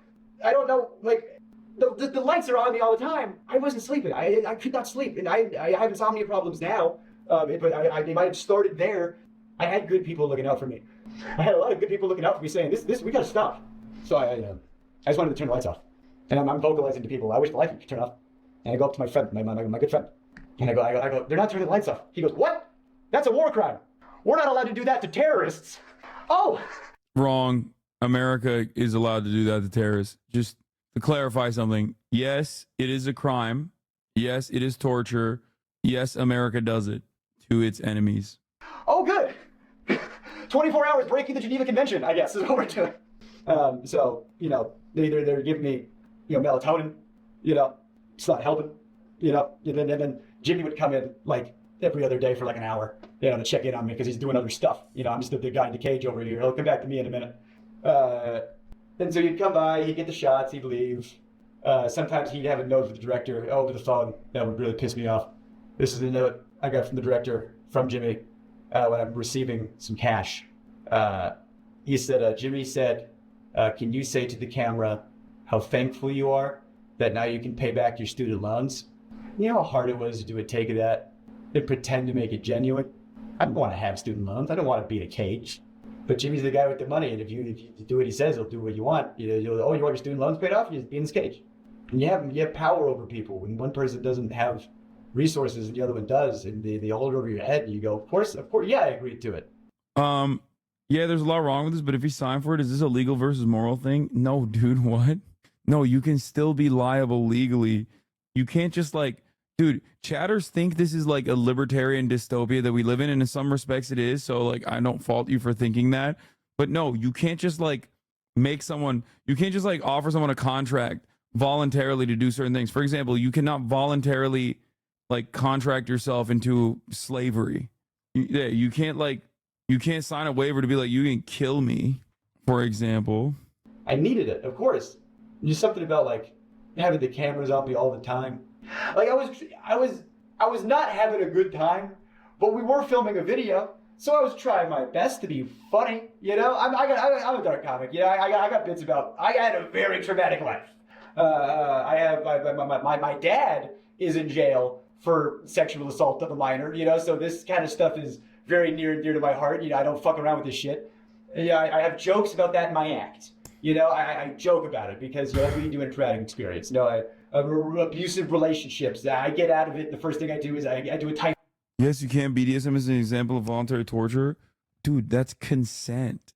You're talking about consensual sexual acts. What the fuck are you talking about?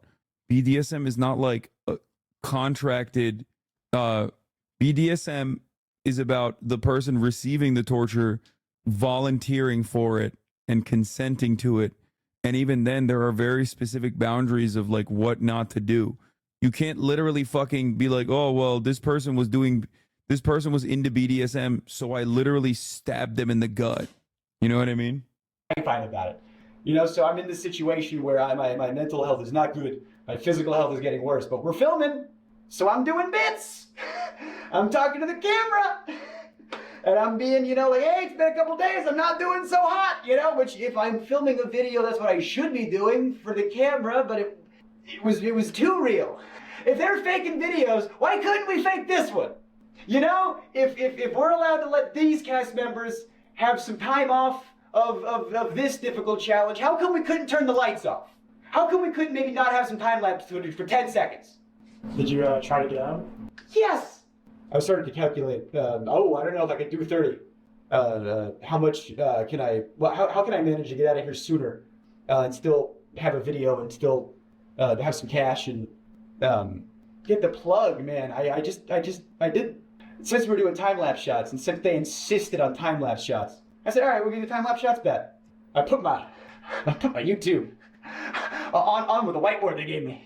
And I was like, all right, yeah, go ahead and scrub that footage. You got that whiteboard. Oh, no, either that goes in or this footage is unusable. And then, James Warren came in and erased it. Don't put that. Hey, we can torture him. Don't you dare let him get a plug in there, like we were playing up the joke, it's like, I'm the boy in the cage, whatever. Like, I'll play into a joke, whatever, it's fine. It's just something weird about when Jimmy jokes. I have jokes about my dad. Because I love jokes with my dad. I'll joke with my dad all the time. That guy's a piece of shit. I hate my dad. But I have friends that make fun of my dad. That's fine, because I know their intent. I know where they're coming from. When Jimmy joked with my dad, and I started to see weird. I don't like it. We were doing one of those hide-and-seek videos. Again, at the time, they were a lot realer. So I got caught. And when you get caught, you go to the place where you get caught. And I don't know if there's footage of this. I don't know if, I definitely didn't make the final cut. But he says to me, all right, you're going to jail, like your dad. And it's a joke, but when my friends do it, it's fine. And Jimmy just wasn't my friend. He was my boss. And that wasn't cool. And so now I'm locked in a cage at his whim. And I have to do things to get the cash I need to live. And I got these cameras on me all the time. And I was unwell. I had editors coming up to me saying, you good, bud? And I was like, yeah, why? You're clearly unwell. And he goes, well, because the footage you're sending in is haunting. Because I'm trying to be funny, but I am mentally decaying, so I'm doing bits. Someone said there is a horror cut of a video in this. And I'm thinking, who's watching this? Who wants to see this? What is fun about this, the video? This guy is such a fucking crybaby. He attached himself to a rich asshole so he didn't have to work a real job, and now he's crying about it. Dude, y'all are so weird. This is something that I don't understand about the way people operate in a situation like this, where they'll be like, yeah, I'm actually more mad at this guy for having fucked vibes while telling his story than the guy who's wronged him. Don't you realize that straight up fucking has you defending the richer guy in this equation? I don't like him for some reason. Yes, I'll be honest. He comes across as he's trying to farm a little bit. Okay, that's what it is. That's what it is. The vibes are a little weird, and I think it's because he's a stand-up comic, so he's doing stand-up comic voice almost when he's talking about it. So it looks like it's just not, he's not giving across trustworthy vibes. But ultimately, I'm just listening to what he's saying. Okay, nobody's a perfect victim. I don't know why the fuck you guys are waiting for that. And so the thing that made me I got to get out. I can't do another day in a year. Jimmy comes in and I'm asleep. I don't know what time it is. I don't know, it's 2 or 3 or whatever. He's like, why is he sleeping? I don't know, because I can't sleep. And he comes in, he wakes me up. Yeah, the guy working for the rich guy's privilege, not the rich guy type shit, is exactly what is wrong with so many fucking Americans in general. They'll do that. You know what that is? That's the DMCA saga rolled into one neat little package, but this time infinitely more personalized. You have infinitely more in common with this dude than fucking Mr. Beast in this situation. You get fucked over by your boss on a daily fucking basis. You're coerced into doing horrifying shit that you normally wouldn't want to do, but you have to do it because you need to make a living. And you're over here being like, well, he's in a much better situation than me because he at least got to do a Mr. Beast video. So you hate him more than the same coercive elements that exist in your life being reflected on right here. It's the same exact behavior that people engage with when they're talking about DMCA and being like, fuck Hasan. He stole from fucking, I don't know, Gordon Ramsay. But it's not even Gordon Ramsay. It's you know, 20th Century Fox. It's like you're more mad at the behest of a megacorp in this situation. Like, what the fuck's wrong with you? But anyway, ultimately, I get it. Like, the vibes are off. The video vibes are off in general because of the presentation of it. Okay, and his vibes are off too because he's like a comic, I guess. But just listen, just take it in, okay? Like. And he goes, ask me why I have 2 briefcases. And I'm like, why do you have 2 briefcases? And he goes, oh, because this one's for today. You know? He referenced your take about the transphobic lens of the Ava Tyson situation in his video about her. He seems like a fan and a really progressive guy. Yeah, I don't know why well, there you go. If he is actually a fan, by the way, that would describe exactly why Chad is being so resistant. Because Chad hates having a fucking mirror faced. Okay? That's literally, I don't know if he is or not, but there is nothing Chad hates more than having a fucking mirror reflect themselves back at themselves. Chad fucking hates itself. And this one's for the challenge. And I go, what's the challenge today? He goes, you're gonna run a marathon. You're gonna do the 22.6K, whatever it is, and you're gonna do it on that treadmill over there. The first challenge I did was a Rubik's Cube, and I'm dyslexic. I'm dumb. I don't know how to do a Rubik's Cube. So your first challenge, Rubik's Cube. I was like, oh, I don't want to do it. I was like, on camera, I don't want to do it. He goes, just do it for the thing. My kid, yeah. Like, there was an element of, oh, Jake will do what we want because he's in house.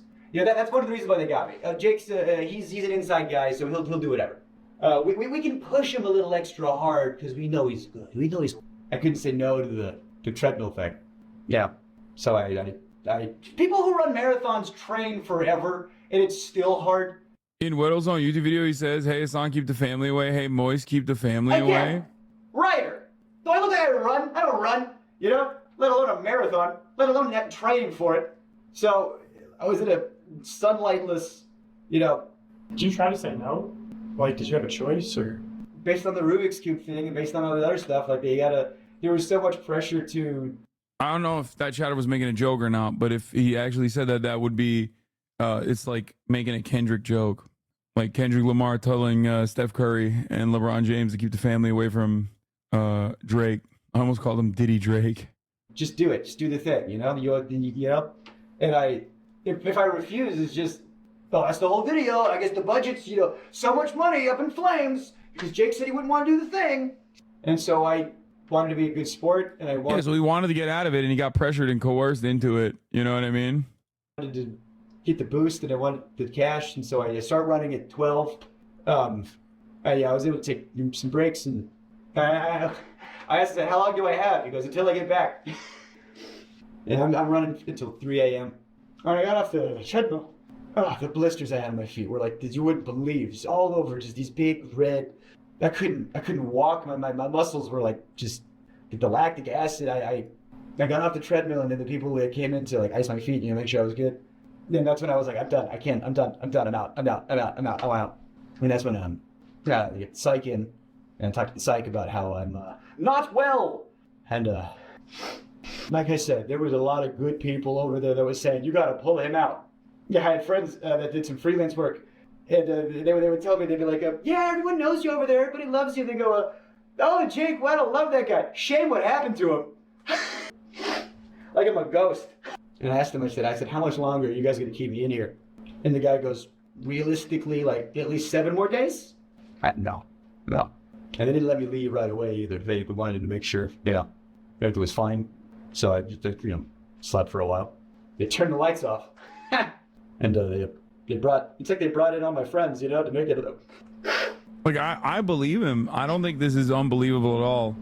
They brought in all the people I liked and Jimmy. Then everybody was around me making sure I was good, making sure I was okay. Yeah. But Jimmy had his, he was sitting in the chair turned around like an evil villain. Swear to God. Everyone was looking at me, and he was like Lex Luthor over there. He turns around, he stands up. He does the exact same thing when he's pretending to have a human connection. You know when you're watching a video, and he's like, oh, stop, you're gonna make me cry. And he touches his eye or whatever as if he's crying. He's just, I didn't have to pretend to do that shit. She says, as if rehearsed by his lawyers, your mental health's the most important thing, just want to make sure you're okay. And the last thing we want you to do is, I can almost hear the word Sue come out of his mouth. The S, he just stopped right before it got out.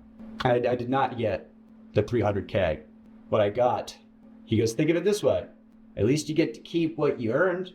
You know, you were in there for XYZ days. You did XYZ challenges, so you got, 100,000 some change, give or take.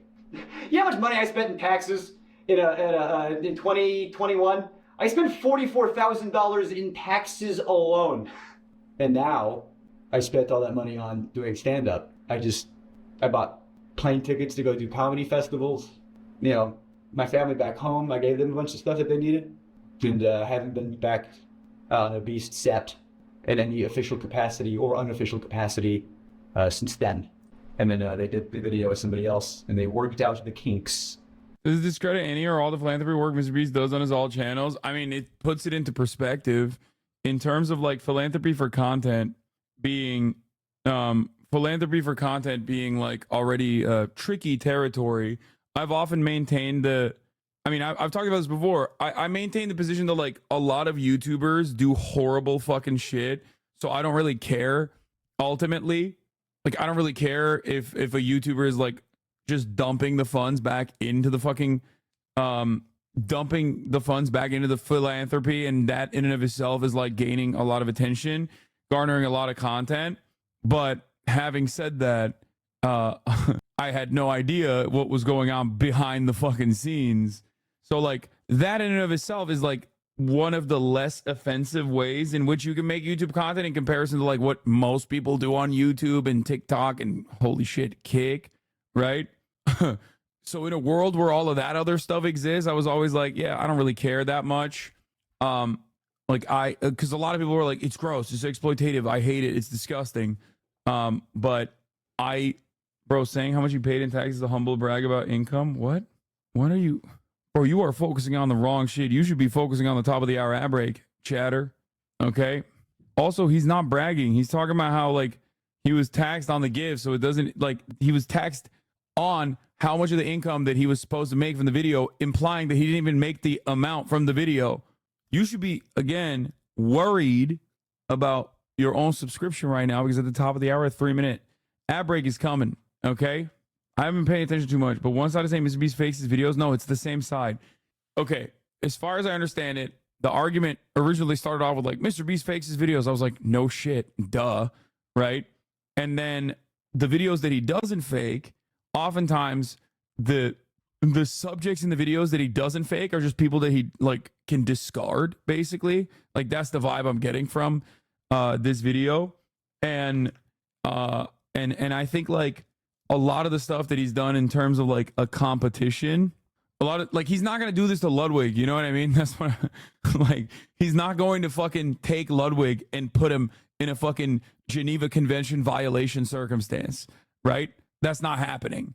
But like he will do it to this guy who he's already like worked with, discarded, you know what I mean? It'd be pretty cool. I think my opinion of Mr. Beast would change if he were to torture MAGA male. Just kidding. I think I rag on Ludwig too much. And I think people think that I hate him or something. I love Ludwig. He's a wonderful person. Okay. I need to stop doing that because there's a lot of normies in the chat. They don't know my relationship with this man. So I don't want them to think that like, I don't want random people to think that I actually hate him.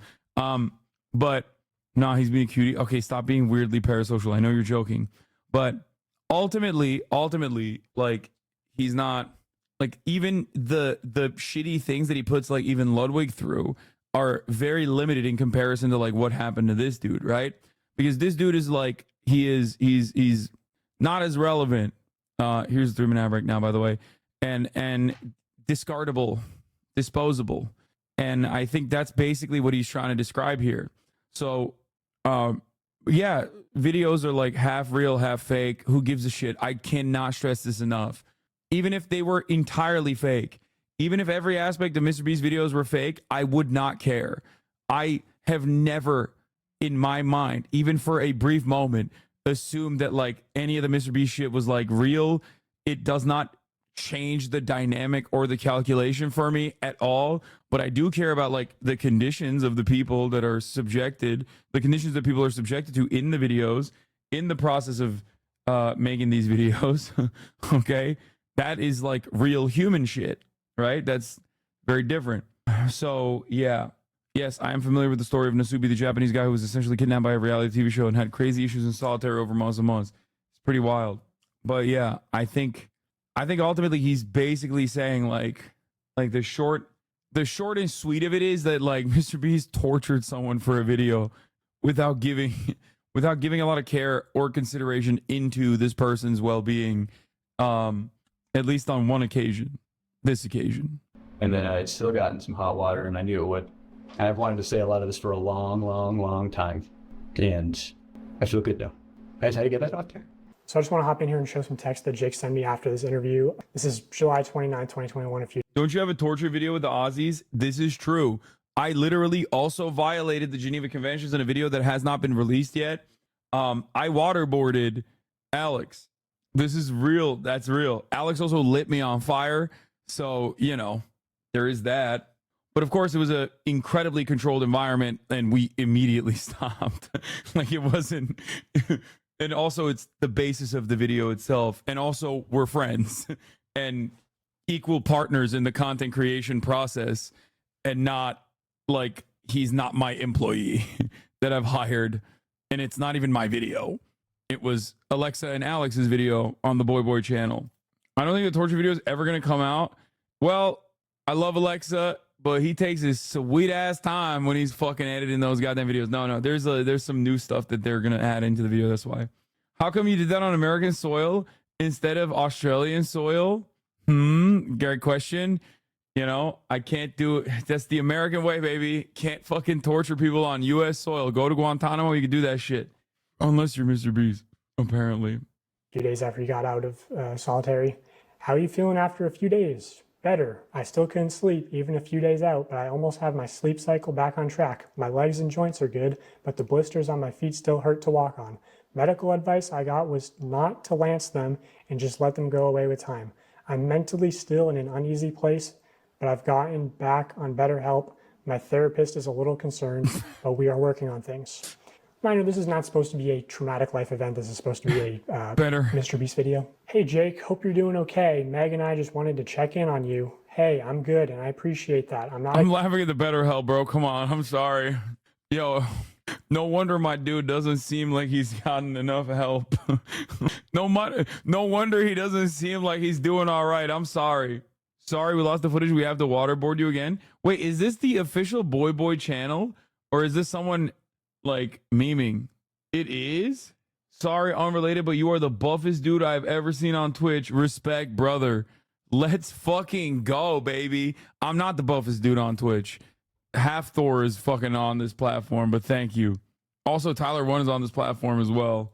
And Canute. There's a lot of people that are buffer than me, but I'm up there. I'll take it. Hey, Alexa, you missed this? That's right, dude. This could be yours, big boy, but you're too busy in Australia, okay? I miss you. Are you natty? Yes, I am natty. Do not mod them. They are dangerously unaware of how the site works so far.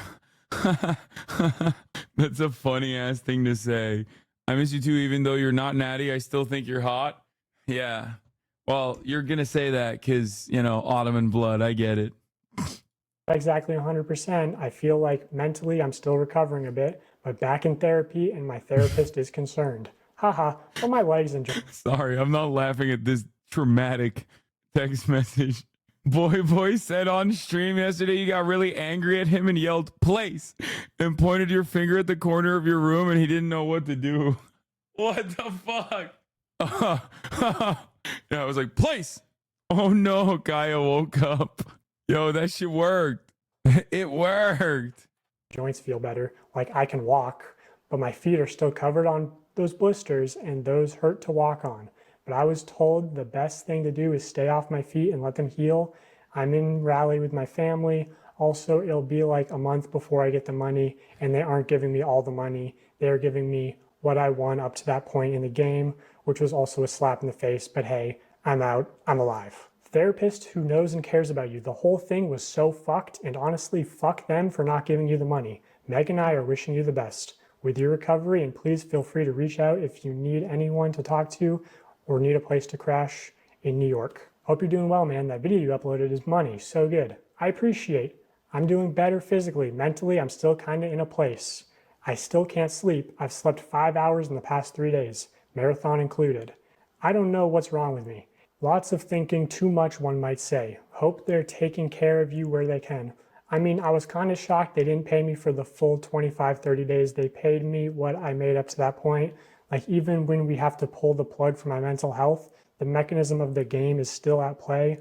I'm just happy to be out. I still can't walk well, but it hurts less. And like, I'm not famous enough to burn a bridge. So at the end of the day, I'm still Jimmy's bitch. Like, if I was Carl and he did that to me, I'd ruin him. And they want to do it again. That could be your leverage. If the guy breaks down also, 2 is better than 1. Yeah, right. I told them everything they did to me that they can't do again in order to make sure the other person doesn't break down as fast.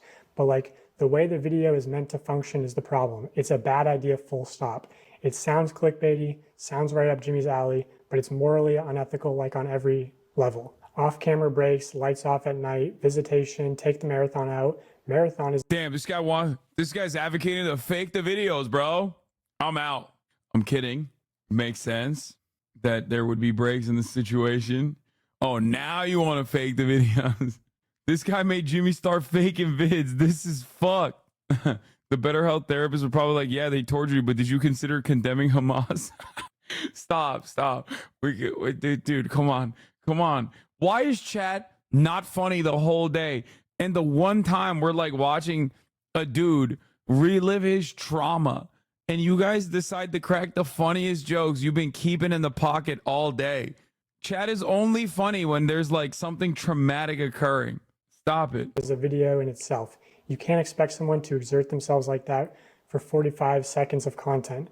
The challenges really made it feel dehumanizing. Felt like a parody of Mr. Beast. I felt like the homeless guy they could exploit. It felt like if Jeff Bezos had a GIMP. It felt like if Jeff Bezos had a GIMP. Part of me wants the footage burned, and part of me thinks that there's a great horror cut in there.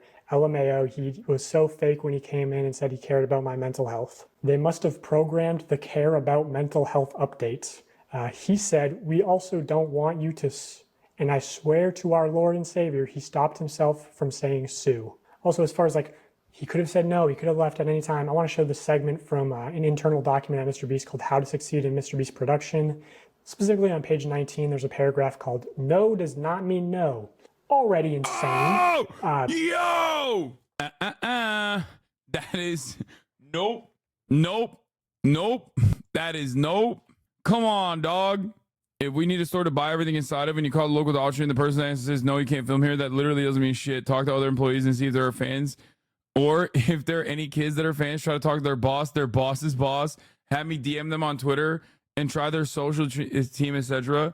If after all avenues are exhausted, you are left with a no, that doesn't mean don't try the other Dollar Trees, because the manager could be a huge fan willing to bend the rules. Basically, what I'm trying to convey is what we call pushing through no. Don't just stop because, okay, this is a little different. I thought this is for like trying to make content, which is like still crazy because Mr. Beast, here's the thing, okay?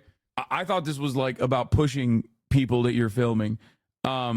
So here's the problem. Mr. Beast is like a dude from North Carolina who fucking filmed himself torturing himself for like years until he became like a viral content creator. So the problem in this situation is that like he didn't just become a viral content creator, he became like a Walmart brand with an Amazon deal. But the mentality, it seems, stayed as like, oh, I'm just like a small content creator. Okay? And you can't do that when you are like an empire. With great power comes great responsibility. And like when you inevitably upsize, you literally have to also take on a more responsible role in the way that you conduct yourself. You know what I mean? So like this seems to me like a holdout from like when you're just like a small YouTube channel. I say this as a content creator myself, where like you can't have this. Like this is not appropriate at all. This line right here is not appropriate at all, right? Like you can't have that anywhere in a document that you show people that you have employed. Okay? At the moment of employment, like, you're no longer like a 16-year-old dickhead with your friends trying to film shit. You know what I mean? That doesn't sound real. Yeah, it doesn't sound real because you're looking at it like it's Mr. Walmart, Mr. Amazon Beast, Mr. Jimmy Amazon Donaldson, and not fucking, like, you know, silly boy from North Carolina who's like edgy and fucking shooting dumb videos of himself. Does that make sense? I feel like up to a certain point, you're just like, up to a certain point, the point that you have to write an article like this, like you have to put like together and compile like a best practices, the point where you have to do a best practices document for your employees that you're hiring is the point where you're done. You're done. You're no longer like a TikToker filming shit. You know what I mean? Do you understand what I'm saying? Like, the moment of best practices implies that you are a corporation. You can't do that. You can never do that. That's crazy. Like, bro, you're like going to FedEx Kinko's. You know what I mean? You're copying this and you're showing it to people, right? Like, you can't have no does not mean no as like one of the titles.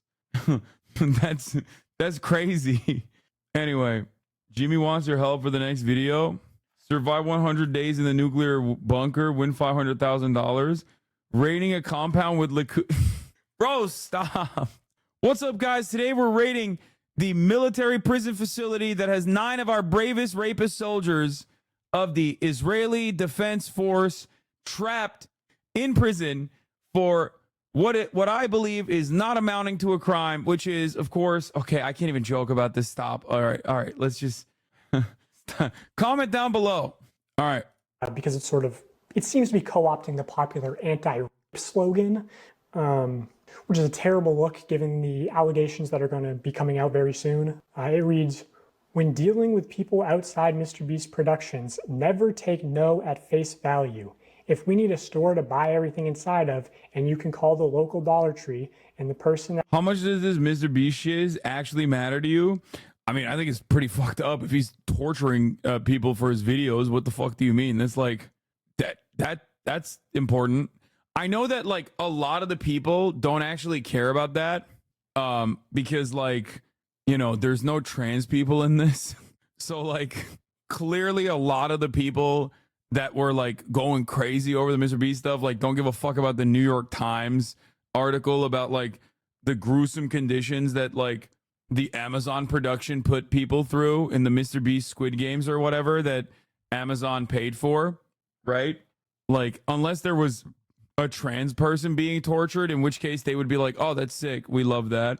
And again, not enough trans in this for the Keemstars. Well, I guess Keemstar would definitely drama farm this, but I mean, like, all the fucking people that were up my asshole the moment that the like Ava Chris Tyson stuff dropped were like, why aren't you covering this? Huh? Why aren't you covering this? Huh? Like, moments pretty much after a presidential candidate who's currently the president dropped out of the ticket and swapped the ticket for his vice president. Like, remember that? And everyone like tried to make another story off of like how hypocritical everybody was, including but not limited to everyone's favorite impression farmer Kira, who was hot with that quick tweet, baby. Quick fucking tweet. Where is it? He had this shit. The most hypocritical streamers of all time. That fucking guy who is apparently getting cooked again on the timeline by Cardi B. Oh, why you block me? Kira won't miss. Scary dweeb. If I was Rob a man, you would be the first one since you dream about breastfeeding babies with your cock. Hashtag get the pedos off Twitter. Also, there ain't no fucking way this is what he looks like. Are we for real? This is actually what he looks like? Every single time, bro. Every single time. Accounts that don't say the N-word and say motherfuckers instead, MFs instead, but use like heavy AAVE. It's not the same at. He's gone through multiple ads. Chatter, come on. Lamau, I thought he was black. Mr. Marcellus, one quick trick to figure out if your AAVE using Twitter impression farmer account is actually owned and operated by a white man or a non-black man in general is if they use MFs, okay? That's I mean, even I sometimes say MFs, you can tell, you know? Yeah, this MF, this motherfucker, this MF. That's how you know the person is not a black person behind the account. You look like a motherfucker who was saying motherfucker. I do. I say it all the time. If they say the N-word, they're either a black person or a white person that says the N-word. Like they might be, there's a very high likelihood that they're a Destiny fan if they're saying the N-word all the time on Twitter. They're a non-black Destiny fan. Sometimes pretending to be black, other times openly admitting that they are white and defending the principle that white people should be able to say the N-word. Many such cases. They're either black or a white Aiden Ross fan, that too. Anyway, let's get back to this. That answer says, no, you can't film here. That literally doesn't mean shit. Talk to other employees and see if they are fans or if any have kids that are fans. Try talking to their boss's boss. Have me DM them on Twitter and try their social team. If all avenues are exhausted and you are left with a no, that doesn't mean don't try the other Dollar Trees because the manager of those could be huge fans and willing to bend the rules. Basically what I'm trying to convey is what we call pushing through no. Don't stop because one person told you no. Stop when all conceivable options are exhausted. This is one of many tools that when combined dramatically improve your probability of success when producing here. So yeah, this idea of like pushing through no's is a big component to working at MrBeast. And the way that it manifests itself a lot of the time is like a director might tell a producer, hey, we need access to 30 acres of farmland by Tuesday or we lose $500,000. Now, if you're the producer, you obviously know that means get it done or you lose your job. So what can happen is like a producer's calling up farmers saying, hey, I need to use your land. And the farmer might be like, okay, but you know, I have animals, you can't be making really loud noises, no pyrotechnics, and you got to clean everything up. So the producer is sort of incentivized to lie and say, or maybe the producer doesn't even actually know total contents of the video, right? Things changed last second. So they're they're financially incentivized to be manipulative and sort of, they're put in positions where it's like, oh, it's either the producer's job or a civilian's job, like where it talks about, hey, maybe the manager would be willing to bend the rules. Well, you shouldn't really be pressuring civilians to bend the rules that could get them fired, you know? I'll show you a real life example. This is unused evidence from part 1. I had seen this Reddit post titled MrBeast leaving trash behind and debris at film site in Aden, North Carolina. Apparently he left a large boat in a pond. Bro, you can't be like, this is unused evidence and then post a Reddit post though. You know what I mean? Like, come on, dog. Like, I'm not in any way, shape, or form disparaging this person, but like, please, I hope he backs this up. This is not just as well as debris around the film site in the bottom of the pond weeks and weeks after the agreed time frame. This actually rendered it unsafe for campers and almost delayed the camp's opening date multiple times due to not being able to get in contact with MrBeast to get the stuff cleaned up out of the area. So I actually know that this is from a MrBeast video called Protect the Yacht, Keep It, where at the end of that video, he actually says, If you're wondering, yes, we did ensure the lake was completely cleaned up after this video. For the love of God, subscribe so we can pass T-Series. Yeah, so he says at the end of the video that they made sure it was cleaned up. I was actually on site for part of this production. I was at this camp. So I decided to send an email out to the camp, basically saying, hey, I heard these rumors. I'm investigating similar incidents. And the camp responded, actually not denying the claims, going on to say, I am sure that there are no perfect film productions, just as there are no perfect people. I am grateful for the opportunity that we had to host the production. Okay, never mind. I apologize for the disrespect. I apologize. I was unfamiliar with your game. Okay, he did. He good. This is good. This is crew, and because I have to grace pee. Fuck. or I have to pee forgiveness so bad. I'm sorry. has been offered to me so freely, I will choose to offer the same.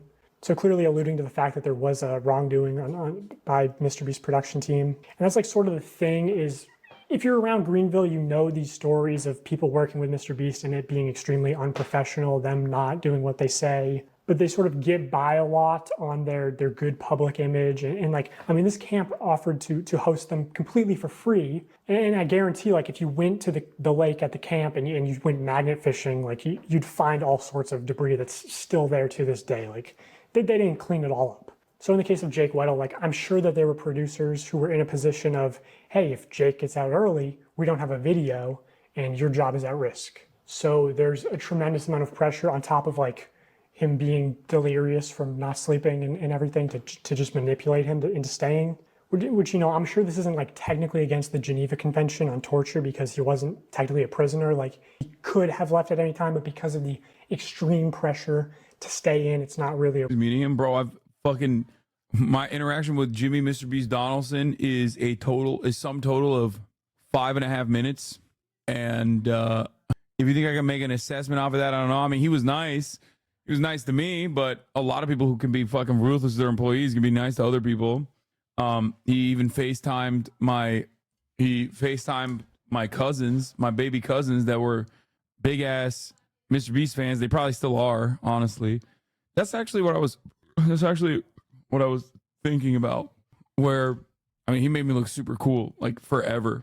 But, like, those children are not going to see this shit. You know what I mean? He's going to keep pumping content.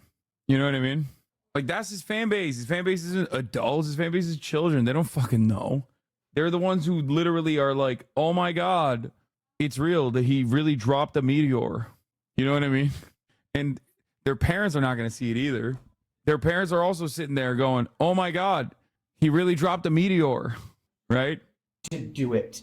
And they shouldn't be able to make it happen, and they do. I think he's too big to fail.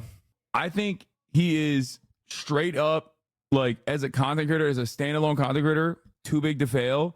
And no matter what the controversy is, given his marketability, given how many massive brands are now associated with him and are like financially vested in his future success, including but not limited to fucking Amazon, I don't think that people are gonna.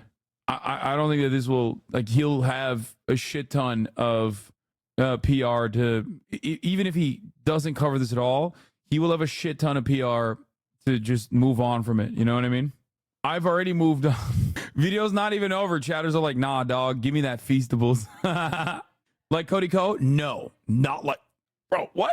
You think Cody Ko's personal, like, crimes that are beyond the statute of limitation, but crimes nonetheless, are similar? No, that's number one. That's a significantly more personal crime in and of itself. And two, Cody Ko is nowhere near as big as Mr. Beast is. Cody Ko is not too big to fail. Y'all are crazy. Bro, you're comparing a dude with like a podcast network to a dude who has an entire, like, a dude who has audiences in languages you've never heard. Okay? Not to come across like Trump here, but like, this motherfucker has like 100 million sub channels in Portuguese. You know what I mean? What are you, fucking nuts? He is a full-blown media empire, and he has product that he is selling at fucking Walmarts. You said like Drake? Yeah, like Drake. Oh man, Drake is so gone. What the fuck? What are you, stupid? No, there is no, yeah, exactly like Drake. Exactly. Drake is also too big to fail. Here in Kyrgyzstan, kids have shown me his vids. There ain't no fucking way that there's a dude who's a Kyrgyz chatter in my chat right now. That makes me feel like call me Mr. Beast the way I got Kyrgyz fans, bro. What the hell? Please don't be lying. Please be honest. Are you actually in Kyrgyzstan? Because that's so sick. Luddy says Beast needs to address the allegations, though, despite being too big to fail. Yeah, no shit. I agree. But also, I don't know. Does he? Like, obviously, from a moral perspective, yes, no shit, duh. But does he really need to? Because he's so fucking big. He can just, like, always flood the market.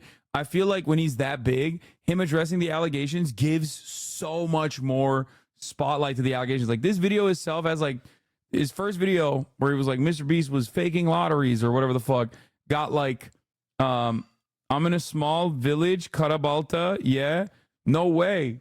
Karabalta, for chatters, I don't know if it's the same in Kyrgyz, but it is a Turkic language, I think. Means black axe in Turkish. Damn, there's more Kyrgyz chatters. Homie, I'm Kyrgyz-born Russian dude who will go to Bishkek soon. Hasan is a knower. Bro, I'm Turkish. Yeah, I know what the Turkish language is, yes. That's so weird. That's crazy, thinking about the fact that I'm live streaming right now with 40,000 people in here, and one of these motherfuckers is in a small village in Kyrgyzstan. Isn't there a Turkish city called Batman? Yes, there is. Batman. And so he's hiring people to stalk people to speak out, apparently. Wait, what? Bro, Feared Buck is gonna get Feared Buck's about to get a paycheck off this. Nah, there's no way. He can't fucking do the Pinkertons on every YouTuber, bro. But anyway, like I said, 7.5 million views in like a day is nothing. Mr. Beast gets 100 million views in 2 days, 130 million views in 2 days. Him addressing these allegations would give it literal global pull. You see what I'm saying? Like, so much more. He would give so much more light to the accusations. This vid was translated and uploaded to Bilibili, and the top content is drawing comparisons between Mr. Beast videos and the original Squid Games through a Marxist lens. I love that. So I don't think people wanted to talk about stuff because I didn't want my friends to lose their jobs. I don't care about my fucking job. I'll die in a hole. I don't care. But I don't want my friends to lose their jobs. You know? I don't want anyone's reputation to be fucked. You know? But let's just go back to my dad for a second, if I may. My dad was this like a swim coach, neighborhood swim team. Everybody loved it. Taylor Lorenz said he gave a statement to Variety on her podcast. Well, I mean, there's also AP assessments on it. I mean, there's an AP hit on it. Mr. Beast's ordered a full assessment of the internal culture of his YouTube empire, as well as an investigation into allegations of inappropriate behavior by people in the company, according to a confidential memo. Addressed to Team Beast employees. The message sent Wednesday outlines infrastructure changes, including plans to hire a chief human resource. He's hiring an HR person. Bro, how did he not have an HR person? Bro, you are literally, you're a corporation. What the fuck? Bro, that's crazy. He's hiring an HR person. HR is for the company's self-preservation, okay? HR is not actually for the employees, just so you guys understand. But the fact that he didn't even have the wherewithal and like the foresight, it blows my mind. This man truly has content brain and nothing else. It actually blows my mind a little bit. I thought that he would have like better managers who would perhaps tell him like, we all have a job, unlike you, we know, lol. Bro, there's 40,000 people in here. You ever think that maybe some of them have not been in fucking professional fields yet? Dumbass. The fuck? I had a real job too. That's why I know what a fucking HR person is. Asshole. Motherfuckers think I just crawled out of my mom as like this 33-year-old man who's a fucking Twitch streamer. Assigned streamer at birth. People have been flagging poor on set conditions for ages. There's none got traction. HasanAbi even chatters in here. Yeah, HR, so the company doesn't put a no doesn't mean no clause in the value statement. Exactly. I didn't just fall out of a coconut tree, chatters. I live within the context of all that came before me, okay? Goddamn. Donates for Palestine. Yes. Company-wide sensitivity training. The expanded probe signals the troubles inside the YouTube's biggest channel could go deeper than the serious allegations facing a longtime collaborator. Acknowledged last month by Mr. Beast, whose real name is Jimmy Donaldson. As your leader, I take responsibility, and I'm committed to it. He's doing PR speak. Oh, he is. He's big time now. That's how you know he's big time now. I recognize that I also need to create a culture that makes all of our employees feel safe and allows them to do their best work. A spokesperson for Mr. Beast confirmed that the memo was sent to employees. The memo comes after a turbulent few weeks for the YouTuber, long adored by his young fans for freewheeling videos of outrageous giveaways and audacious charitable acts. Donaldson admitted previously using inappropriate language last week after clips circulated online of past homophobic and racist remarks. An early production of his ambitious game show, set to feature 1,000 competitors and a $5 million grand prize, recently brought safety complaints from contestants who described a chaotic set where they lack regular access to food, water, and medication. This part is the craziest. This was a New York Times report on it, on the conditions of the Amazon Studios project that they're doing. That one blew my mind. Lack food, bitch. They didn't give insulin to a person with diabetes, which is crazy because it is a multiple $million project that Amazon Studios putting together. I don't fucking understand how they didn't do proper shit. It was no insulin for 24 hours for $1 million. Sounds like Amazon though. They don't let their employees piss. No, Amazon Studios is entirely separate. No, guys, Amazon Studios literally fucking also hosts union projects. What are you talking about? Amazon Studios, still owned by Amazon, puts out movies and shit. What do you think? Do you think that Amazon Studios is also making When The Boys is filming, you think they're making the actors piss in fucking bottles like they're goddamn truck drivers, dude? No, of course not. Those are fucking union shops. Those are union projects, dude. What are you, crazy? That's why I'm shocked. Defending your people? No, dude. Yeah, I mean, famously. Just finished a union TV show by Amazon a week ago. Yeah, exactly. No, I'm defending the truth to people who might not be familiar with how these things work. Like... You sound silly when you say Amazon Studios isn't like Amazon. These contestants weren't a part of the union. No, the production staff in normal circumstances is supposed to be at least professional enough to not refuse insulin to a person with diabetes. You want to know why? Also self-preservation. Not because they're like nice or whatever. When you're handling like 2,000, 5,000 random people in a reality TV setting, that's 5,000 lawsuits. What are we talking about? Hello? I'm just shocked that they hired like not a very good production company. Anyway, because it was a reality game show, it's not surprising there was no IATSE or SAG involved. That part I understand. Reality TV is like almost entirely created specifically to avoid unions. But having said that, I mean, reality TV is literally designed so that you don't need union writers.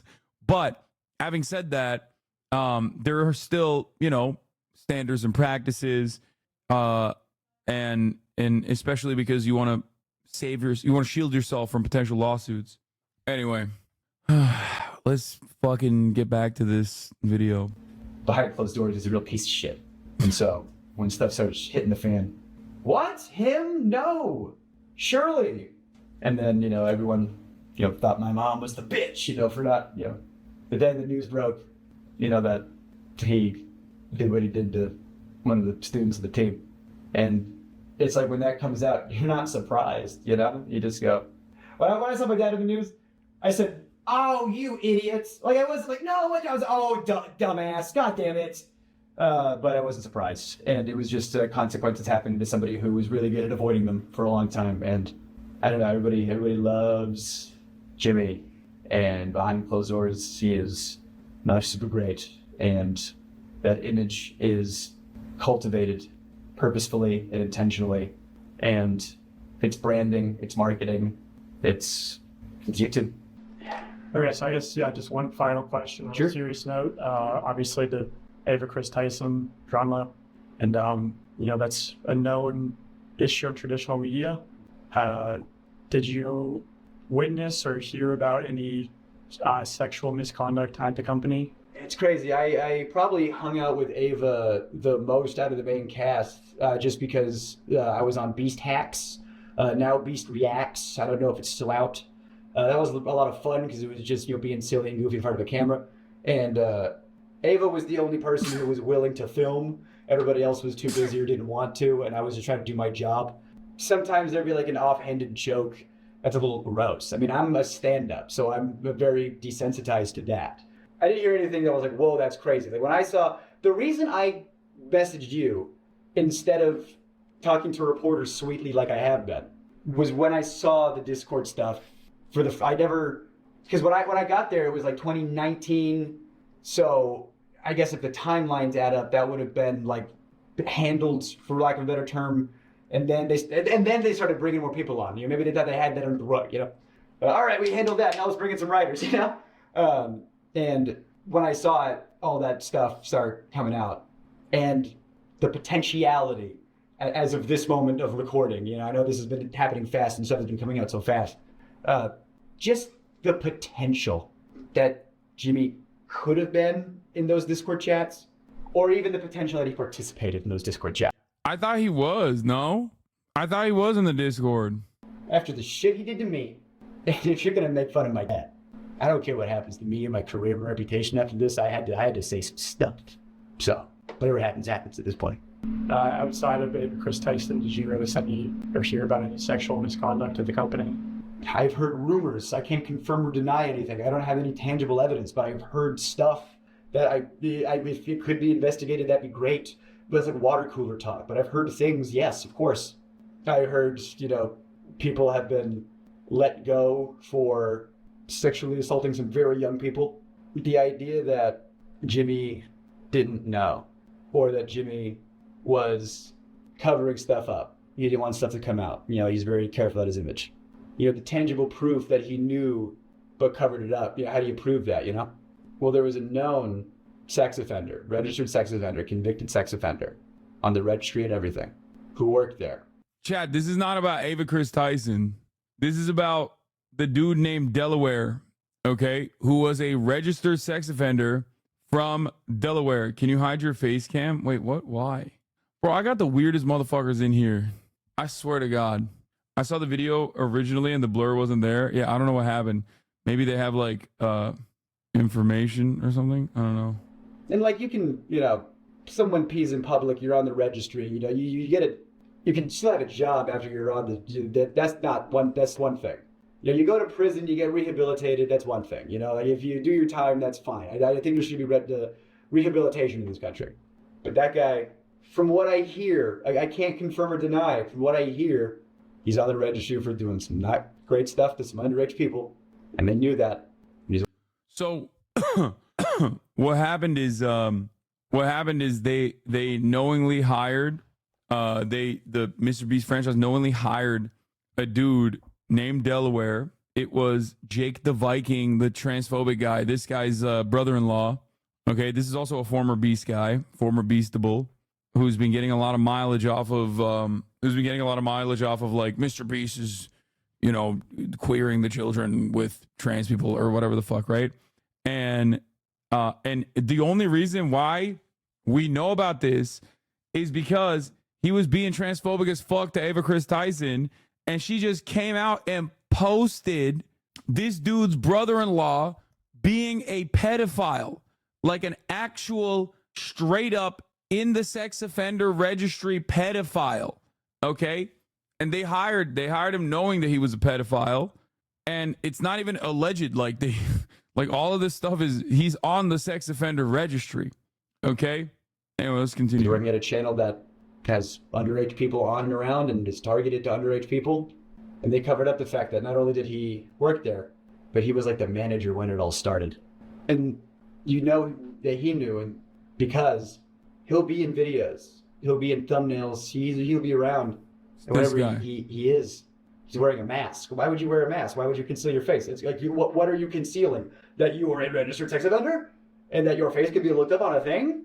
How much more can you literally cover up a sex offender with a physical mask? Like, do I have to, is it more on the nose? Or, I don't know. Yeah, that's crazy, bro. Especially because he's like making kid content around kids. Like, that shit is devious. Like, that part is actually fucking nutty. All right? Why they let him go, because there's rumors back and forth. You know, so I don't know why they let him go, but he did leave at one point. Even if that guy didn't do anything, they still knew about it and he was still around. And what if he's one of the people in the Discord servers? What if he's not? I don't know. But when I was there, they called him Delaware. It's like, why do you call him Delaware? I didn't know. Apparently they called him Delaware because he's not allowed to go back to Delaware. That's his nickname? Colloquially? Like, you know, yeah, it's Delaware. Don't ask him why. You know, the fuck? And Jimmy knew about it? The likelihood that he didn't know is astronomically low. Bro, what the fuck did you just send me? This chatter went, I'm browsing my Reddit and you showed up and you randomly caught a stray. Am I a bad judge of character? Me loving Onision as a kid, learning he would have loved me as a kid. Melanie Martinez's music is so cool. She's a 2-time rapist who sexualized sex trafficking. I like Marilyn Manson's music. He's literally done everything evil. Channel 5 Andrew Hallahan is a funny leftist. He admits that raping does to college women. Hassan Piker is cool. He's a genocide denier and supported Russia. Bro, people just say anything, dude. People, like, which genocide? All of them across the board. It's what's crazy about it is like one, Boy in a Band is cool. He's a diddler. Brad Taste in music is a great defender. Victims. He's close friends with a person who's pro-rape and bestiality, blah, blah, blah, right? But it's like, bro, what the fuck are you saying? No, I do not defend Russia, nor have I ever denied a genocide, bro. Like, why do people just lie? I just don't attack Russia right now. Anyway, this is I argue with Twitter. I argued with someone on Twitter yesterday. They say the same thing. Dude, what? I think this is like, I've met people who get you and infrared mixed up for some reason. Wait, what? Infrared? You're the only famous person to actually talk about the Armenian genocide, but you look Turkish, so they attack lands every time. Upvote a comment from that Reddit post. Some of these things are actually not accurate and were born out of right-wing troll campaigns. FT Signifier, Jesse Gender, and Hassan Piker are not guilty of the things in here. I'm not 100% sure about ContraPoints, but I know she regularly goes back and reevaluates positions she's had and makes an active effort to improve herself when criticized. You know the drama YouTubers go to list of fake shit that thousands of people have memorized word for word? Yeah, I know. Yeah. It's just like, here's the op of that post addressing you specifically in the comments. That stuff about Hassan says like what someone would say after hearing someone say that rather than actually listen to what Hassan said in context. Please watch this video. He's also a huge supporter of China and refused to acknowledge the genocide they're committing. He literally called the re-education camps and said it was awful. I don't know what more you want. You also seem to put people on the same level of evil if it's for even words they say. I watched and supported him for years. Called it. Yeah, this fucking dude. The devil works hard, but DGGers work harder. And they got fucking, and you know what, dude? They're all watching the 3-minute ad break at the top of the hour. Okay? It doesn't matter what you actually say. People will just lie. Yeah. I'm not lying about the 3-minute ad break at the top of the hour, though. That's real. That's just happening. The funny thing is when I started watching you like in 2017, everyone said you denied it because that was the talking points of a certain Twitch streamer, but you've talked about it numerous times on stream. Oh, the Armenian genocide? Yeah. That's like, it was so frequent because back then people would come in and be like, you deny the Armenian genocide. I was like, I never have. And it was so much that we had an automated response. Back when I was a fucking 300 viewer Andy, there's literally a command still from the earliest days of my Twitch streaming experience. Exclamation mark Armenian genocide. The Armenian genocide happened. That and nepotism are old school. Like those are the old school ones. It was brought back by Andrew Tate, yeah, which is crazy. Like they're just making this shit up, bro. They're just making this shit up. All right, let's keep going. Okay, so finally I have a recorded phone conversation. The person on the other end of this line is a different former Mr. Beast employee talking about Delaware. Also, apparently before this phone conversation got recorded, the person on the other end of this line is a different former Mr. Beast employee talking about Delaware. Also, apparently before this phone conversation got recorded, the person on the other end of the line said that the Mr. Beast team was actually trying to expunge Delaware's record off the registry, and that's what actually like sparked this person to start recording.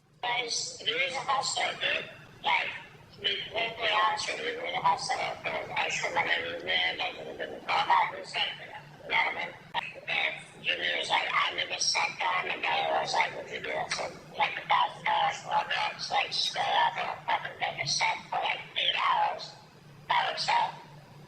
You know, I'd be like, yeah, sure, whatever. And it was Reed's idea to get involved. And it was like, we need to get you an APL manager, and then we went through that whole cycle of different VPs and managers, and, you know, people that won't talk to us anymore because they're scared of Jimmy. And if you really don't do anything in the affidavits or testimonials from people, you have to move very quickly because one of those people are going to go back. No, it's not RFK, bro. Okay, so Reed is Mr. Beast's former manager who was in the last video telling Jimmy, you know, hey, don't promote gambling to children. So, you know, I think Reed's taken 2 W's this month. You know, don't promote gambling to children and don't have offenders on payroll. Also, yeah, just from where I'm sitting, it seems extremely unlikely that Jimmy wouldn't know. But, you know, I know I'm sure that's the defense he'll go with. So I'll just say preemptively, like, you know, if somehow Jimmy didn't know about Delaware, I think it's still such an extreme level of except it doesn't matter because the dude's brother-in-law literally came out. The dude's brother-in-law literally came out and was like, no, he did know about it. There's so many of these moments where they just like straight up come out and just admit it, like a real Dr. Disrespect style situation. This Twitter post is like after the video came out. Here's the truth. Yes, Delaware's my brother-in-law. Yes, he's an RSO, registered sex offender. When he was 21, a 16-year-old girl accused him and others of sexual assault when she was 11. Delaware took a plea deal. That's why there was no jail time, but he still had to register. His name is in Delaware because he can't go back to Delaware. He's from Delaware. That was the dumbest thing I've ever heard. He's been back several times. He was hired before I was. The reason I got hired before Mr. Beast, before being hired, Delaware sat down with Jimmy and Sue, Jimmy's mom, and explained to them everything. He's like literally also then turning around and like incriminating Jimmy's mom as well. So yes, Jimmy knew, but again, this incident happened in 2010. Delaware was hired in 2017, 2018. Delaware was also let go from the company before I was, you know? Negligence, like what, you're not doing background checks, you're not, everyone at your company knows, but somehow you don't know. I think that needs more of an explanation than just saying, I didn't know. Well, how didn't you know? How did this person get into the company and you know, a company that makes content for children and is around children? So yeah, Jimmy, I think we need an explanation from you or you know, your lawyers and PR people and representatives and spokespersons and on how you could have not known that there was an offender at a high level in your company. And while you're responding to that, why not just respond to the allegations of rigging contest videos and selling fake signatures, running illegal lotteries, you know, the dangerous conditions on the set of Beast games, you should address those too. So yeah, just let us know. Okay, that was my interview with former Mr. Beast employee Jake Weddle. I know he will be coming out with a longer cut of this interview as well as other content. So I just wanted to shout him out, Jake Weddle, top link in the description. I've waited a long time to talk about a lot of this publicly, so thank you for doing what you're doing. So long, goodbye. What is this? My friend said this to me 2 years ago. Watched Dogpack's video and honestly did not think. I thought it would just be about him underpaying staff or being mean to people. Did not expect torture and manipulation. I don't know what this photo implies. I've never watched the show. Bro, this guy, Dogpack or whatever, he's gotta fucking not do this in a content cop style situation. Okay. It's just like, I don't know. You got cooked. What is this? Okay. He's basically Total Island. I haven't seen it. Total Drama Island. His ex came out with a statement and she didn't mention anyone directly, even Mr. Beast, and people are saying he's just saying this shit for clout. It's getting worse for Mr. Beast. What is this? Rosanna Pansino? Who the fuck is that? I appreciate Rosanna for being vocal about Mr. Beast, but that comes with risk. Jimmy's getting desperate and will try anything at this point. After watching the recent Dogpack video, I'm convinced he won't think twice before crossing a line, hoping for her safety. I've heard rumors from people working close with Mr. Beast that he is hiring people to investigate those speaking up against him. Thanks for those who reached out to warn me and others. I now have confirmation from several people that individuals are being offered money to fabricate stories about me and others. I've identified some of these people already. They began harassing my friends as of last weekend. I'm keeping all of the receipts. That's crazy. Holy shit. I never said anything bad about him. Mr. Beast, he's great. I love him. Please, I love Feastables. I don't need any additional haters. Please don't come after me. You're finally going to be outed as homophobic? Bro, are you kidding me? I've done that myself. Mr. Beast telling everyone you like Russia and genocide. New Rolling Stone article on Ava. Oh yeah, this was another thing that came out. There's also the internal confidential do not distribute, mandatory training, listening sessions, anonymous reporting, external review. The same law firm sending demand letters on behalf of Mr. Beast Inc., the company, and Jimmy, the individual, will also be conducting a supposedly independent investigation. Sweet conflict trifecta. She said months ago that Mr. Beast rigged a video she was in. Weird he's still coming after her. Is Mr. Beast too big to fail? Yeah, 100%. I think so. I really think he's too big to fail. Do you think Kamala will... What? I've been fighting your haters in the hate threads on Twitter for hours now. Please answer this next question. What? What is it?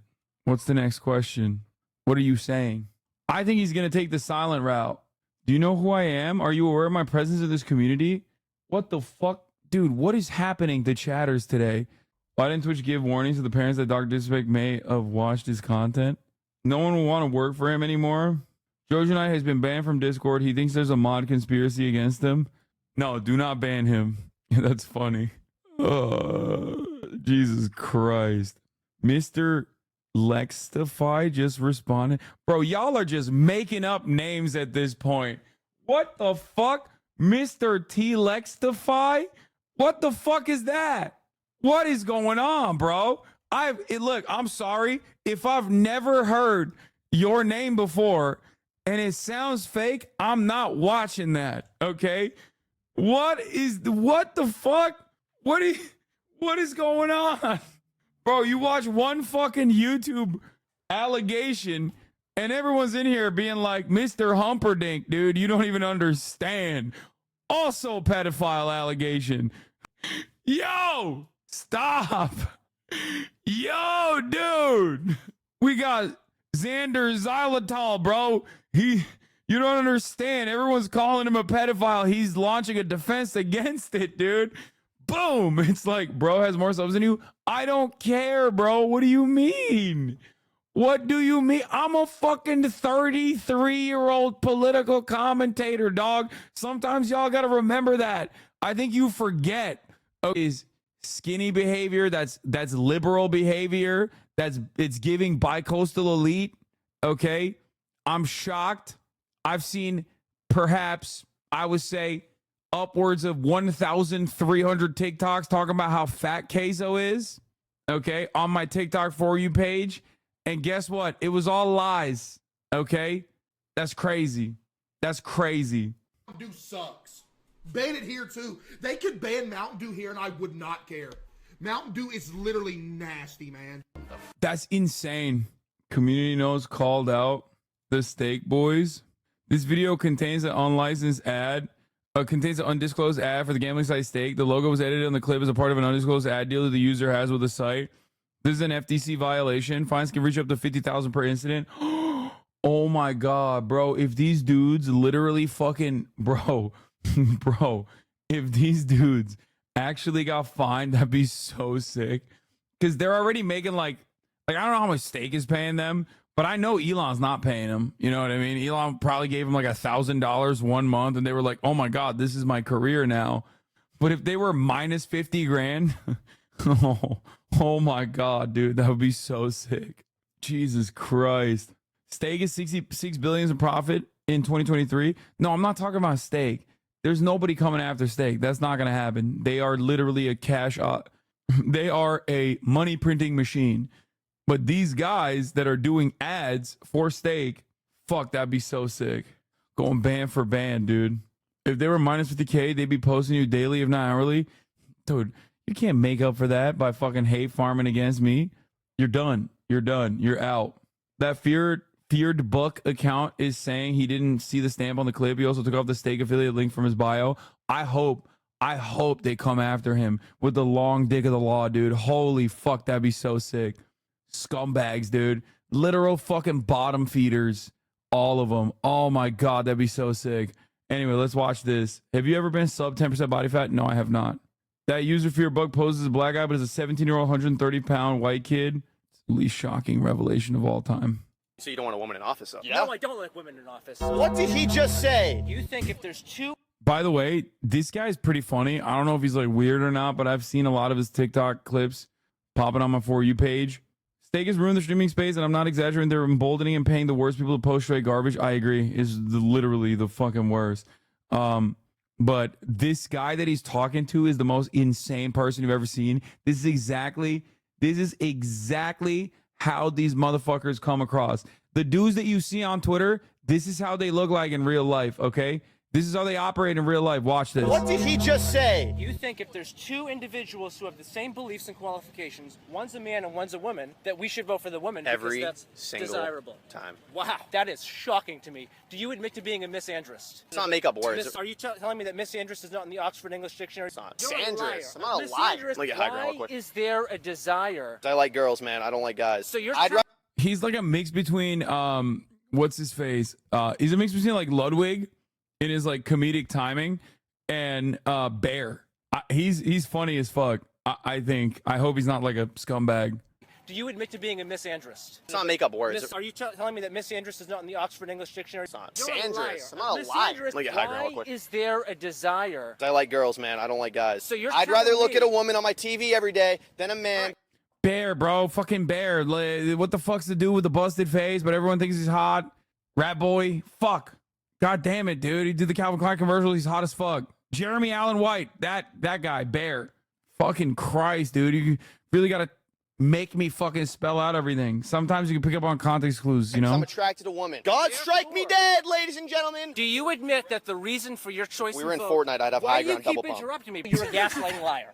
At Thank you. least, so I'm not going to shake your hand because you're an course. intellectually dishonest gaslighter. When are you because gonna you're realize a we're tra- Don't talk over me. Your choice. Bro, he even literally broke character. He was like, you're gonna realize we're trolling I'm going to you. shake your hand because you're an intellectually dishonest gaslighter. When are you gonna because realize you're a we're Don't talk over me. Your choice of president because you want to see a 50-year-old fat-ass rant. Wow! Wow! I'll add to that. A fat-ass lying, incarcerating pig female woman. Wow! Insane! He called her a whore. He called Kamala Harris a whore. You really just said that. Dude, keep distance, I swear. Nah, keep that distance, brother. Better keep that distance, bro. 5-round fade right now, gloves. 5-round fade right now, gloves. Bro, I love. He really fights people? Wait, he does? 5-round fade right now. No more politics talk. 5-round fade. 5-round fade. 5-round fade. Are you challenging me to a violent interaction? Are you challenging me to a violent interaction? Are you challenging me to... Just shut the fuck up. You're such a bitch, dude. What is this? Yeah, dude, look. Come on, bro. This is not a fucking rare pull. This is like washed at this point, okay? I respect it. Donald Trump or Kamala Harris? Politics fade. 5-round fade? Yeah, we got it. All right, bet. What do you weigh? I weigh 185. I'm 160, so we'll do catch weight 170. Catch weight? All right.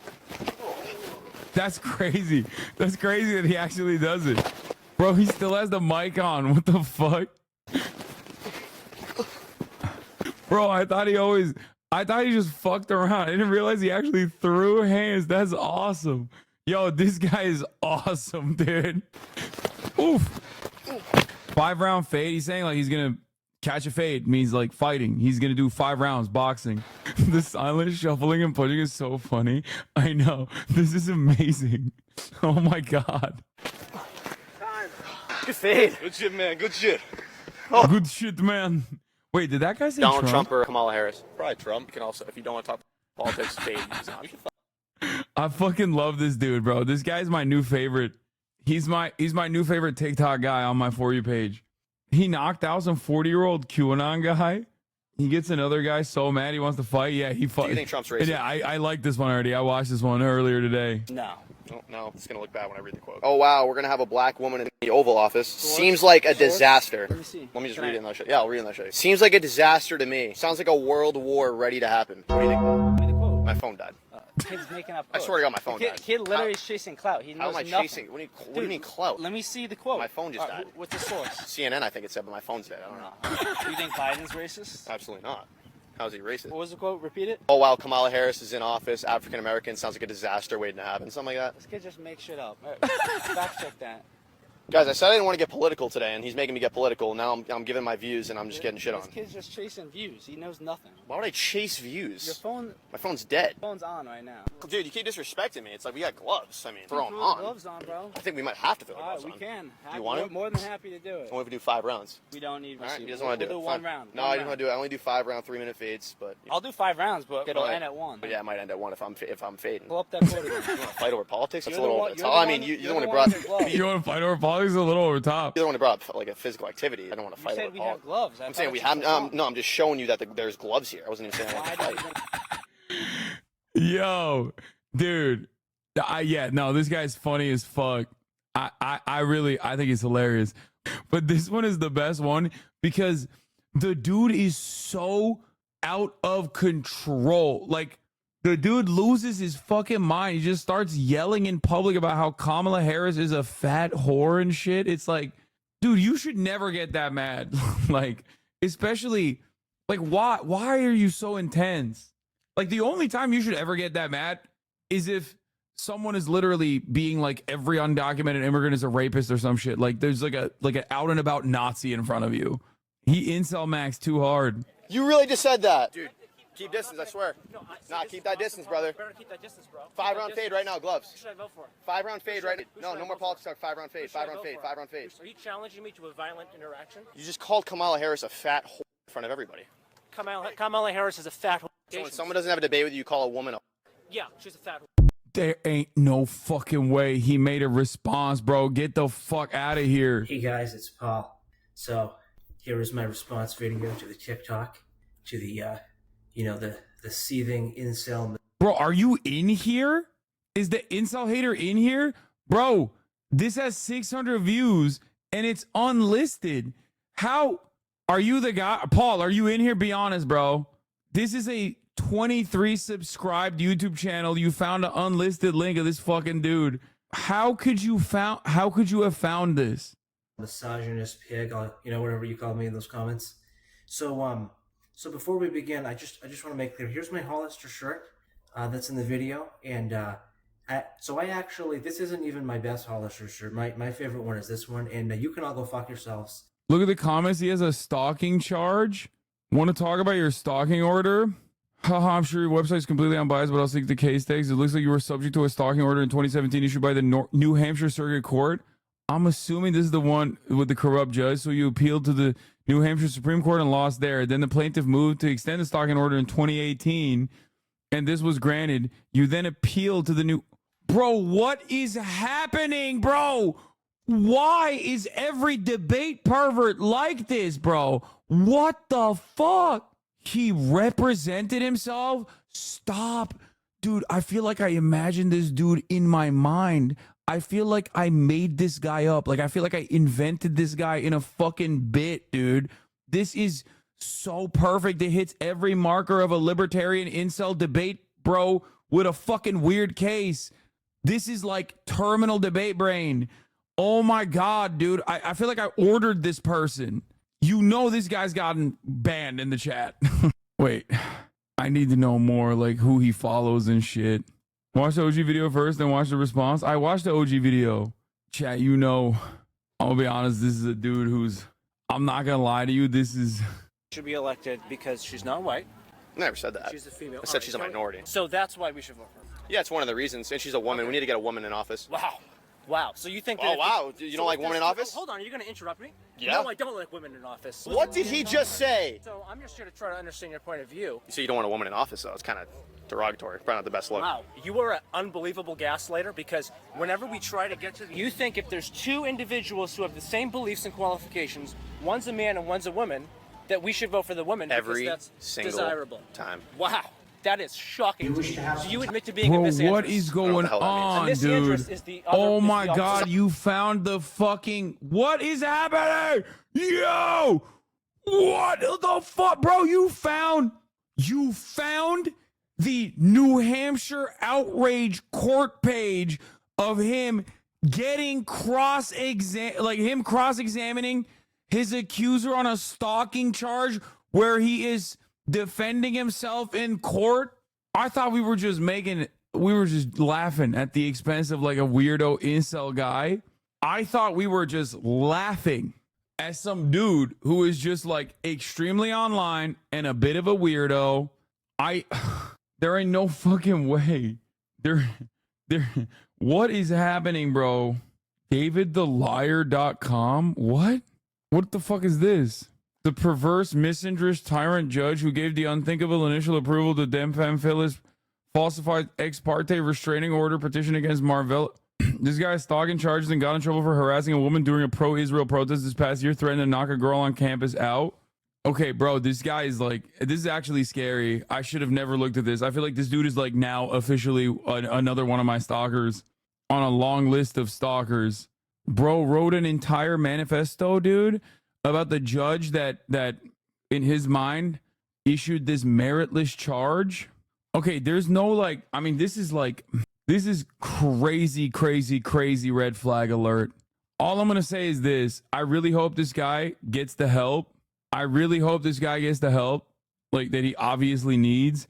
I think the one thing that has happened in this dude's life is that like he just consistently has pushed people aside when they're like, bro, you're being kind of weird, because he has like a very severe, very serious energy to him, very dark energy to him. I mean, he's no longer in like high school age, so you know it's too late for him to be a school shooter of that sort. So that's good. At least he made it through like one of the most likely. But like, I mean, this dude just needs help. Like, that's it. He just needs help. If you don't like the fact that it's 2024 and I still wear Hollister shirts, okay? They remind me of 2012. And before I get into like the serious stuff about like, you know, calling me a misogynist and all that. The defendant has been obsessed with the plaintiff since she was 11 years old and he was 17. When she was 12 and he was 18, he drove her home and attempted to drop another passenger off first, but the plaintiff refused. The defendant testified that he loves her. I just wanted to tell you, go fuck yourselves. I have a right to do whatever I want for as long as I want, as many times as I want, as long as I'm not breaking the law. And that does include wearing these Hollister shirts. Yeah, so this one's my favorite. I'd say this one's like my second or third favorite. Oh, I did clean the stain that you saw in the video, so that's much better now. So yeah, what does it say about you when like the worst thing you can say about a guy is make fun of his dress and, oh, he looks like he's in middle school? You can call me whatever you want. You can call me a faggot. You can call me a middle schooler. But I am going to keep wearing my Hollister shirts because I like them. And yeah, you can go pound sand if you think I'm going to let a bunch of little trolls on the internet tell me otherwise. So I'm not a misogynist. Let me clarify what I said in that video, actually. You all got duped by a troll video, okay? Okay, you're all a bunch of fucking dumbasses. That was a video of two trolls. One troll who came there intending to be a troll, and another troll who was just taking a stroll through a Boston Common and who met a troll and took up his offer and raised him up one because I didn't like what he was doing. I'm not disowning what I said, though. So most of what I said, even though it was intentional trolling, I stand by. So let me just clarify that real quick. So I'm not a misogynist. I'm an individualist. I believe... Bro said, let me explain. Let me give context to you as to why I'm not a misogynist. After openly yelling that the vice president, the current vice president running for president, is actually a whore, a fat whore. In judging people based upon their individual aspects. So with that said, I do believe that we have a contemptuous phenomenon of misandry in our modern society.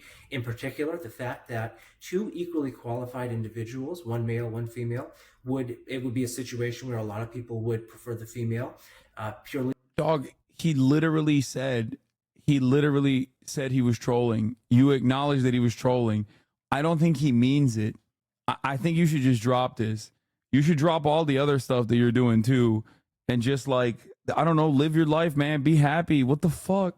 Bro, this is, I don't want to look at this anymore, dude. This shit is like, bro got a stalking charge for stalking a 12-year-old when he was 17. I can't watch the rest of this. I'm done. This soured me. Likely autistic, bro, come on. There's a difference, like, okay?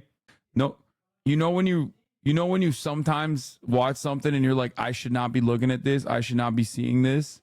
That's what that was, okay? That's like one of those things where it's like, you should just let it sit. It's funny in and of itself. It's a funny altercation of a guy being crazy. He deleted the video while you were watching the video. Oh my God. Oh God. Okay. Like I said, I hope he's all right. I hope he gets the help. Like, I hope he gets the help he deserves. Everybody deserves help and an extended hand in times of need. I'm done for today. I love you all. I will see you tomorrow. We will not be talking about this dude, okay? Don't be ridiculous now. Anyway, peace, everybody. Bye-bye. See you tomorrow. Oh, tomorrow night, I got the basketball situation. Remember, I'm going to be training with LeBron's coach. I was supposed to do it with Jason, Blackboy Max, and Ludwig, but literally none of them responded to me. So I'm going to be doing it with the two high boys, hopefully, the ones that can, the ones that are here and not at a shoot. So I'll be with Chris London for sure, and I hope it'll be fun. Anyway, love you guys. Peace.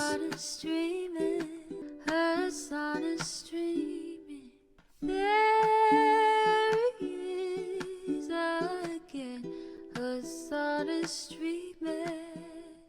sudden streaming, reviewing the P.O. box, Uncle Uger's face, sudden Discord agitprop, great names take on breaks.